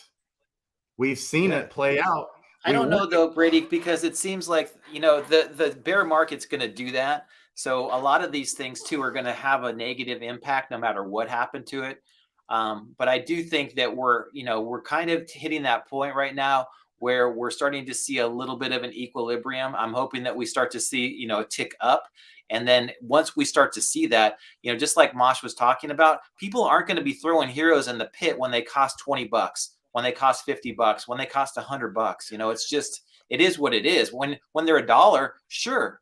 Okay, I'll take 2 commons and throw them in, hoping for, a mutation even, because it's not a big deal. But yeah, when they get to be more expensive, it's going to be a huge deal. And people won't be using the pit that much. And people won't probably be using stones that much, but there'll be other things to do. And that's what the cool thing is that they keep on putting these new things in the game now. We can actually figure out utility that we didn't have before. So yeah, I think it'll balance out. Things will work out over time. And, it sucks where and see, my thought to that, Christian, is that I don't think, when PvP comes out and we want those monster heroes, I actually think it's not just if the floor of heroes goes up to $20 or $50 or $100 or $500, I don't think that matters, because those PvP monsters, if the floors go up that high, the potential benefit of throwing those heroes in the pit is going to be so rewarding. If you do get that mythic Dread Knight, those will be worth $20,000 or $50,000. I mean, whatever the floor. Like, I think when PvP is a real thing, like PvP is a game that Doug can get in there and play. And let's say Doug gets all addicted to the game, he's going to want that mythic Dread Knight baby with exalted abilities and whatever. Okay. I think that will all the more incentivize the pit, because I think value. Okay. I think that's a great point, but I think people are underestimating crafting. Like I do too. Here's the first piece of equipment: pets. Like, we're just now, people for the most part are just now realizing the utility that's intended for these pets and how important they're going to be and how valuable certain ones are going to be. Like, pets are a big deal, and I think everybody understands that. And I think a game with so many layers and so many moving parts and such an involved ecosystem and vision for where they want that ecosystem to go, that you're gonna we got a long ways to go, man. We have a long ways to go, and it's gonna be ebb and flow. It's gonna be ebb and flow, period. Mm-hmm. Yeah, I agree 100% with that. I mean, crafting is going to be so huge, and huge. What we haven't even really touched the surface on is, like, what kind of mythic sword are you going to get to put on your common warrior to make him better than a Dread Knight. So it's going to be really cool to see what happens over time. And if this is truly going to be a game for gamers and like esports and stuff like that, equipment is going to be huge, and people like, it's bragging rights. Like, I got this and that, and like the possibilities are endless. And the most fun games and I'd say addictive games are games that I wanted to play with friends and like just. And I would stay up late to do were like Borderlands with their weapon generator or something like that. You know what I mean? Like, I watched friends play Destiny like into the night trying to get like super ultra rare equipment. And the fact that this is on a Web3 platform and like the crafting is going to be a huge part. It's intertwined into the hero NFTs, intertwined into the pet NFTs. Like, the sky's the limit, guys. Like you have to like look at all of them together, like all these avenues. We got lands coming out. We have profession quests coming out. Like, there's so many moving parts to this. and people are going to rush to the front of whatever's new, and the ecosystem is going to react to that. And I like, listen, I thought I missed on some summons, and I stoned, and it ended up that I made like ridiculous crafters because I hit a spellbow that had Vit index, blue Vit, and Vit is perfect for goldsmithing, I believe, and they're number one goldsmithing. And like at first glance, I was like, oh, I'm going to throw that in the pit. But then I look at it, I'm like, oh man, I'm glad I used a Vit stone on that, and that's going to be a boss forager. And man, I have another thing to think about when I'm doing that. And I think more and more players are going to start doing the same thing because they're going to see the value in it.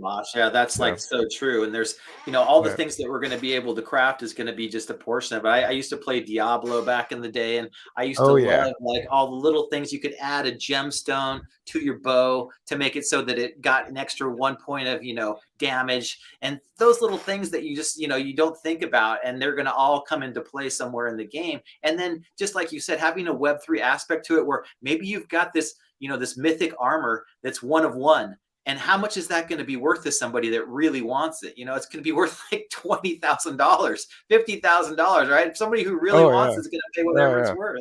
Yeah. Yeah, baby. Yeah, absolutely. So the crafting, guys, I think because they just reworked all these diamond contracts and they've been doing all this, I think these updates over this next year, over from here on out, I think so much of it is already completed. So I'm telling you guys, Workhorse himself, the man, told me that he's already done like 95 or 97% of all of it. Like all the foundation is laid for these things. Now it's just a matter of tweaking things here and there. And so they had to update their validators with Avalanche. They've had to do all this stuff. And so I think these updates are going to come hard and fast. The sentiment will go back up. I agree. And there's a lot of pieces coming together behind the scenes that we don't know about. And I do know some things that I wish I could share. I'm going to come back. And it's killing me. I'll try to get them out of you. You'll But say listen, no like you always do. Yeah, listen. Those things weren't easy. Those were like making connections and working my magic and other people doing the same thing behind the scenes. Absolutely. And so, anyways, it's been like exhausting. And then the bear market on top of that and all the stuff going on top of that, it's been rough.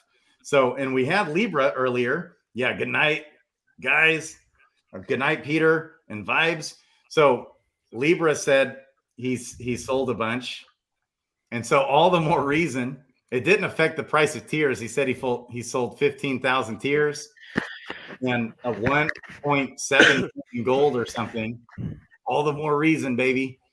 That's why I'm sending new money in after this stream, baby, to do some more. I've been sending new money in for the first time in a long time over the last. I'm excited for the first time in a while. You want to see some new utility, and it's great that they actually are releasing all the. I mean, I was hoping that it would come out more, I think, sporadically than it has. But I mean, to do everything in this last week has just been crazy, especially when the team was gone. I was like, okay, they're going to be in Barcelona. We'll have a little bit of time off. Maybe when they get back, we can have an AMA. They'll go through it. No, they've just been like boom, boom, boom, boom. Yeah.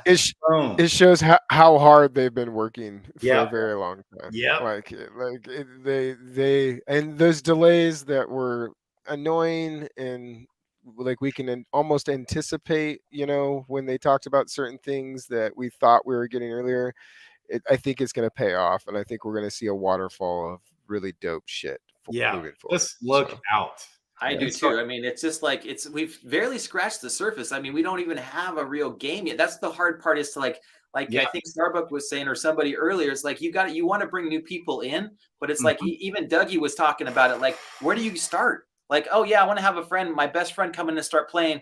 Okay, well they don't know anything about crypto. Well, where do they start? It's like there's not a good place for them to come. Oh, you're gonna come buy a hero. You're gonna quest them. You're gonna pair them up with a pet. You're gonna do all this stuff. What? I don't know what you're talking about. It's like, it's so different than anything that's out there right now. And once there's a way that we can onboard people, and I think Dreamer's been talking about it more than anybody. Once you can onboard the next 100,000 or the next million people, that's when the light bulb goes off and things start to happen.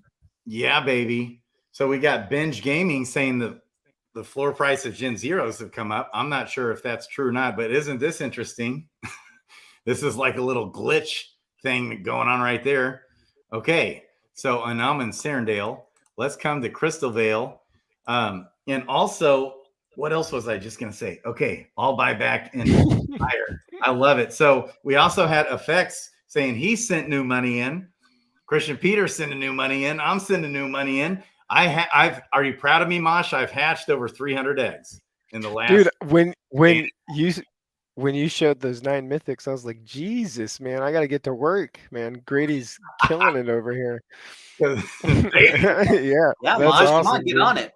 I know, dude. I've only hit 1 green egg mythic, and I've hatched a lot of. How many? How many? I don't know. Probably 100. Probably. Wow, yeah. you only hit 1.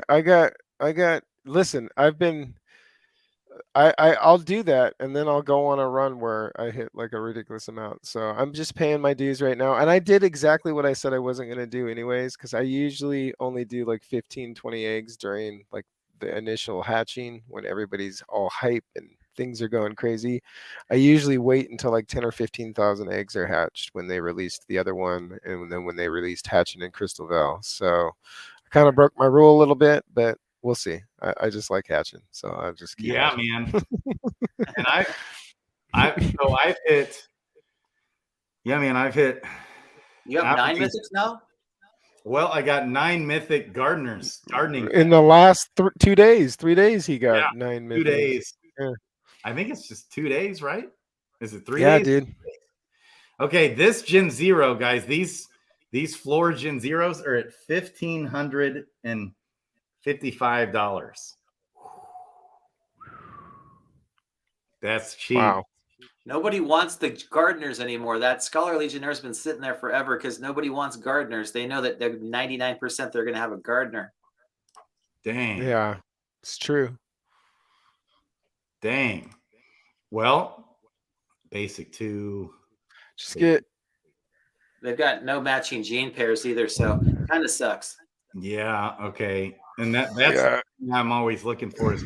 But right. They can be re-rolled. You can hold them long. Yeah. I mean, are they pure gardeners? Are they pure gardeners? I don't know the second. Gardening. Yeah, they are. That one is. Fuck. Yeah, that's. This isn't though. This he's got fishing, foraging, and mining in there. This Legionnaire. So that might be a better deal there because a new realm down the line, you get a reroll. I don't understand why do people care so much about the profession? Well, it just depends on what you're going for. Like, and then the value. Like, listen, there's things that people look for when they buy heroes, and some people look for profession aligned with the stat and the bonus. Some people look for just traits. Some people look for just visuals. There's so many niches in there and different types of players. There's a market for everything. So. Yeah, man. It's funny though how like for a while, remember when miners were like 3 times the floor, and then miners got out of favor, and then all of a sudden foragers and fishers now are like the premium all over the floor. Yeah, it's funny how that everything kind of goes around. Yeah, man. It's a Web3 ecosystem, baby. I love it. So what's going on in Discord here? Wow, I've got so many unread messages. Holy smokes. Every time you open up Discord, you say that. It's like, what the heck? Everyone's been blowing me up here. Okay, Tad. Someone looks like, speak of the devil. Tad just hit. Ooh, let's show this off. Look what Tad just hit. What did he hit? Oh, nice. Look at that. Oh, nice. Legendary Legionnaire, baby. With a second life. Ooh, how many summons? Do I need to zoom? Can I zoom in? Does it have summons or was it a pit? 3 summons. Wow. Ooh, Baby. nice. Very nice. Yeah. Baby. Listen, you pair that with a legendary dread that probably you can get at floor for 15,000 crystal, 16,000 crystal if you work a deal with somebody, and use that card right there to try to get a exalted trait on a legendary dread, and then that dread instantly 5-6 times, and you have one of the best dreads in the game. And if you use a greater stone, boom. Like, yeah, I love high rarity with the exalted trait because the pit allows you to set that floor, and you got to bet big, but you could win huge on So, something like Monj, that. before you do that, though, wouldn't you take this, match it up with a scholar that had, either like, some similar traits, and then try to get like a bard with second life, 3 bards first, and then throw them in the pit?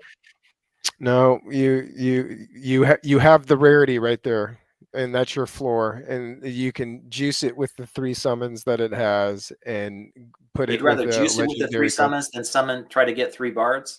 Yeah.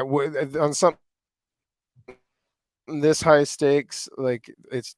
I mean, you could, but I'd take the extra little bit of juice. Okay. No, it doesn't matter to me.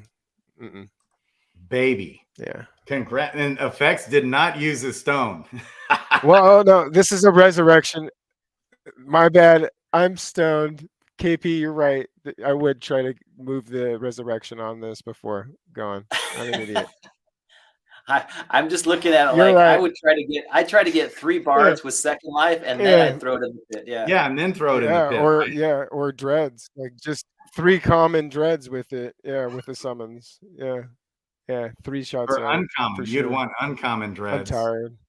Yeah, 3 uncommon dreads, and then you could try to get a rare, at least a rare, right? I guess it doesn't Yeah. matter with Just regular. more opportunities. You set Opportunities. those summons to pass up the exalted ability. I forgot.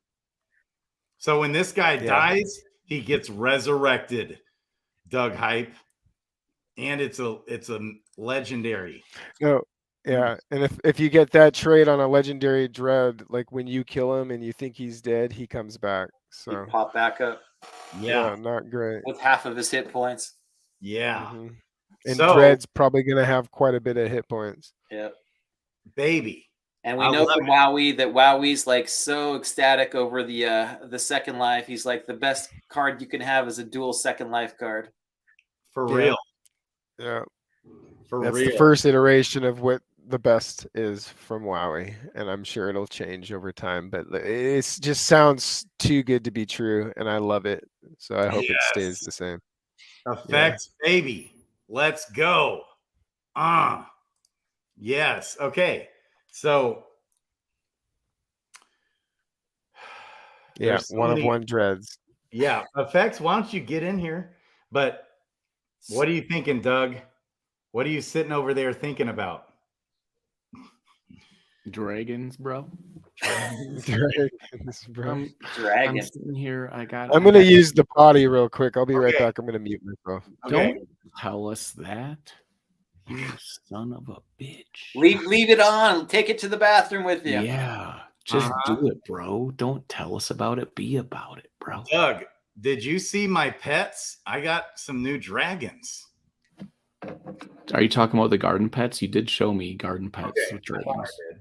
There's Tad. We got Effects back in the house. Let's go. So, yeah, that was baby. a sweet summon, Tad. Baby. Yeah. Nah, it's funny because I laughed as soon as I got it. It came from 2 commons. Like I said, remember what I said earlier?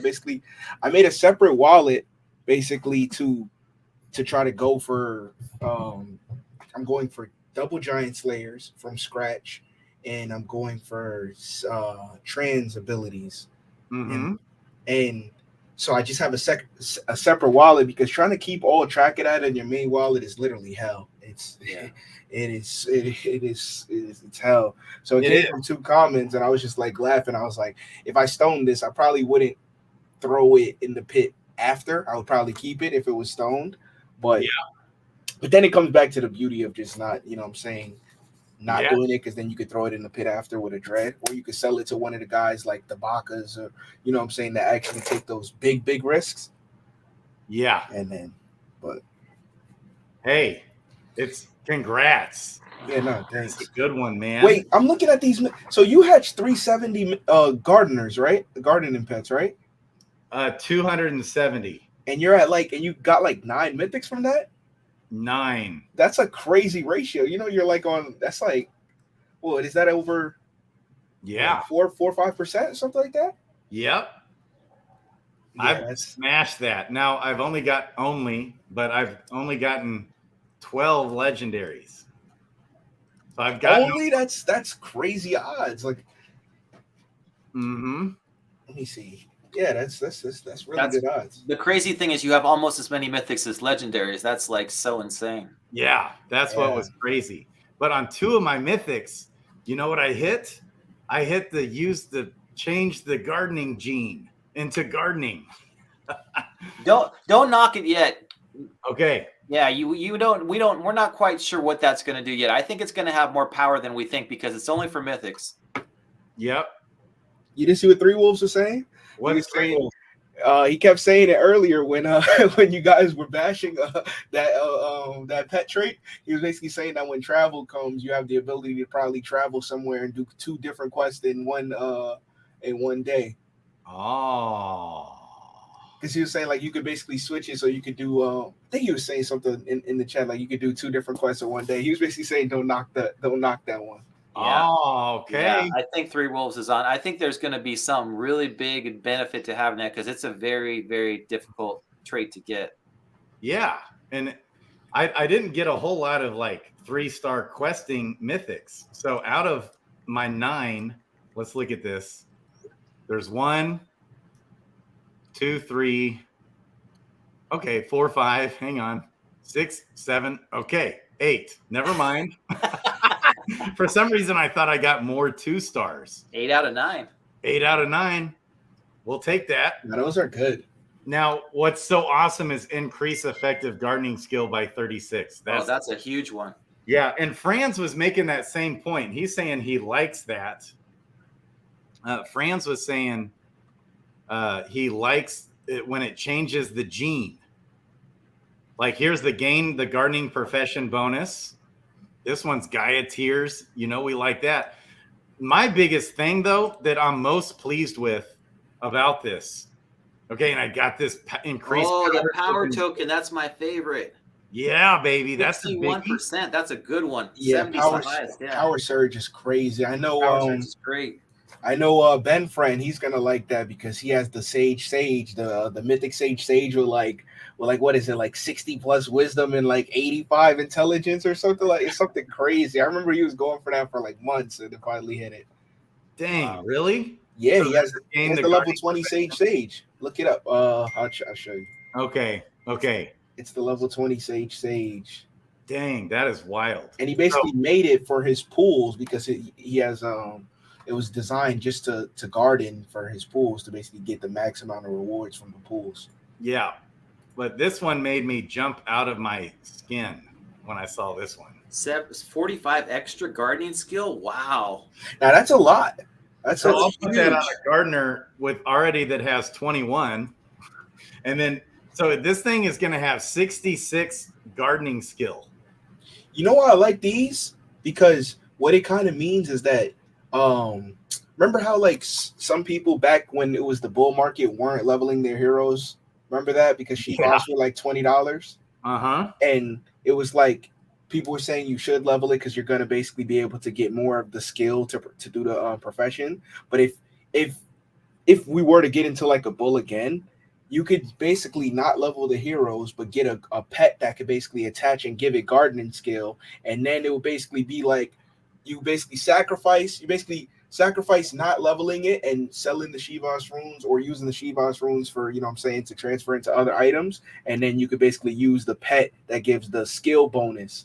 So you'll basically but here's the thing, effects. Here's what I found out from I think Hubert, but Mr. Zipper, okay, said that the level of the hero has no effect. Yeah, it's just the profession. Skill of the profession level of the hero. Yes, the profession is 2/3, and the skill of the stat points is 1/3, right? That's right. That's right. Yeah. And so when people were when people were not leveling their heroes, and some people still kind of do that.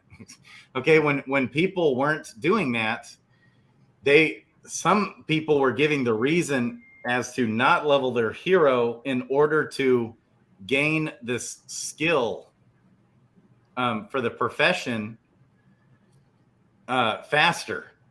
But the level of the hero doesn't affect how fast it gains the skill. It's like completely unrelated.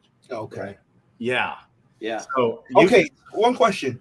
All right. Do you ever notice that when your hero is like already leveled up in a quest, that you don't get eggs when it's max XP? No, I haven't noticed that. That's one thing because I wasn't leveling my Java army until like 3 months ago, and I noticed that when I would send new heroes, it could have been just coincidence, but when I would send new heroes, they would pull in eggs. Then like my drastic amount of eggs differs. Like I would send like 15, 20 heroes, you know what I'm saying? It wasn't a lot back then before, like when I had a small army. And then I would actually start pulling eggs. But when they were just sitting at like 2,000 XP, when they were level 1, I stopped getting like my egg count like drastically stopped from. And then once I started leveling them again, a bunch of eggs start coming in. I don't know if it might have something to do with the formula of how much XP is in your bar that has to do with the egg count, like you get, like how much eggs you get from the XP. But that is something that I noticed, and I was I think it's other people like notice. Your hero stats also impact your questing loot outcome, you know, and so by leveling them, you're going to get more loot from the stats part of it too, even though it's only 1/3 or 30%. So by leveling your heroes, every time we level our heroes, it increases our chances to get more loot from questing, including eggs, right? You think it could have been that, or do you think it's because it even happened with level 1s too? Like, because back then I only had level 1s. I didn't like before I started leveling them. Basically, when I would it started out when I had like maybe 200 heroes. I noticed that I basically when I first sent them in, because I started around 150, 200 heroes. I would send them all in and then just quest them for a week. Got like, let's say 10 eggs. Okay. And then the next week, I'm like, you know what I'm saying? For like the next 3 weeks, I'm getting like 2 eggs a week. And I'm like, maybe it could be a coincidence because it's a small sample size. Yeah. Probably is. But I've just noticed that when I would send new heroes in, okay, now I'm getting more eggs. You know what I'm saying? And that's why I'm like, does anybody else notice that? Because yeah, actually, Vibes in the comments is saying that he said he saw the same thing, and he also said it's items in general. I haven't really paid attention myself, but it might be something to the effect where your hero's already maxed out on XP, and it's triggered something. It's triggered something to where you're not getting as much loot if they're ready to level. Yeah, and I know they said they didn't want to release the exact formula of how items are, but they said that some people already know how the items are coded. I remember they said that in the AMA, and I'm like, are they talking about how the formula for eggs is when you have XP in your bar? And I'm like, and I know Huber was like, oh yeah, we're not going to release the exact formula about how questing works. Interesting. But I don't know. It's not really here nor there. It's just, say something small that it's like. Okay. Interesting. This makes it more worth it to level your heroes because you get way more stuff when you level them, from what I've noticed. I've always felt that leveling heroes was like part of the game. I mean, I've always wanted to get the highest hero I possibly can. So I think my highest heroes right now are level 14. I'm waiting for my first level 15, but I haven't used stamp pots. I haven't done anything. And I just feel like every time it comes around, I want them up one level. I want to get the bonuses. I want to get my stats up. It just makes so much more sense. Yeah, it does. And you said, Effects, you've only noticed that when the XP is full, right? Yes. Only when it's full, not when its XP is up, but just full. Yeah, full. Okay. So that would maybe make sense. Yeah. So you better hurry up and level this guy so you can start getting stuff again. Maybe. Yeah, for sure. It could be total coincidence, though. It could be. It most likely is, but I just noticed that before, and I remember I remember on Twitter somebody was talking about it a long time ago in the poll, and this was back then because back then people used to have arguments about leveling in, but that was when Chivas were like $20. So it's like, oh yeah, it was like, you know what I'm saying, you kind of throw it away lunch every time you level up. Oh my god! So you guys, Effects and Christian Peter, baby, I am so stoked to get my heroes leveled up faster now with these pets. Yeah, definitely. It's going to be fun to get them to level 20. Oh my gosh, I cannot wait till I have a level 20 hero. Yeah. And it's going to come much faster now, Doug. I'm going to have level 20 heroes, baby. Yeah, the pet market has been crazy. I keep thinking about this, Grady. I think that, like, you know, we're excited about getting our heroes to level 20. It's basically going to be about 2 years, right, to get our heroes to level 20. So this game could be a 10-year game to get them to level 100. Is it? Do you think 2 years? Well, two years, right? If just playing without stand potting to get to level 20. So Really? probably by the second year, most of our heroes that we've been questing the entire time will be around level 20. So if we're actually going to get to a level 100, are we talking a 10-year game? Yeah. Dang. I think when PvE comes out, everything will get bumped up a whole lot. I think that's when we'll start seeing like 1,000, 2,000 XP dungeons and stuff like that for like higher level, because I think that's when the game gets really nuts. But that's what, a year from now. Yeah, I agree with you. I think that, you know, as we get more intricate, there'll be higher XP challenges, which will be good. But I also too know that, you know, that we're going on that logarithmic graph where, you know, the levels are getting progressively higher XP. So, you know, we're going to need to have those kill the dragon and get, you know, 1 million or experience points. So I'm not sure how long it's going to take to get to level 100, but that's why in the back of my mind, I'm thinking this could be a 10, 15 year game just to get your heroes up to level 100. Yeah. That's fun, man.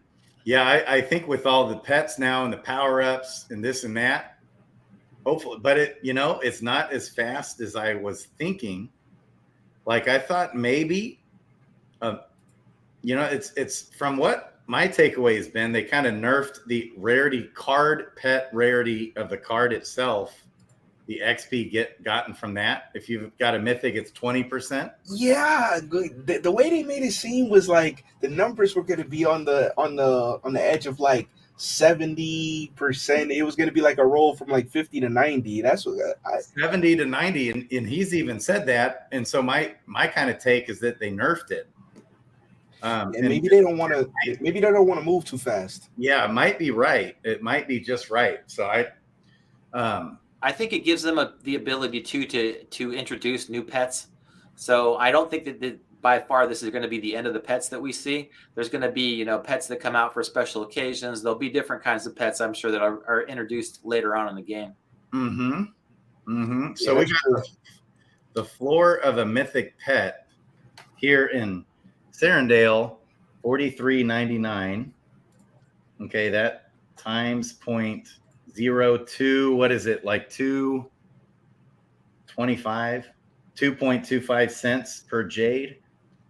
Okay, about just about $100, a little bit less. Interesting. That's not a bad deal.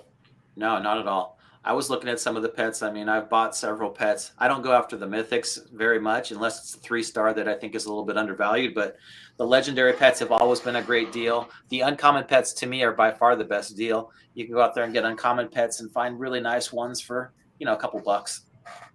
Dang. So, right. And so these pets, just think about the demand.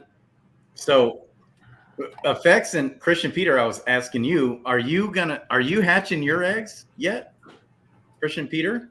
I've been hatching a few. I mean, I'm not a big pet hatcher by any means. I'll probably end up hatching, I don't know, probably 50 or so. But I'll go out and buy a lot more pets. I like to just go out there and buy the ones that I want, and okay. I don't mind doing that. So I like to hatch a few just to see if I get a couple that I, you know, will use. But other than that, I just feel like it's such a random, you know, the pets to me are so random, much more random than heroes even. Yeah. So are you, Are you, so you're not going to have a pet for every hero type? You're not going to ever even attempt to get to that point? I'm not sure yet. I'm going to have to see exactly what they actually equate to. So, like the ROI. Do you think the it's ROI is good? Yeah, if the ROI is decent and I can go out there and I can buy common pets for, you know, $1, $2, sure, I'll match them up.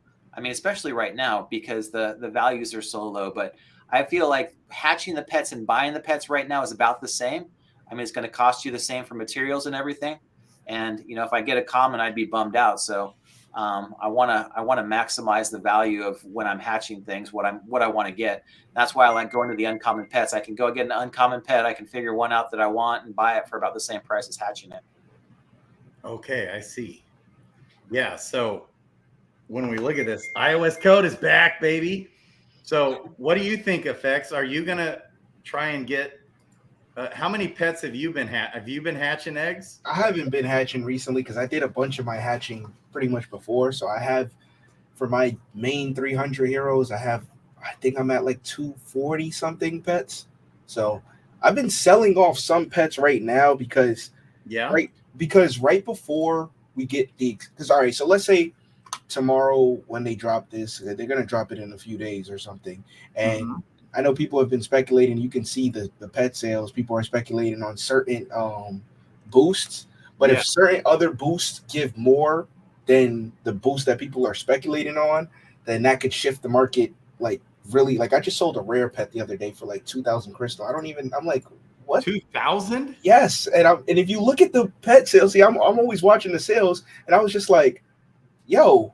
I know in the guild, in ADFK guild general chat, somebody was like, yo, the market is kind of crazy. So I'm just going to check and I'm like, yeah, nah, this is nuts. People are buying certain I know for gardeners, the power surge is getting sold like very high.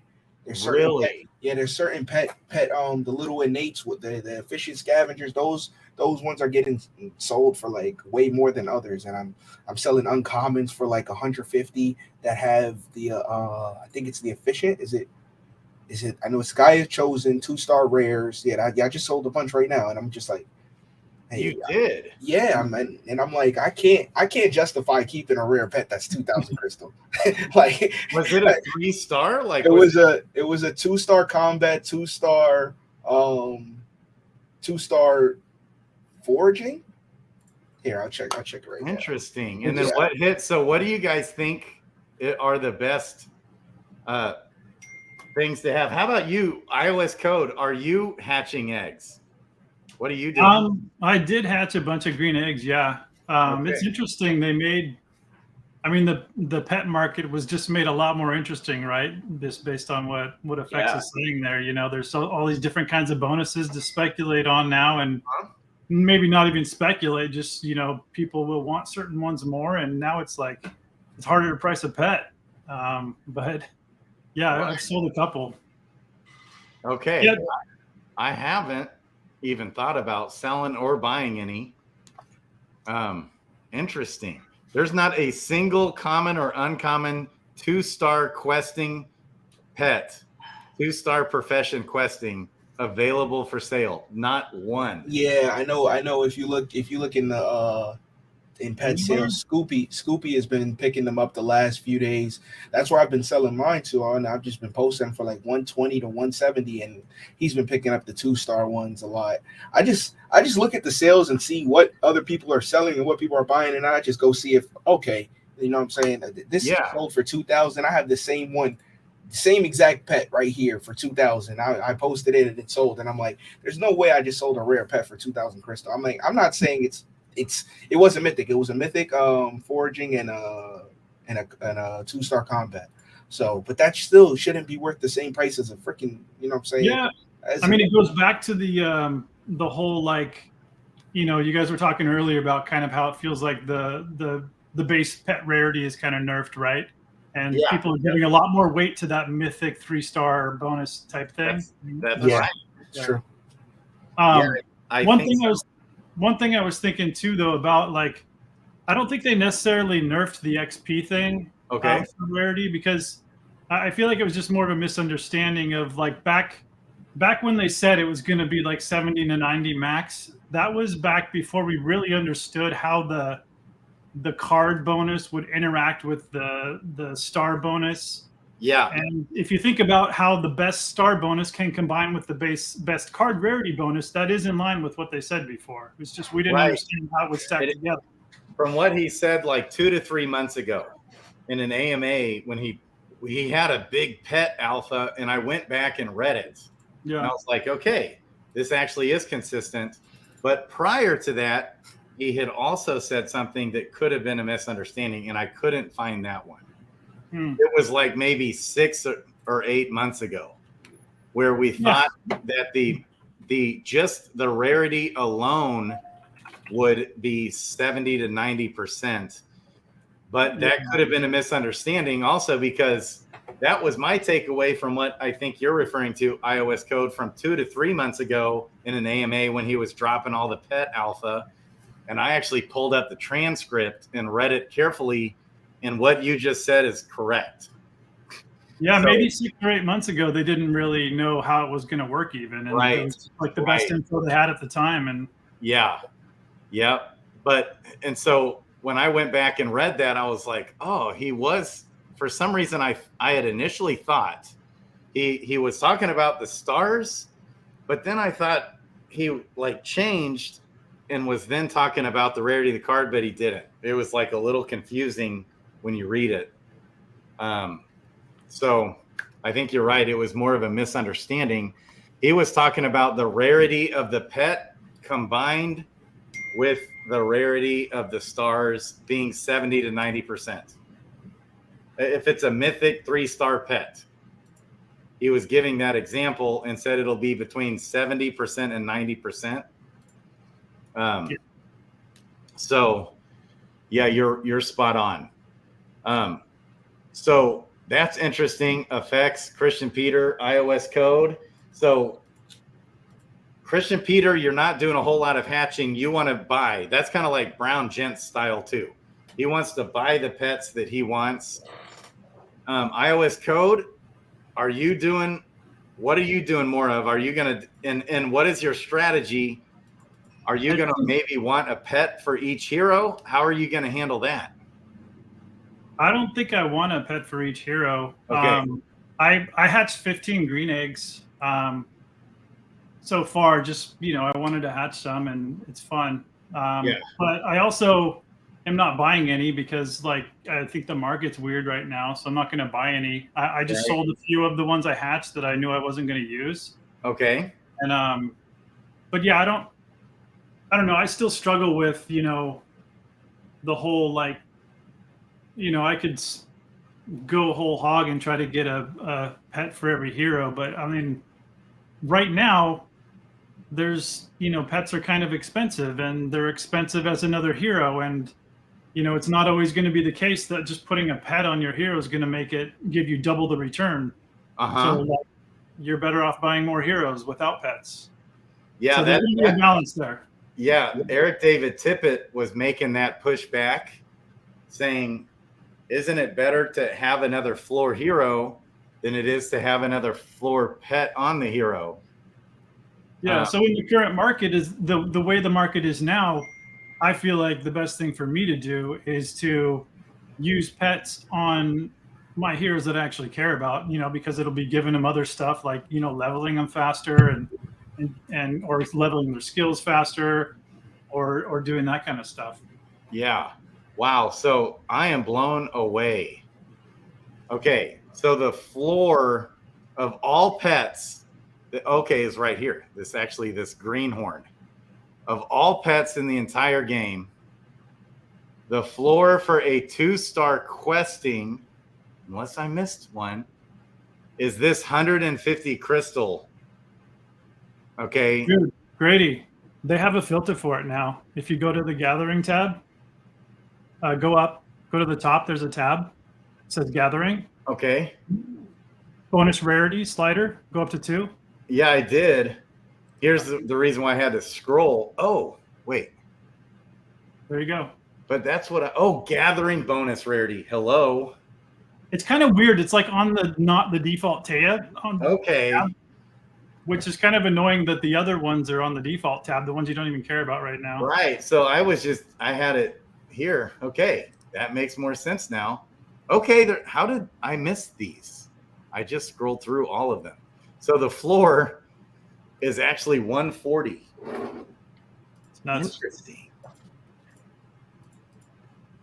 And what even is that bonus? Yeah. The progression will increase. Yeah. I agree 100% iOS code. I think that's the big thing is like I could go out and get 2 foraging floor heroes for 140. I'd rather have that than 140 pet. Yeah, that is kind of thing. It's just it also comes down to what you value. Do you value the XP right over the course of the next, let's say 6 months? Let's say PvP comes out when we're thinking 6 months. I'm not sure the exact time. It's like, do you value the XP over that? But that is true. Realistically, a pet I don't think is going to bring you back double the ROI, and you might get maybe 30% more ROI when, you know what I'm saying? And then if you compare that from a strictly ROI perspective, then the hero is probably better. But then it's like you're gonna miss out on that XP. The problem with this is like if you don't have a pet on like your main heroes that you're gonna use for PvP or whatever, and you're trying to play PvP when it first comes out, now you're kind of have to make a decision now on if you want to be behind the curve, because right now there's a slight curve where people using training the training quest versus the professions, and you'll get slightly more XP from the training quest versus the professions, right? But now it's like some people are going to have pets and some people are going to say, nah, I'm not doing the pets, I'm just going to get more heroes. And then you'll start to see maybe in a few months, you'll start to see when we get, maybe we'll have 15 and level 15 heroes, 16 heroes, and people will still be at that 13, 14 level. And then you'll notice that because maybe this guy didn't have a pet equipped for the next 6 months, or maybe this guy did over here. So right. Like it totally does depend on the bonus too, because I think some of the pets will literally double or more than even potentially double the ROI of the hero if you're also, because XP does need to be factored in. But like this one, if he's starting out with a 0 fishing skill, for example, okay, like let's say he's a brand new hero and you throw this on, and then that fishing skill is being increased by 50%. I mean, that he's going to much more quickly level up the most important part of the questing loot outcome, which the ROI is directly impacted by that the most. On top of that, you're getting the XP gain, which is giving you ROI long term on the value of the hero, the level of the heroes. But then on this one with the gray egg, even though I think it's good, the ROI on that isn't very good. Look who's selling that. You should buy that right now. Oh, it's Mosh. It's Mosh. Where did Mosh go? Mosh is selling all his garbage pets. Mosh is always flipping. This one is Mosh. It's the blue pet eggs. That's the one that Mosh is dumping the pet egg ones. He doesn't want any more eggs. That's hilarious. I don't dump. I'm just always selling. I always sell. Yeah. He's got to sell some, dude. So many eggs. He's either selling them or he's trading them with me, because we're trading summons. My Gen 0 summons, we'll go through spurts. Like we'll go through a long spurt where I'm sending him all my summons of my Gen 0s, and then he's sending me pets back. We kind of have a little deal worked. And then we'll take a break for a little while, and then he'll get a bunch of pets he's able to give me. So that's been fun. So Mosh, worked out. I get to keep hatching pets, and he's got a bunch of Gen 0s and has a ton of heroes and needs a bunch of pets. So yeah, it's awesome. So it works because I'm not necessarily looking to just have 50 gazillion, bazillion, trillion heroes. No. So Mosh, fire. Yeah. Are you going to try and get a pet for every hero? Yeah. Oh yeah. Oh yeah. Oh, you are? Yeah. For sure.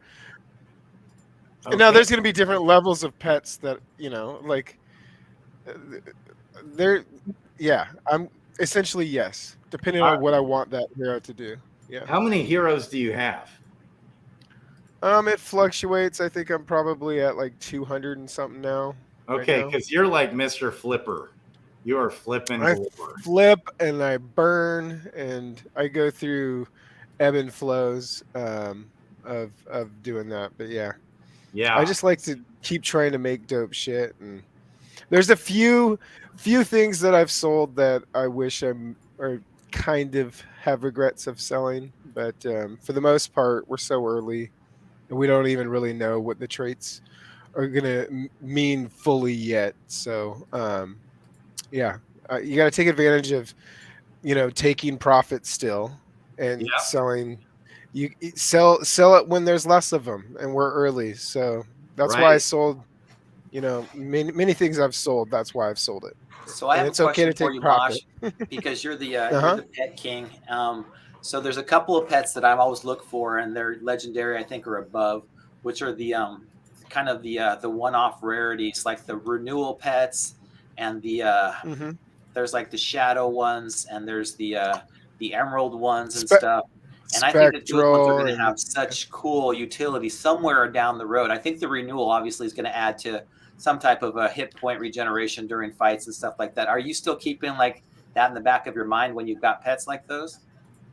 So yeah, the answer is yes. Even though like people keep telling me and they keep pointing to like, oh, Hubert said this or whatever.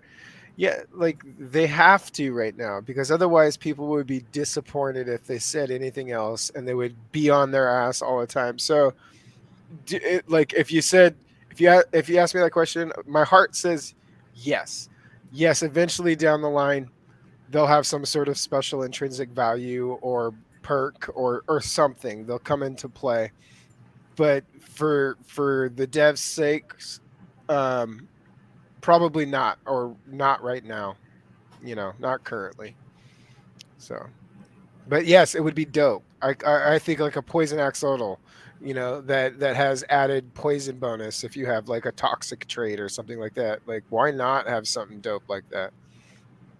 I think that's a cool. I read the entire lore. I don't usually flip over the cards, but I was reading the lore on the emerald pets, and they said that they have a crafting specialty, and I was like, holy crap.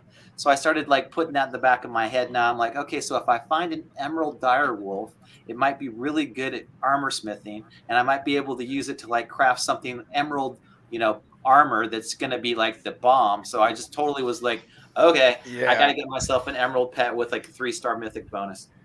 Yeah, you never know. I mean, they haven't defined what the. But they look so dope too. Be, for crafting. Yeah, they also look really cool. Right? Yeah. Right. Okay. So one thing that's real obvious to me as I'm looking at these bonuses is the overwhelming largest number of pets closer to the floor on different things is increased chance of a fishing skill increase or foraging skill increase. There's so many. Here's the deal though. Like all that just means is you're getting better stuff and more stuff, which just means you get higher experience gain anyways. Right.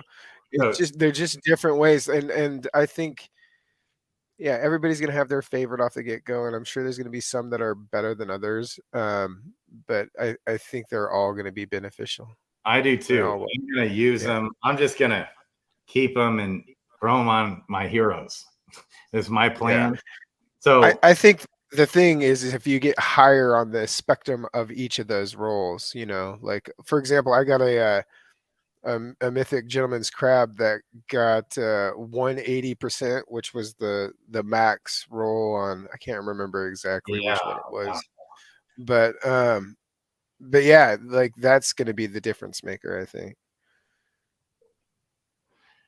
I love how they've made the abilities like a toolbox, like I just envision a situation where I'm like, I have to like review like my heroes and be like, okay, I need to have this pet on this hero because he's low level and I need to get his profession skill up, and then I'm gonna have to take it off of him, and then I'm gonna have to like get my guy as tiered hero attached to my best quester so that I can maximize the benefit of that, since that's the most valuable thing right now. I just feel like I'm putting stuff all over the place. Yeah. Totally. So, toolbox is the perfect term. Yeah, toolbox. So yeah, it's so hard to know. Like, it's so interesting as far as ROI goes. Increased chance of catching multiple fish by 105. So it's on an ROI basis, it's not helping you with tiers or runes, or things. But what do you guys think about how this bountiful catch, for example, will actually impact the ROI? That one's really hard to judge. Yeah.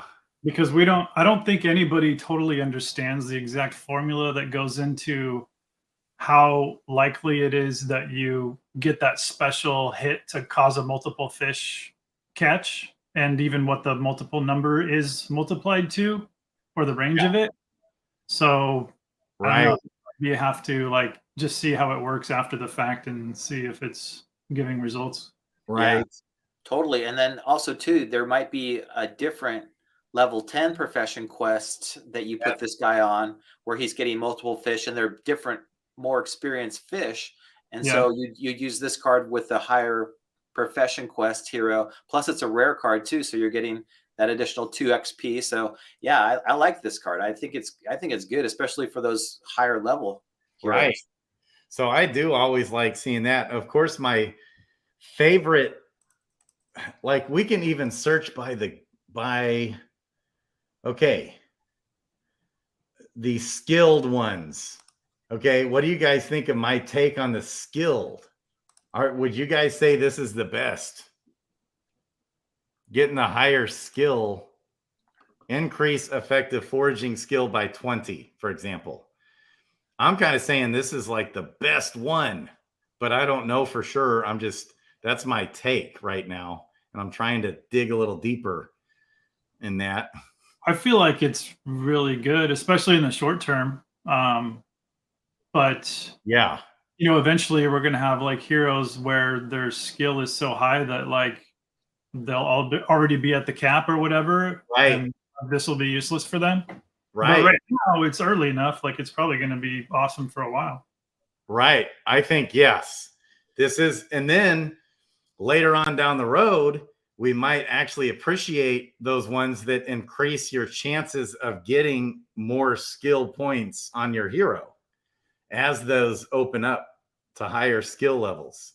What do you think there? I was kind of surprised to see that one being the overwhelming majority of the floor-ish type stuff. Well, everybody's sitting on their maximum prof skill heroes right now. They're like, I don't need to increase it more.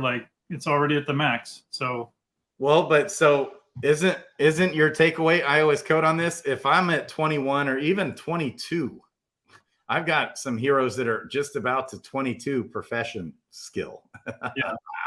Yeah, baby. Okay. So I'm adding an additional 20 or 24 in this case to that one, right? So now it's going to be 46. I was talking about the other one. Right. Yeah. Okay. I see. But I'm reading that right. It's literally going to increase the effective gardening skill, or in this case, foraging skill by 20.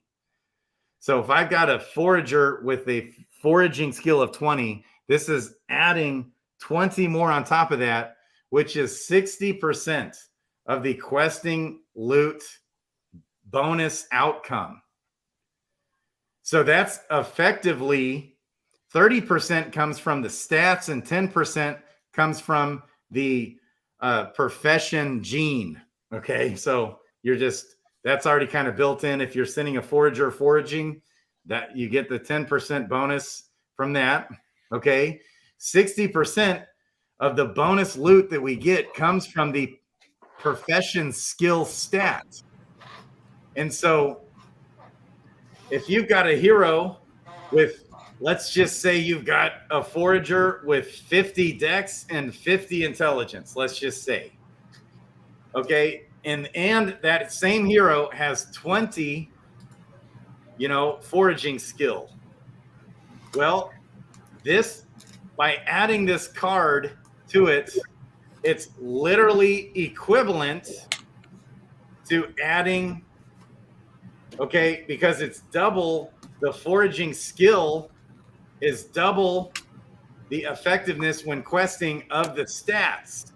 So that would be equivalent in that scenario of that hero now all of a sudden having 150 dex and 150 intelligence. Are we sure the formulas work like that though? Because all right? So look at when you have a fresh level 1 hero, right? And it quests, right? Yeah. And then you compare it to your profession 20 hero. Are the items that different in how much items they actually bring back? I have my answer to that would be yes, it's drastic. There's a big difference. Okay. It's very, very drastic.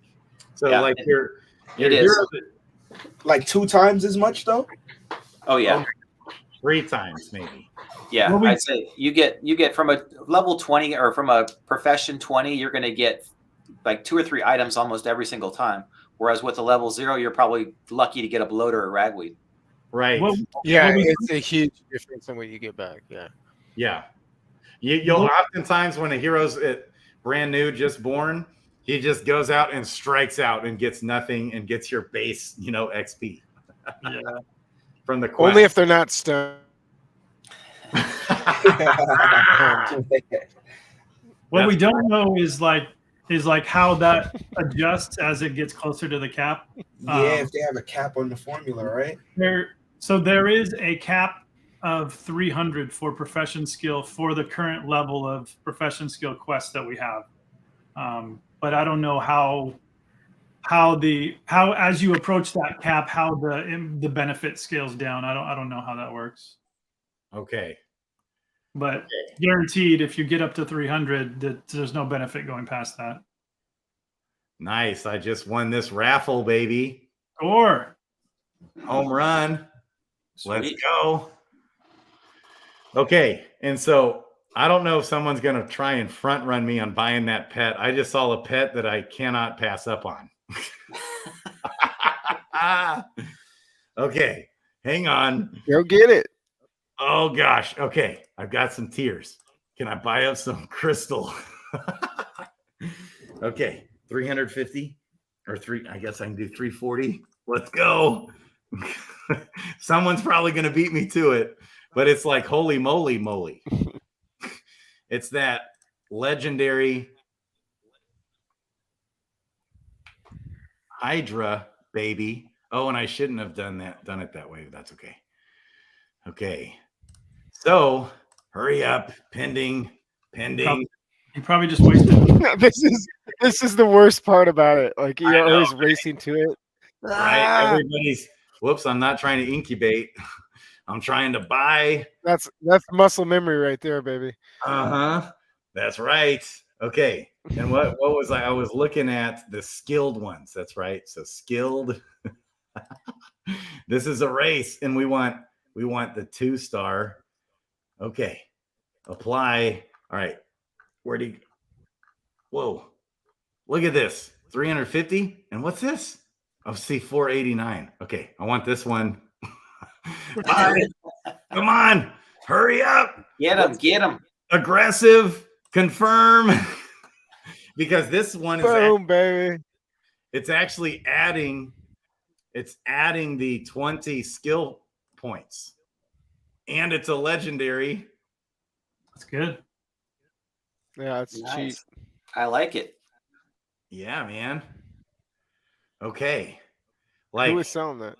Who was that? You're right. I purchased it. Night Trader, baby. Nice. Interesting. Because that's like a good one. Knight Rider or Trader?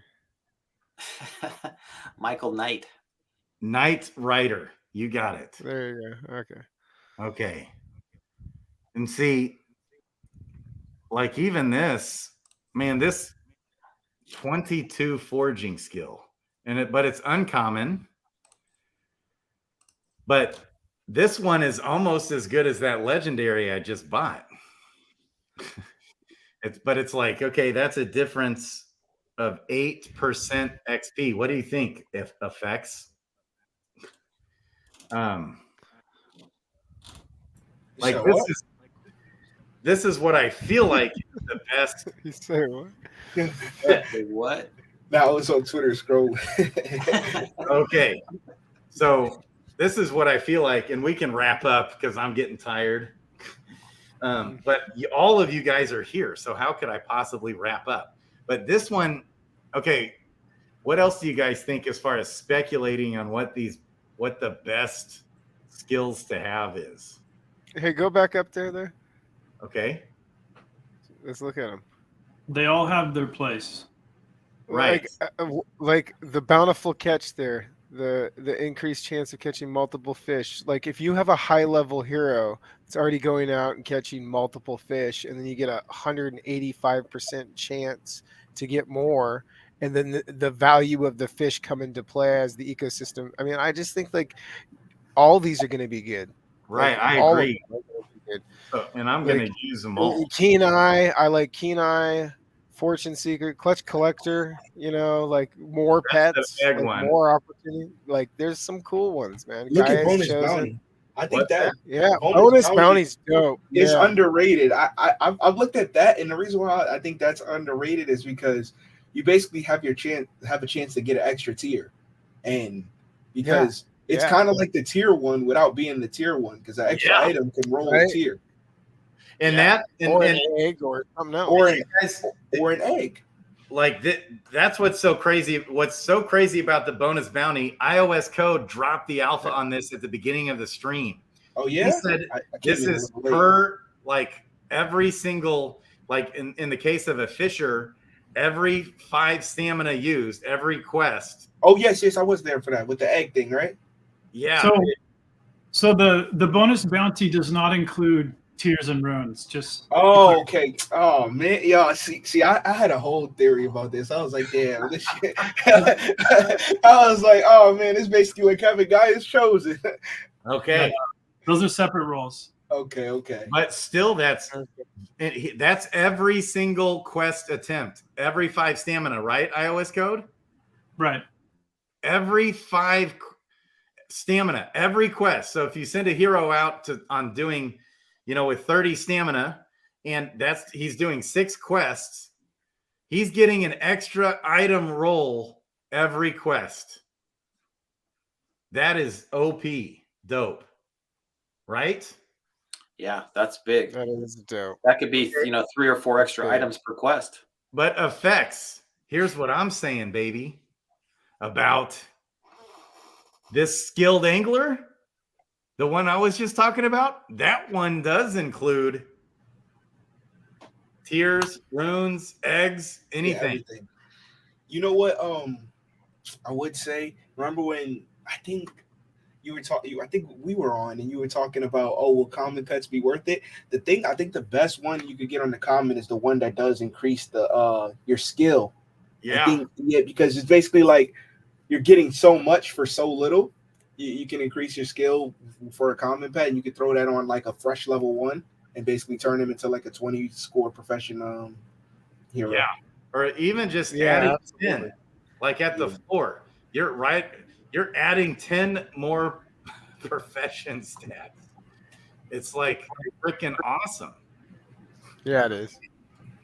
Wow. I was pleased with the comments. I thought they were gonna be worse. I'm not gonna lie. I was kind of like, I was rolling some, and I was like, okay, this is actually not bad for a comment. I thought they were going to be way worse. Yeah, and like Mosh, what you were just saying, like increased chance of catching multiple fish. That's 55 to 65%.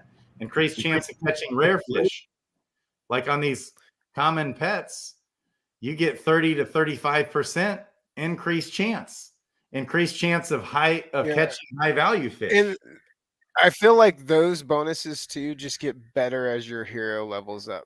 Like, like they're just going to become more and more valuable and return more and more to you as you keep questing with your hero attached to it as it levels up.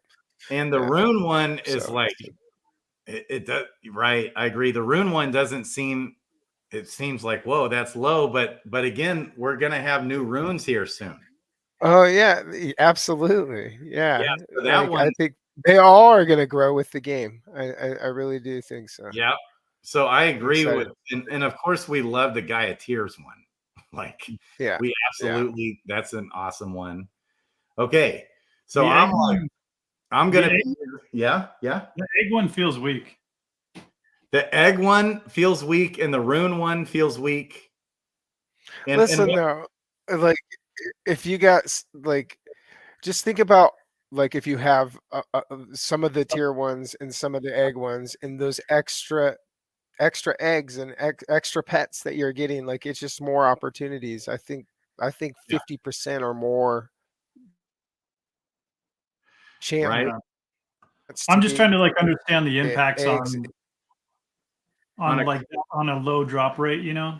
Yeah, Like- on a common one, a common's only adding 5 to 10%. So it's kind of like, eh. Like he's already got a 0.01% chance. So like add 10% to that, and you're like, okay, now he has 0.011% chance Yes. to get it.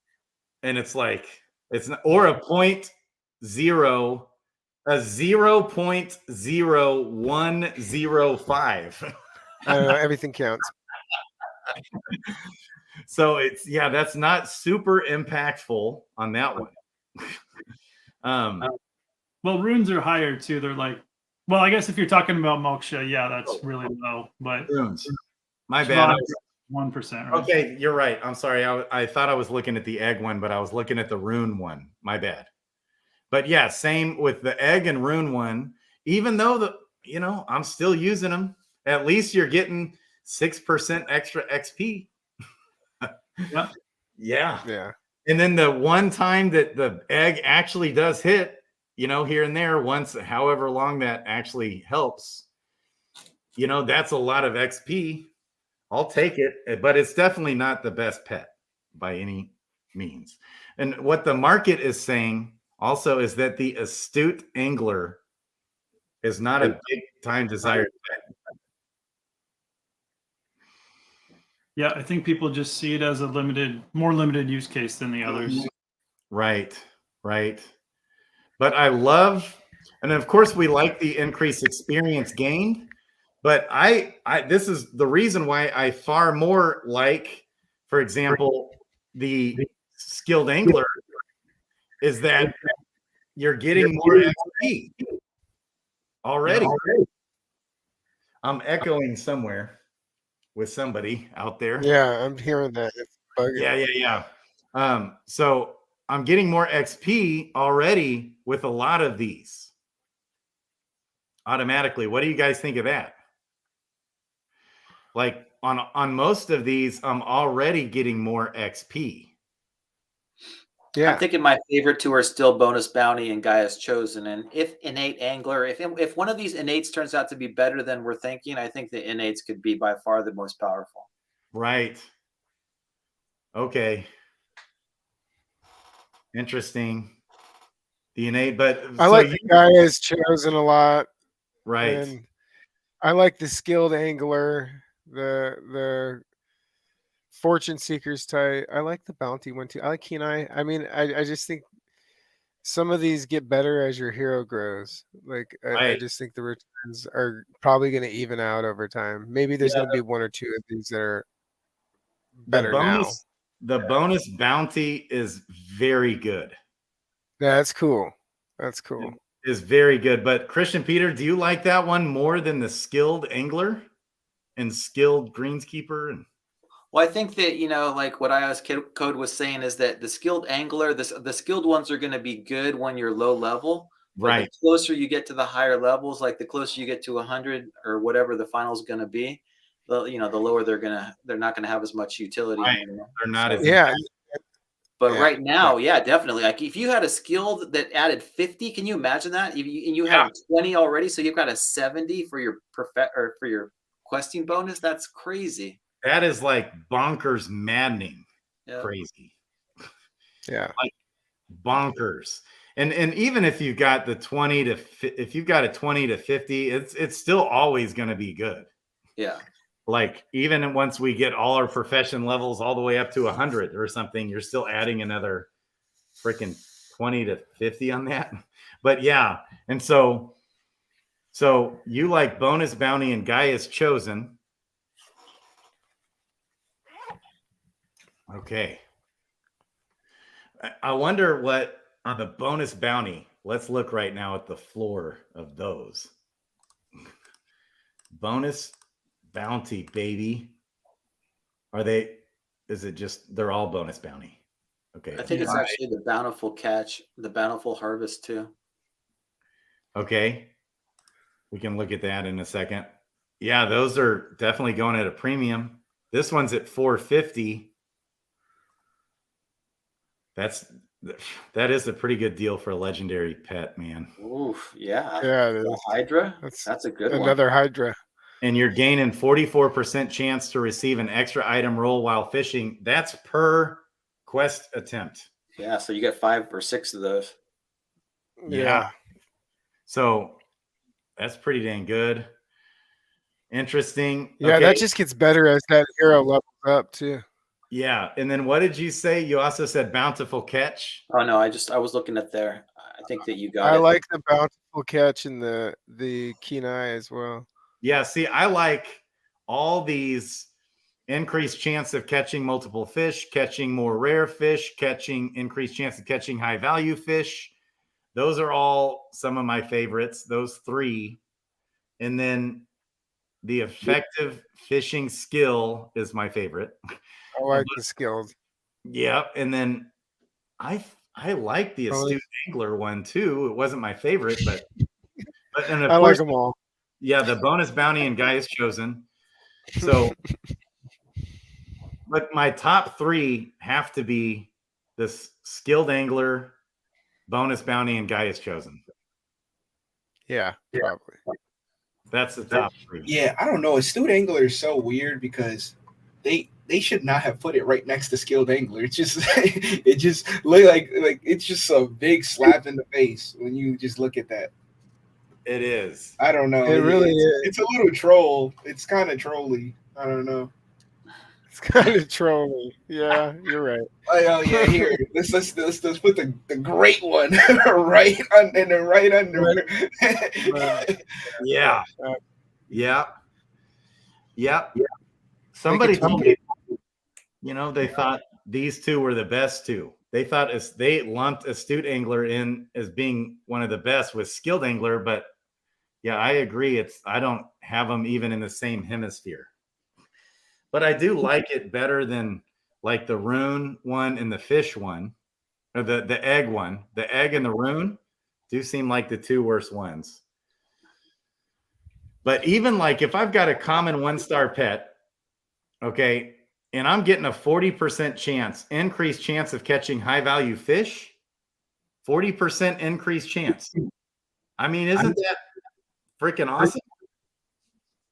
It might well be that like low level ones are the best for those. It'll be interesting. Like we're gonna have to play around with it and see which ones benefit more from, because we don't totally understand like how leveling impacts your initial probabilities for those, right? So the higher probability you have of something, the more benefit you get out of a high probability increase. Yes. Yeah, it takes the likelihood of attaching a pet for life like kind of out of the equation, because as that hero grows, the need might change, or the benefit might be from another pet would be higher, I was looking at the release announcement. Am I cutting out? No, I hear you. Yeah. Okay. You're looking at the release announcement plan. Go. Yeah, I'm just wondering what you guys think. Like I didn't think about it before, but what I'm taking away is, the next release is going to be we're going to be able to equip our pets. We're going to be able to craft treats, and they're going to have DFK Duel Season 4 set up. And then the last release will be the Profession Skill 10 quests and quest card rewrite. So what I take that to mean is we're not going to be able to get any of the profession questing benefits of pets until that very last release. That's correct. That's my takeaway too. Okay. But we will be able to at least have them ready to go. Like just for Skiller says nobody likes the innate, but the innate's dope. I really think that's dope. If you have your heart set on your mining ninja to be a fisher, and you have the ability to change that outcome that happened when you summoned that hero. But I think there's really? more. Are you going to use that? Are you going to use? You're talking about the astute angler? No, the innate, the one on the bottom there, the innate angler. Oh, okay, my bad. I think that's really good for those spell bows. Like the ones that you could change. If you could change it to foraging or something on a spell bow that's a gardener. The absolute best forager in the game. You know what I mean? Yeah. It all of a sudden gives those heroes a little bit more value. Right. Mm-hmm. Especially if they don't have a high profession stat already. Yep. Like what's hard is, using that on my mining, especially a mining spell bow, because the spell bow is a pretty good gardener. It's worse is mining, if I remember right. Okay. And so let's say I've got a mining spell bow that I just summoned. Yeah, this is ideal to get the foraging one and throw him on there. Yeah. Yeah. But if he's already at 20 profession stat, that's where you're actually just losing money by throwing that pet on there, except that you are getting the XP mythic. But if they already have a high profession stat, like in this case, if I've got a spell bow that's got a 20 mining profession stat and a 0 foraging profession stat, I'm losing money by throwing the pet on him. Like literally for a little bit. For a little bit.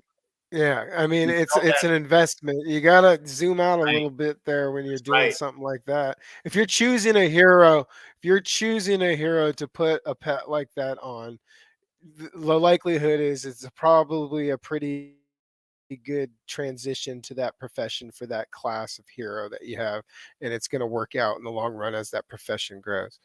Yeah, I like that. I like what you guys. But it doesn't help a lot right away. You're right. Yeah, and it'll take a while. Yeah, I don't know. I'm getting. Okay, yeah, you're getting spotty coverage there. It'll take a while. Like you can. I'm getting tired. Something's happening right now. Yeah, something's going on. That spell bow will level up to I love you guys. Stat bonus of 10 real fast, like in 3 to 4 weeks, but it takes a lot longer to get that profession stat up to 20. And so, I mean, we're talking, what do you think, Christian Peter? You said it takes 6 months to a year of questing to get that hero up to profession stat 20, something like that. Well, it has been, but now they're going to go up a lot faster with pets. So, to get to level 20 or to get to a profession 20, it probably is going to take half the time. I mean, it's going to be not in this scenario, because you're using this pet to get you're not getting any bonus other than just changing the profession. So it's literally equivalent to having a foraging. Now he will level up faster because of the XP boost. Yeah, it's going to get the XP. And again, I'm not sure what the innate abilities are going to be, but it just seems to me like looking at them firsthand, they look a little bit too muted to me to be worth like a mythic, because everything else on the mythics is huge, right? Some of them are 180%. And to have just one bonus like that, where it's just like, okay, you get this one, I'm sure that they're going to be able to quest additional time, or there's going to be something that allows them to have a lot more utility than I think probably is indicated just by a check mark. Right. Like in the PvE too, some of those other things that people were throwing out there might be more to the story that we don't know. I love it. Okay. And then, this bonus bounty is interesting. I don't think I'm going to buy another one. I just had to buy that one that was 350 crystal. That's the way I do it too, Grady. I go out there, and if I find something I like that's like I think is a little bit undervalued, I just pull the trigger on it. And that's why, you never know what kind of legendary you're going to find that just pops in there, or even, a rare or something. And you can get some deals that you're just like, it's pretty hard to hatch a legendary, let alone one with that profession bonus, that skill bonus that is like, super nice to have. Super nice. And I do like this item reroll. I love the bonus bounty, but man, I just feel like the skilled angler, skilled scavenger, and skilled greenskeeper is just, especially now and for a long time. I mean, for a long, long time, that is just going to be the best one, I feel like. Yeah. I think they do need to change mythics to what Christian Peter was saying yesterday. I think when you guys were on, was it yesterday? One of these days, man, time. But they need to make it so all the mythics have the innate ability just equipped to them. It just makes perfect sense. I think that is well deserved for them, because it just gives them a little bit more value that kind of keeps them like the creme of the creme, because right now you still see legendaries are really valuable because of the little bonus and because they kind of changed it so that the stars are really what matters. Right. So give that boost to the mythic. It's just something that will keep them still high priced, even though they still have been high priced. But I think maybe they could change that in, because I don't think it would be hard. I agree. And then you could add a check mark and have, if it's a rare one, that makes more sense. On a rare pet, on a 2-star roll, rare 2-star, having that as that's all this is, that makes more sense than having to throw away your freaking mythic pet to that, right? But I think affects what Christian Peter's saying, and some other people are saying, like Franz or somebody was saying, is that maybe there's more to it than just that. Or like PvE and other things. What do you think there? I think the more to it is, probably true. I think they've alluded to that, but it's probably coming later. So I guess maybe the question is, does the bonus to having a mythic in duels kind of carry that until that something else comes to make mythic still, really important? Right. Yeah, that is another uptick for a mythic. Is that duels, these pets will impact duels, and it only solely looks off the rarity of the card. That's all. When season 4 drops, dude, if people don't have full mythics for their squads, they want to get the best duels in, they're going to be flying off the shelves. Yes, that's right. That's right. So that's a good point. Duels is good. We always see the token price kind of go down during the off season of duels, because of like duels really burns a lot of crystal during the season. Oh yeah. And so that's a big thing. And a lot of people don't really notice that. Even the last time it was the off season, we saw a downtrend on the token price. Yeah, and you know what? That just hit me. Duels will be our first pet utility, because just like iOS Code just said, this next update we'll be able to pair our pet with our heroes, but it won't impact the questing yet.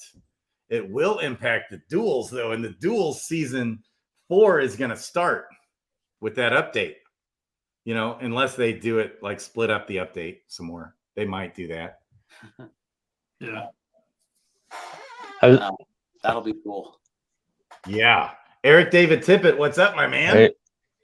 Yeah, I was just thinking about what you guys were just talking about. So, how that ability is on there. It's kind of like a waste of space, right? Because you get the mythic, and then you get that crappy ability, and you're like, wow, I could have got a way better ability, but I got this. Because you might as well just not put it on a hero like that. You always want to maximize everything, right? So you just won't use it on that hero. You use a different thing on that hero, and so it's a waste. But yeah, I was thinking the mythic idea is good, but I was also thinking maybe that's not enough. What if it was just on a shiny? Because the mythics are usually shiny anyways, because you're using the boon, and then people could just make them if they want them. If like, oh, I just need that thing and I can just get it. I'll just make a shiny real fast, and then because I didn't think it was that big of a deal. It doesn't seem like a mythic ability. It's just like it doesn't seem too like important enough to make it mythic, right? Right. I agree. I think it's a really big deal from the aspect of it's bypassing the genes.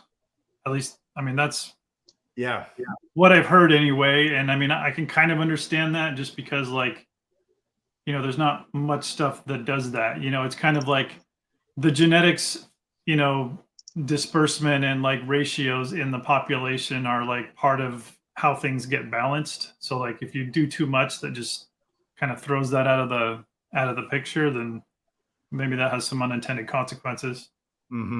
Yeah, because maybe they just replace it with, you know, something that actually is good. Because that's the main thing I see the problem. Like either just don't have it at all or put it on mythics, because it's just a crappy mythic ability. Like I would be so mad if I got a mythic and that's the ability. You know, it's like an empty slot almost. That's what I got two of. Yeah, and it just makes you feel so bad, right? It's like, oh, cool, a mythic finally. Oh, it has that. Great. I mean, the good side is though is you can sell it and probably buy what you want for cheaper, because there's some people that really want those. Really? Maybe I will just sell them. But see, I do want it, but I don't really want it that much. Yeah. Maybe if it was on like legendaries and mythics or something, right? Just so it has a bigger pool. Yeah, I agree, Tad. Effects, man. But again, it sounds like maybe there's something we don't know about that. Okay, there might be more to the story on the innate one. But I don't know what else they would add to the game that would make it more worth it, right? Because they're done with the gathering professions, and that's what it's for. Well, right. So it might affect something involving PvE, where they can like double quest or something.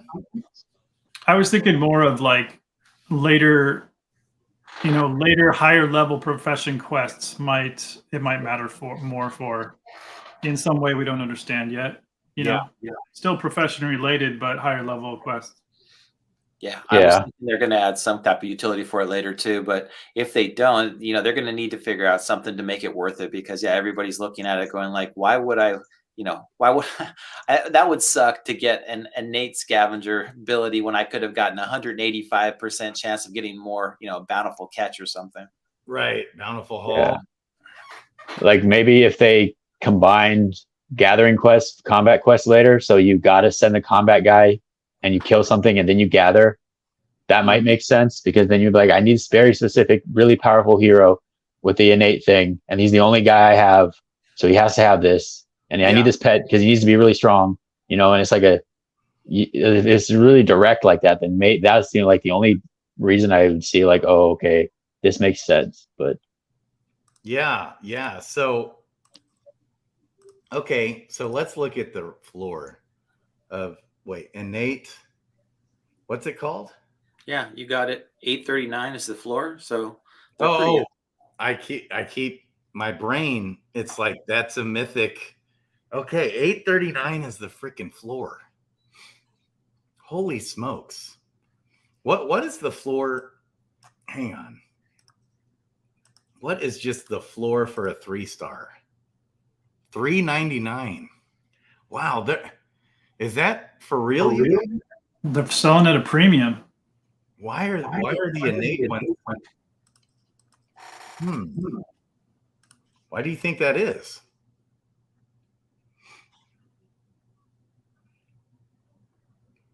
Interesting. And especially if they're mythic. Like, look, 8,000 is the floor. Well, that's also what people are selling them for, right? That's not what people are buying them for. Maybe they just think they're great, so they're just throwing them up there. Yeah, I mean, makes me almost feel bad for selling mine at 4,800. But I should have held out another couple of days. Yeah, I mean, maybe they do turn out being awesome. Though. You know, I think that they're going to have definitely some utility. When I first thought that every single mythic was going to have that, I thought that was a great thing. But then I think Matty Pest corrected me and was like, no, it's just going to be a single ability. I was like, why? That would suck. Yeah, so, you know, it's not like the team gives us like a crappy one. I think it's long-term play, right? I mean, I correct me if I'm wrong, but haven't we heard from the team that like as we go up in profession level quests to like higher tier, like the stats are going to start mattering more than the profession score. Like that shift is going to happen, and in that scenario, you would really want this, because if you have a really high level, high stat hero, you would want to put him on his best profession that aligns with him. Yeah, because it's possible. What will at level 100? What will our stats be looking like? Like on a real jacked up stones and crystals used and stuff. Remind me, won't we have heroes? Yeah, over 1,000 total stats, which means, we might even have heroes that hit their best awesome stat, mythic heroes and stuff, have like 400 or 500 stat points for strength and 400 or 500 stat points for endurance, or whatever. Like if it's a knight, mythic knight.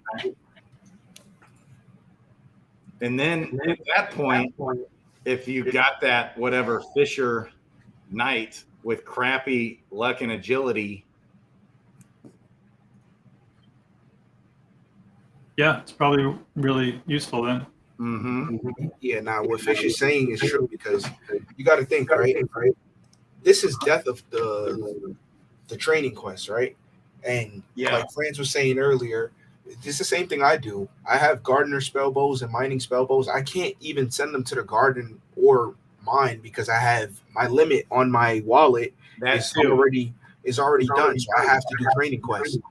And that's the main reason why I wanted them. Yeah. So I always go, you might already know this, but when I mute your mic, that echo goes away. So I think it's you. That's okay. But did you want to say something, iOS Code? No. Okay. No, sorry, I didn't know the echo was coming from here. Yeah, the echo is coming from you. But if you're muted, it's fine, and then you can unmute and talk. It's fine. Okay. So I think because it's the death of the training quest, and you won't want to do the training quest because you're going to get way less XP if you're doing the level 10 profession quest after you equip the innates on it. So I think that's why people kind of want it, because they know that they're not going to be able to do training quests on some of their heroes anymore because it's not going to be as efficient.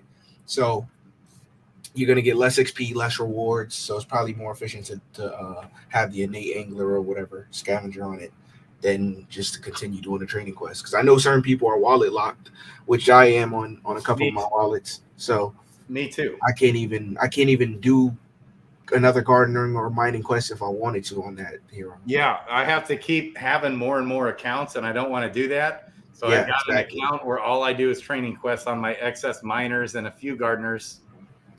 But here's my actual pets that have that. Just 4 here. Okay. Now I'll go to the other wallet.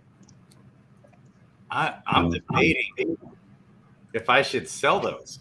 Honestly, I would. Only reason why I would say sell them is because what I think is kind of a big thing in this ecosystem, and it's kind of like every ecosystem, is everything is always, not always, but for the most part, news. You sell the news right before the hype, and then when it actually comes out, and when people do the numbers breakdown on, okay, this one actually gives you, 2 times more XP. This one gives you, 1.5x the XP, and then it's like people already bought them. Then it becomes like a ecosystem crash where people just start selling off the other one just to try to get the good one, and only the good one goes up.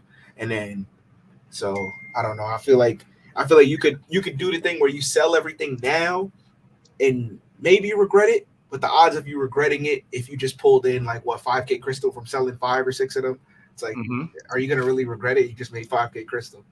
Right. Yeah. So I might regret it down the road, but look how much I lucked out on this wallet. I've got 826 pets. Okay.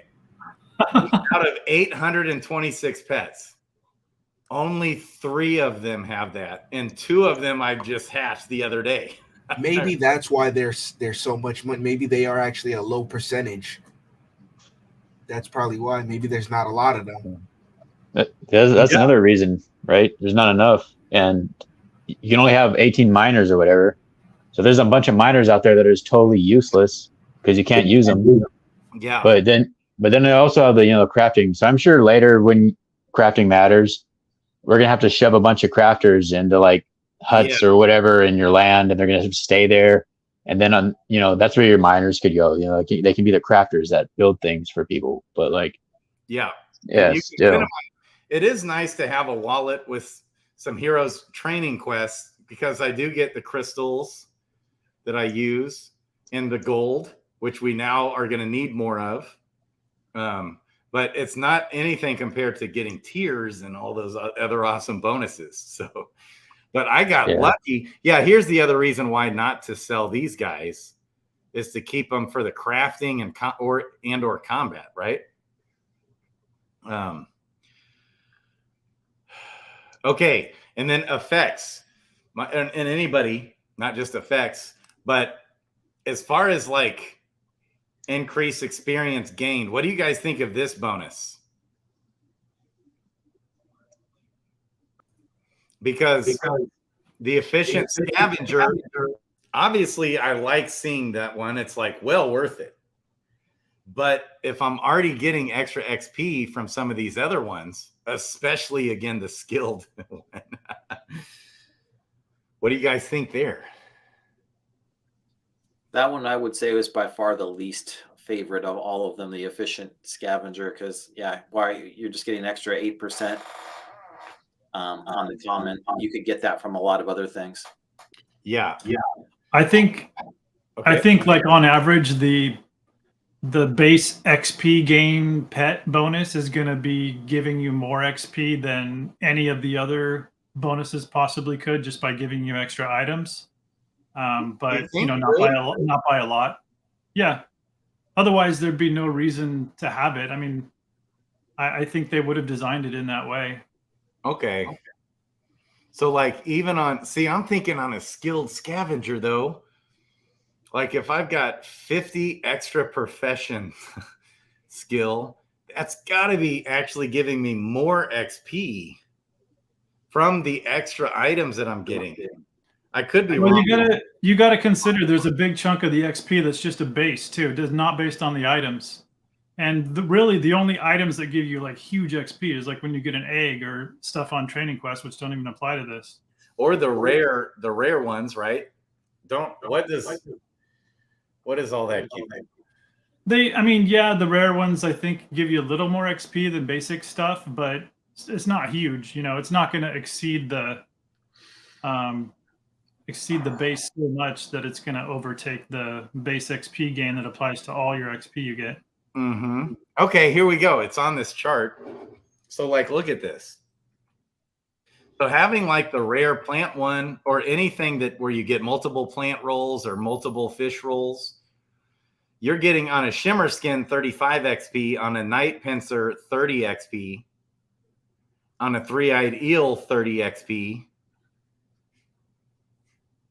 Okay, you might be right, iOS code. On a rune, you're getting 30 XP.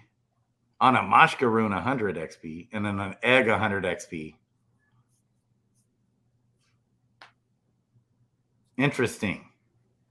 And you get 15 for getting nothing.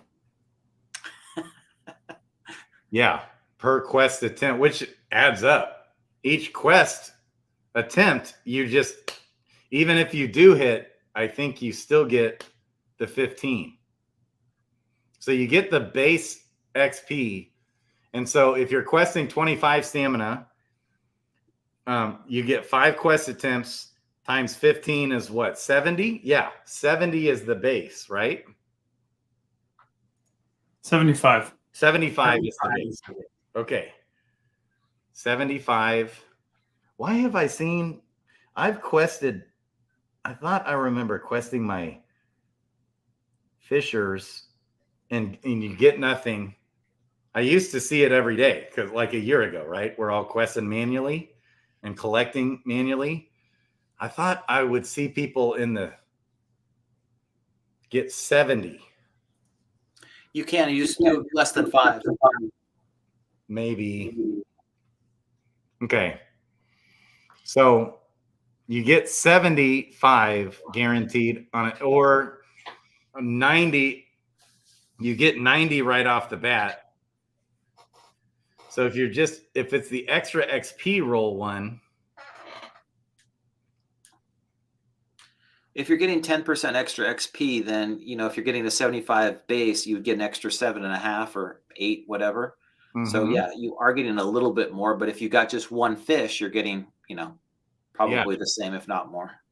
Yeah. So a lot of times when I'm questing like my higher level heroes, you're getting 130, 120, 150, 140 XP, unless you get a Mashkaroon or an egg or something. Okay. And so let's just say you're getting 150. So 10% on that would be 15. Right? So yeah, 15 extra XP. Yeah. It might end up being that the XP gain bonus is good for your like highest level heroes that are already great, because maybe the prof bonus that gives them extra chances at getting items isn't going to be as beneficial. So it's not actually boosting the items very much, and they're already getting a bunch of items. So the actual base XP bonus is even better. So it might be a, high tier hero bonus kind of tool.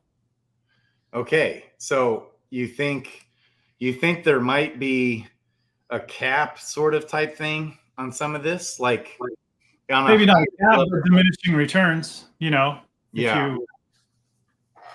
Definitely going to be less impact increasing the foraging skill of a super high foraging skill person than a low one. Right. Or like on the bonus bounty, you're receiving, let's say you throw this common pet 1-star on a common hero that's level 12 and he's averaging out 120. Okay. Like 120 or 130 XP per quest. That would be, and if versus this one that had, we'll say 10%, and this one's at 20%.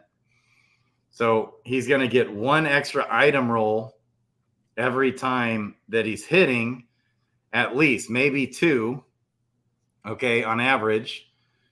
Here, you're just guaranteed. Now, I still think it's good, Christian, because I think it's still better to have the efficient scavenger extra XP than it is the egg and the rune one.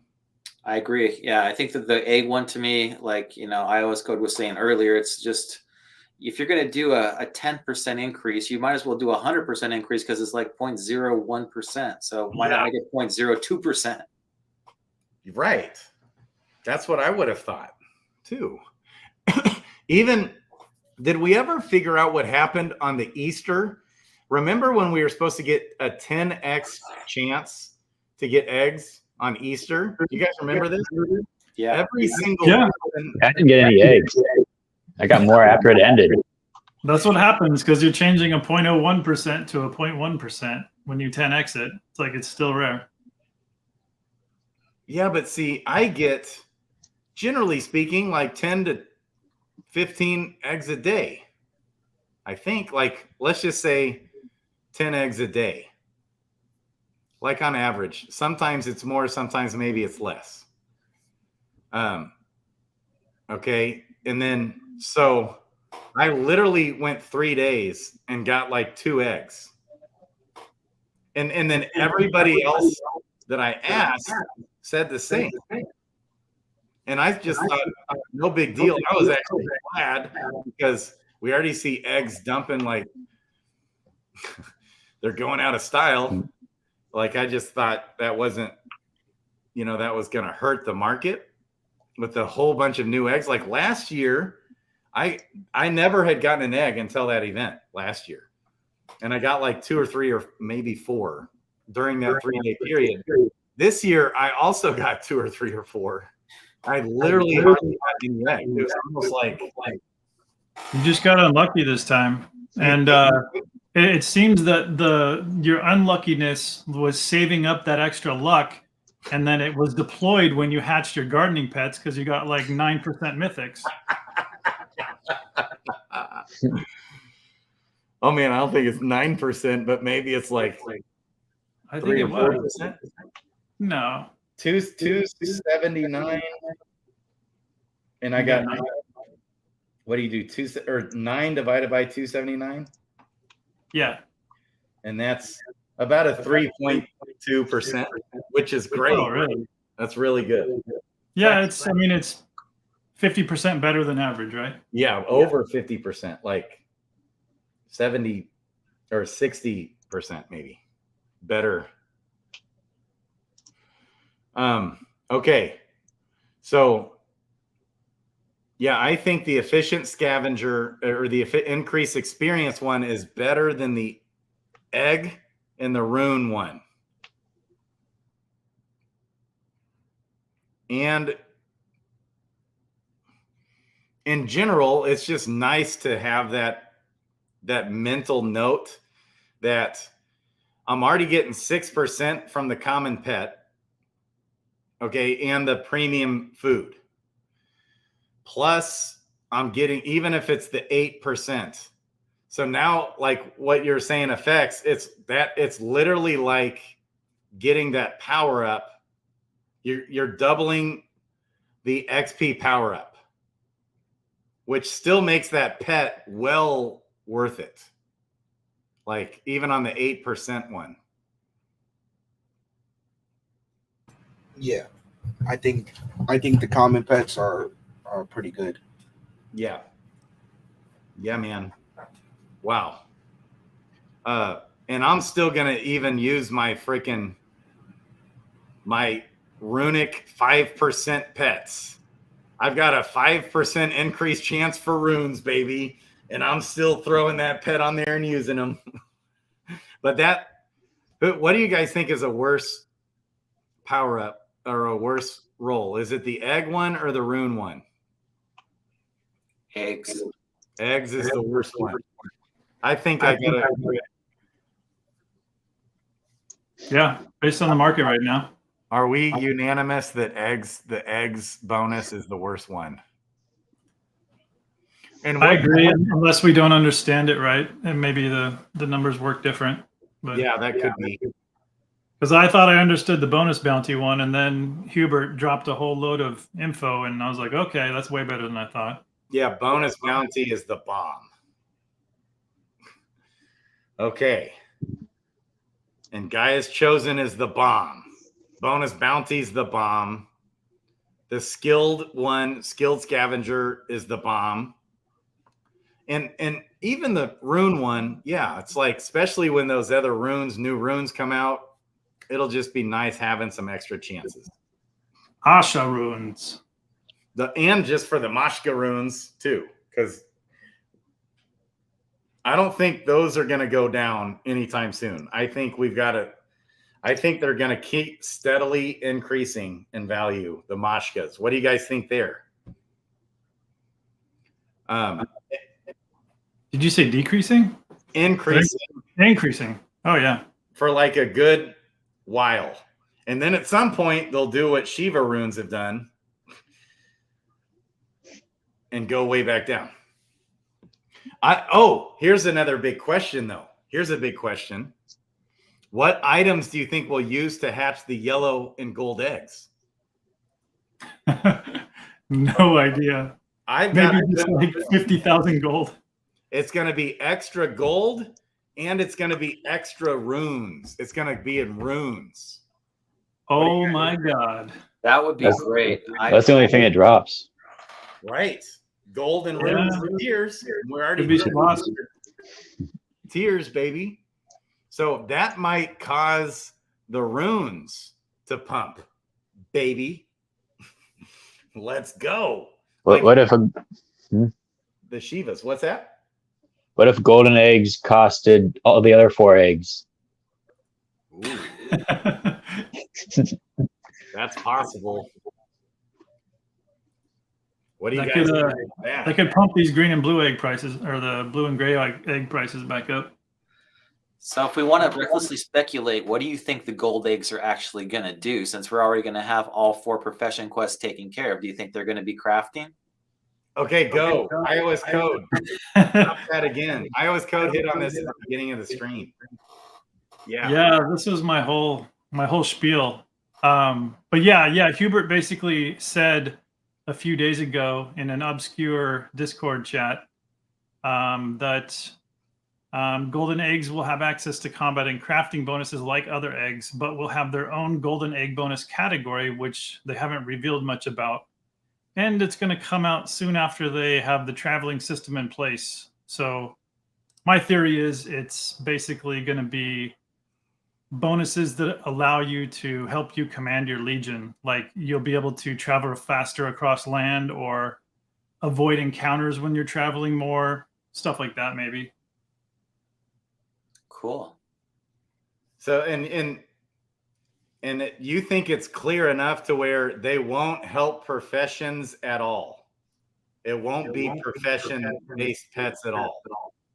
Yeah, I don't think it'll have any relationship to profession in any way. So there will be no bonuses to professions, questing those. Ooh, that's interesting. Yeah, that would make sense because you got to choose anyways, right? When that comes out, you're gonna have your combat heroes. You're not gonna want them to be doing professions. So why would you have a profession pet on it? You'd want like a pet on it that just is totally for combat or totally for whatever traveling, right? That makes sense. See those golden eggs, Christian Peter. Remember, like $500, $1,000. Oh yeah, those gold eggs were expensive for a while, but if you can hatch something that's going to allow you to travel twice as fast, that could be worth a lot more than these profession bonus eggs. So yeah, I'm excited to see what the gold eggs actually do. Yeah, they need to have a pretty significant buff to them because for the longest time they were such a big commodity thing. And so I hope and part of my strategy, I was going to save some of the pets. Like I was thinking my best pets would come from my golden eggs. And so, I've got like largely due to, I was putting them in liquidity. So I got a lot. I like doubled my golden egg count from liquidity. Okay. So I've got like 150 some, I think, golden eggs. And that was part of I was planning on using those on my best heroes. Eventually. How long do you think it'll take to unequip a pet from a hero? 1 day. Okay. Did he say that? Yeah, 24 hours. The pet gets upset for a while. He gets grumpy and sad. And can we unattach them at any time? Like when, as long as they're not like in the middle of a quest or something. Right, I think. Yeah. They don't have to like run out of food and then you unattach them or anything weird like that. Okay. I mean, I think golden egg pets are still going to be on average more valuable than any of the profession pets. That's just a guess. Right. I think they'll be special and probably more expensive. I mean, they're kind of limited in a way, whereas the other kinds can just inflate with the heroes finding the eggs. But at the same time, it's like, do you hold on to those or not? It's like that's a hard call because they're also going down in value. They're not an asset that they're still an inflationary asset, I guess is what I'm saying, because they correlate to gold in a way. Okay. Right. Okay. So what should I sell this pet for? This is there's only one on Clayton blockchain. Remember how there's hardly any of them out there for sale and they're all like the floor was 800 and some crystal. Do you think like 999 jade now makes this one the floor, I think? Yeah, that should move, I bet. Think it'll move? Yeah. Let's go. Maybe it'll auto sell. Nah, I don't think it'll do that, but someone will pick it up within a day, I bet. Interesting. Okay. Any other alpha, anything else that anybody wants to talk about? No, I think you're going on 6 hours here, Grady. Yeah, let's wrap it up, bud. I'm dead man. Yeah, I am a dead man. I'm ready. I'm ready to turn in. Yeah. We've lost it. Effects went to bed. You know, we can't stay without effects. It's amazing. It's amazing that we still have 42 people in on this stream. We got Blockchain John, who will want to go back and listen. He did the DFK Community Day today. So Blockchain John, make sure you hit me up on that, and I'll have that on my stream next time. Like your stream on my stream somehow. We'll figure that out. It's the first Sunday of every month at 7 p.m. He does DFK Community Day. Baby. Okay. I love you guys. The bed is calling all of us. Yes. I love you guys. All right, man. Any final words? Anybody? Love you guys. See you mañana. Yes. Okay. Yep. We're like all freaking zombies in here. Yes. 2xp time.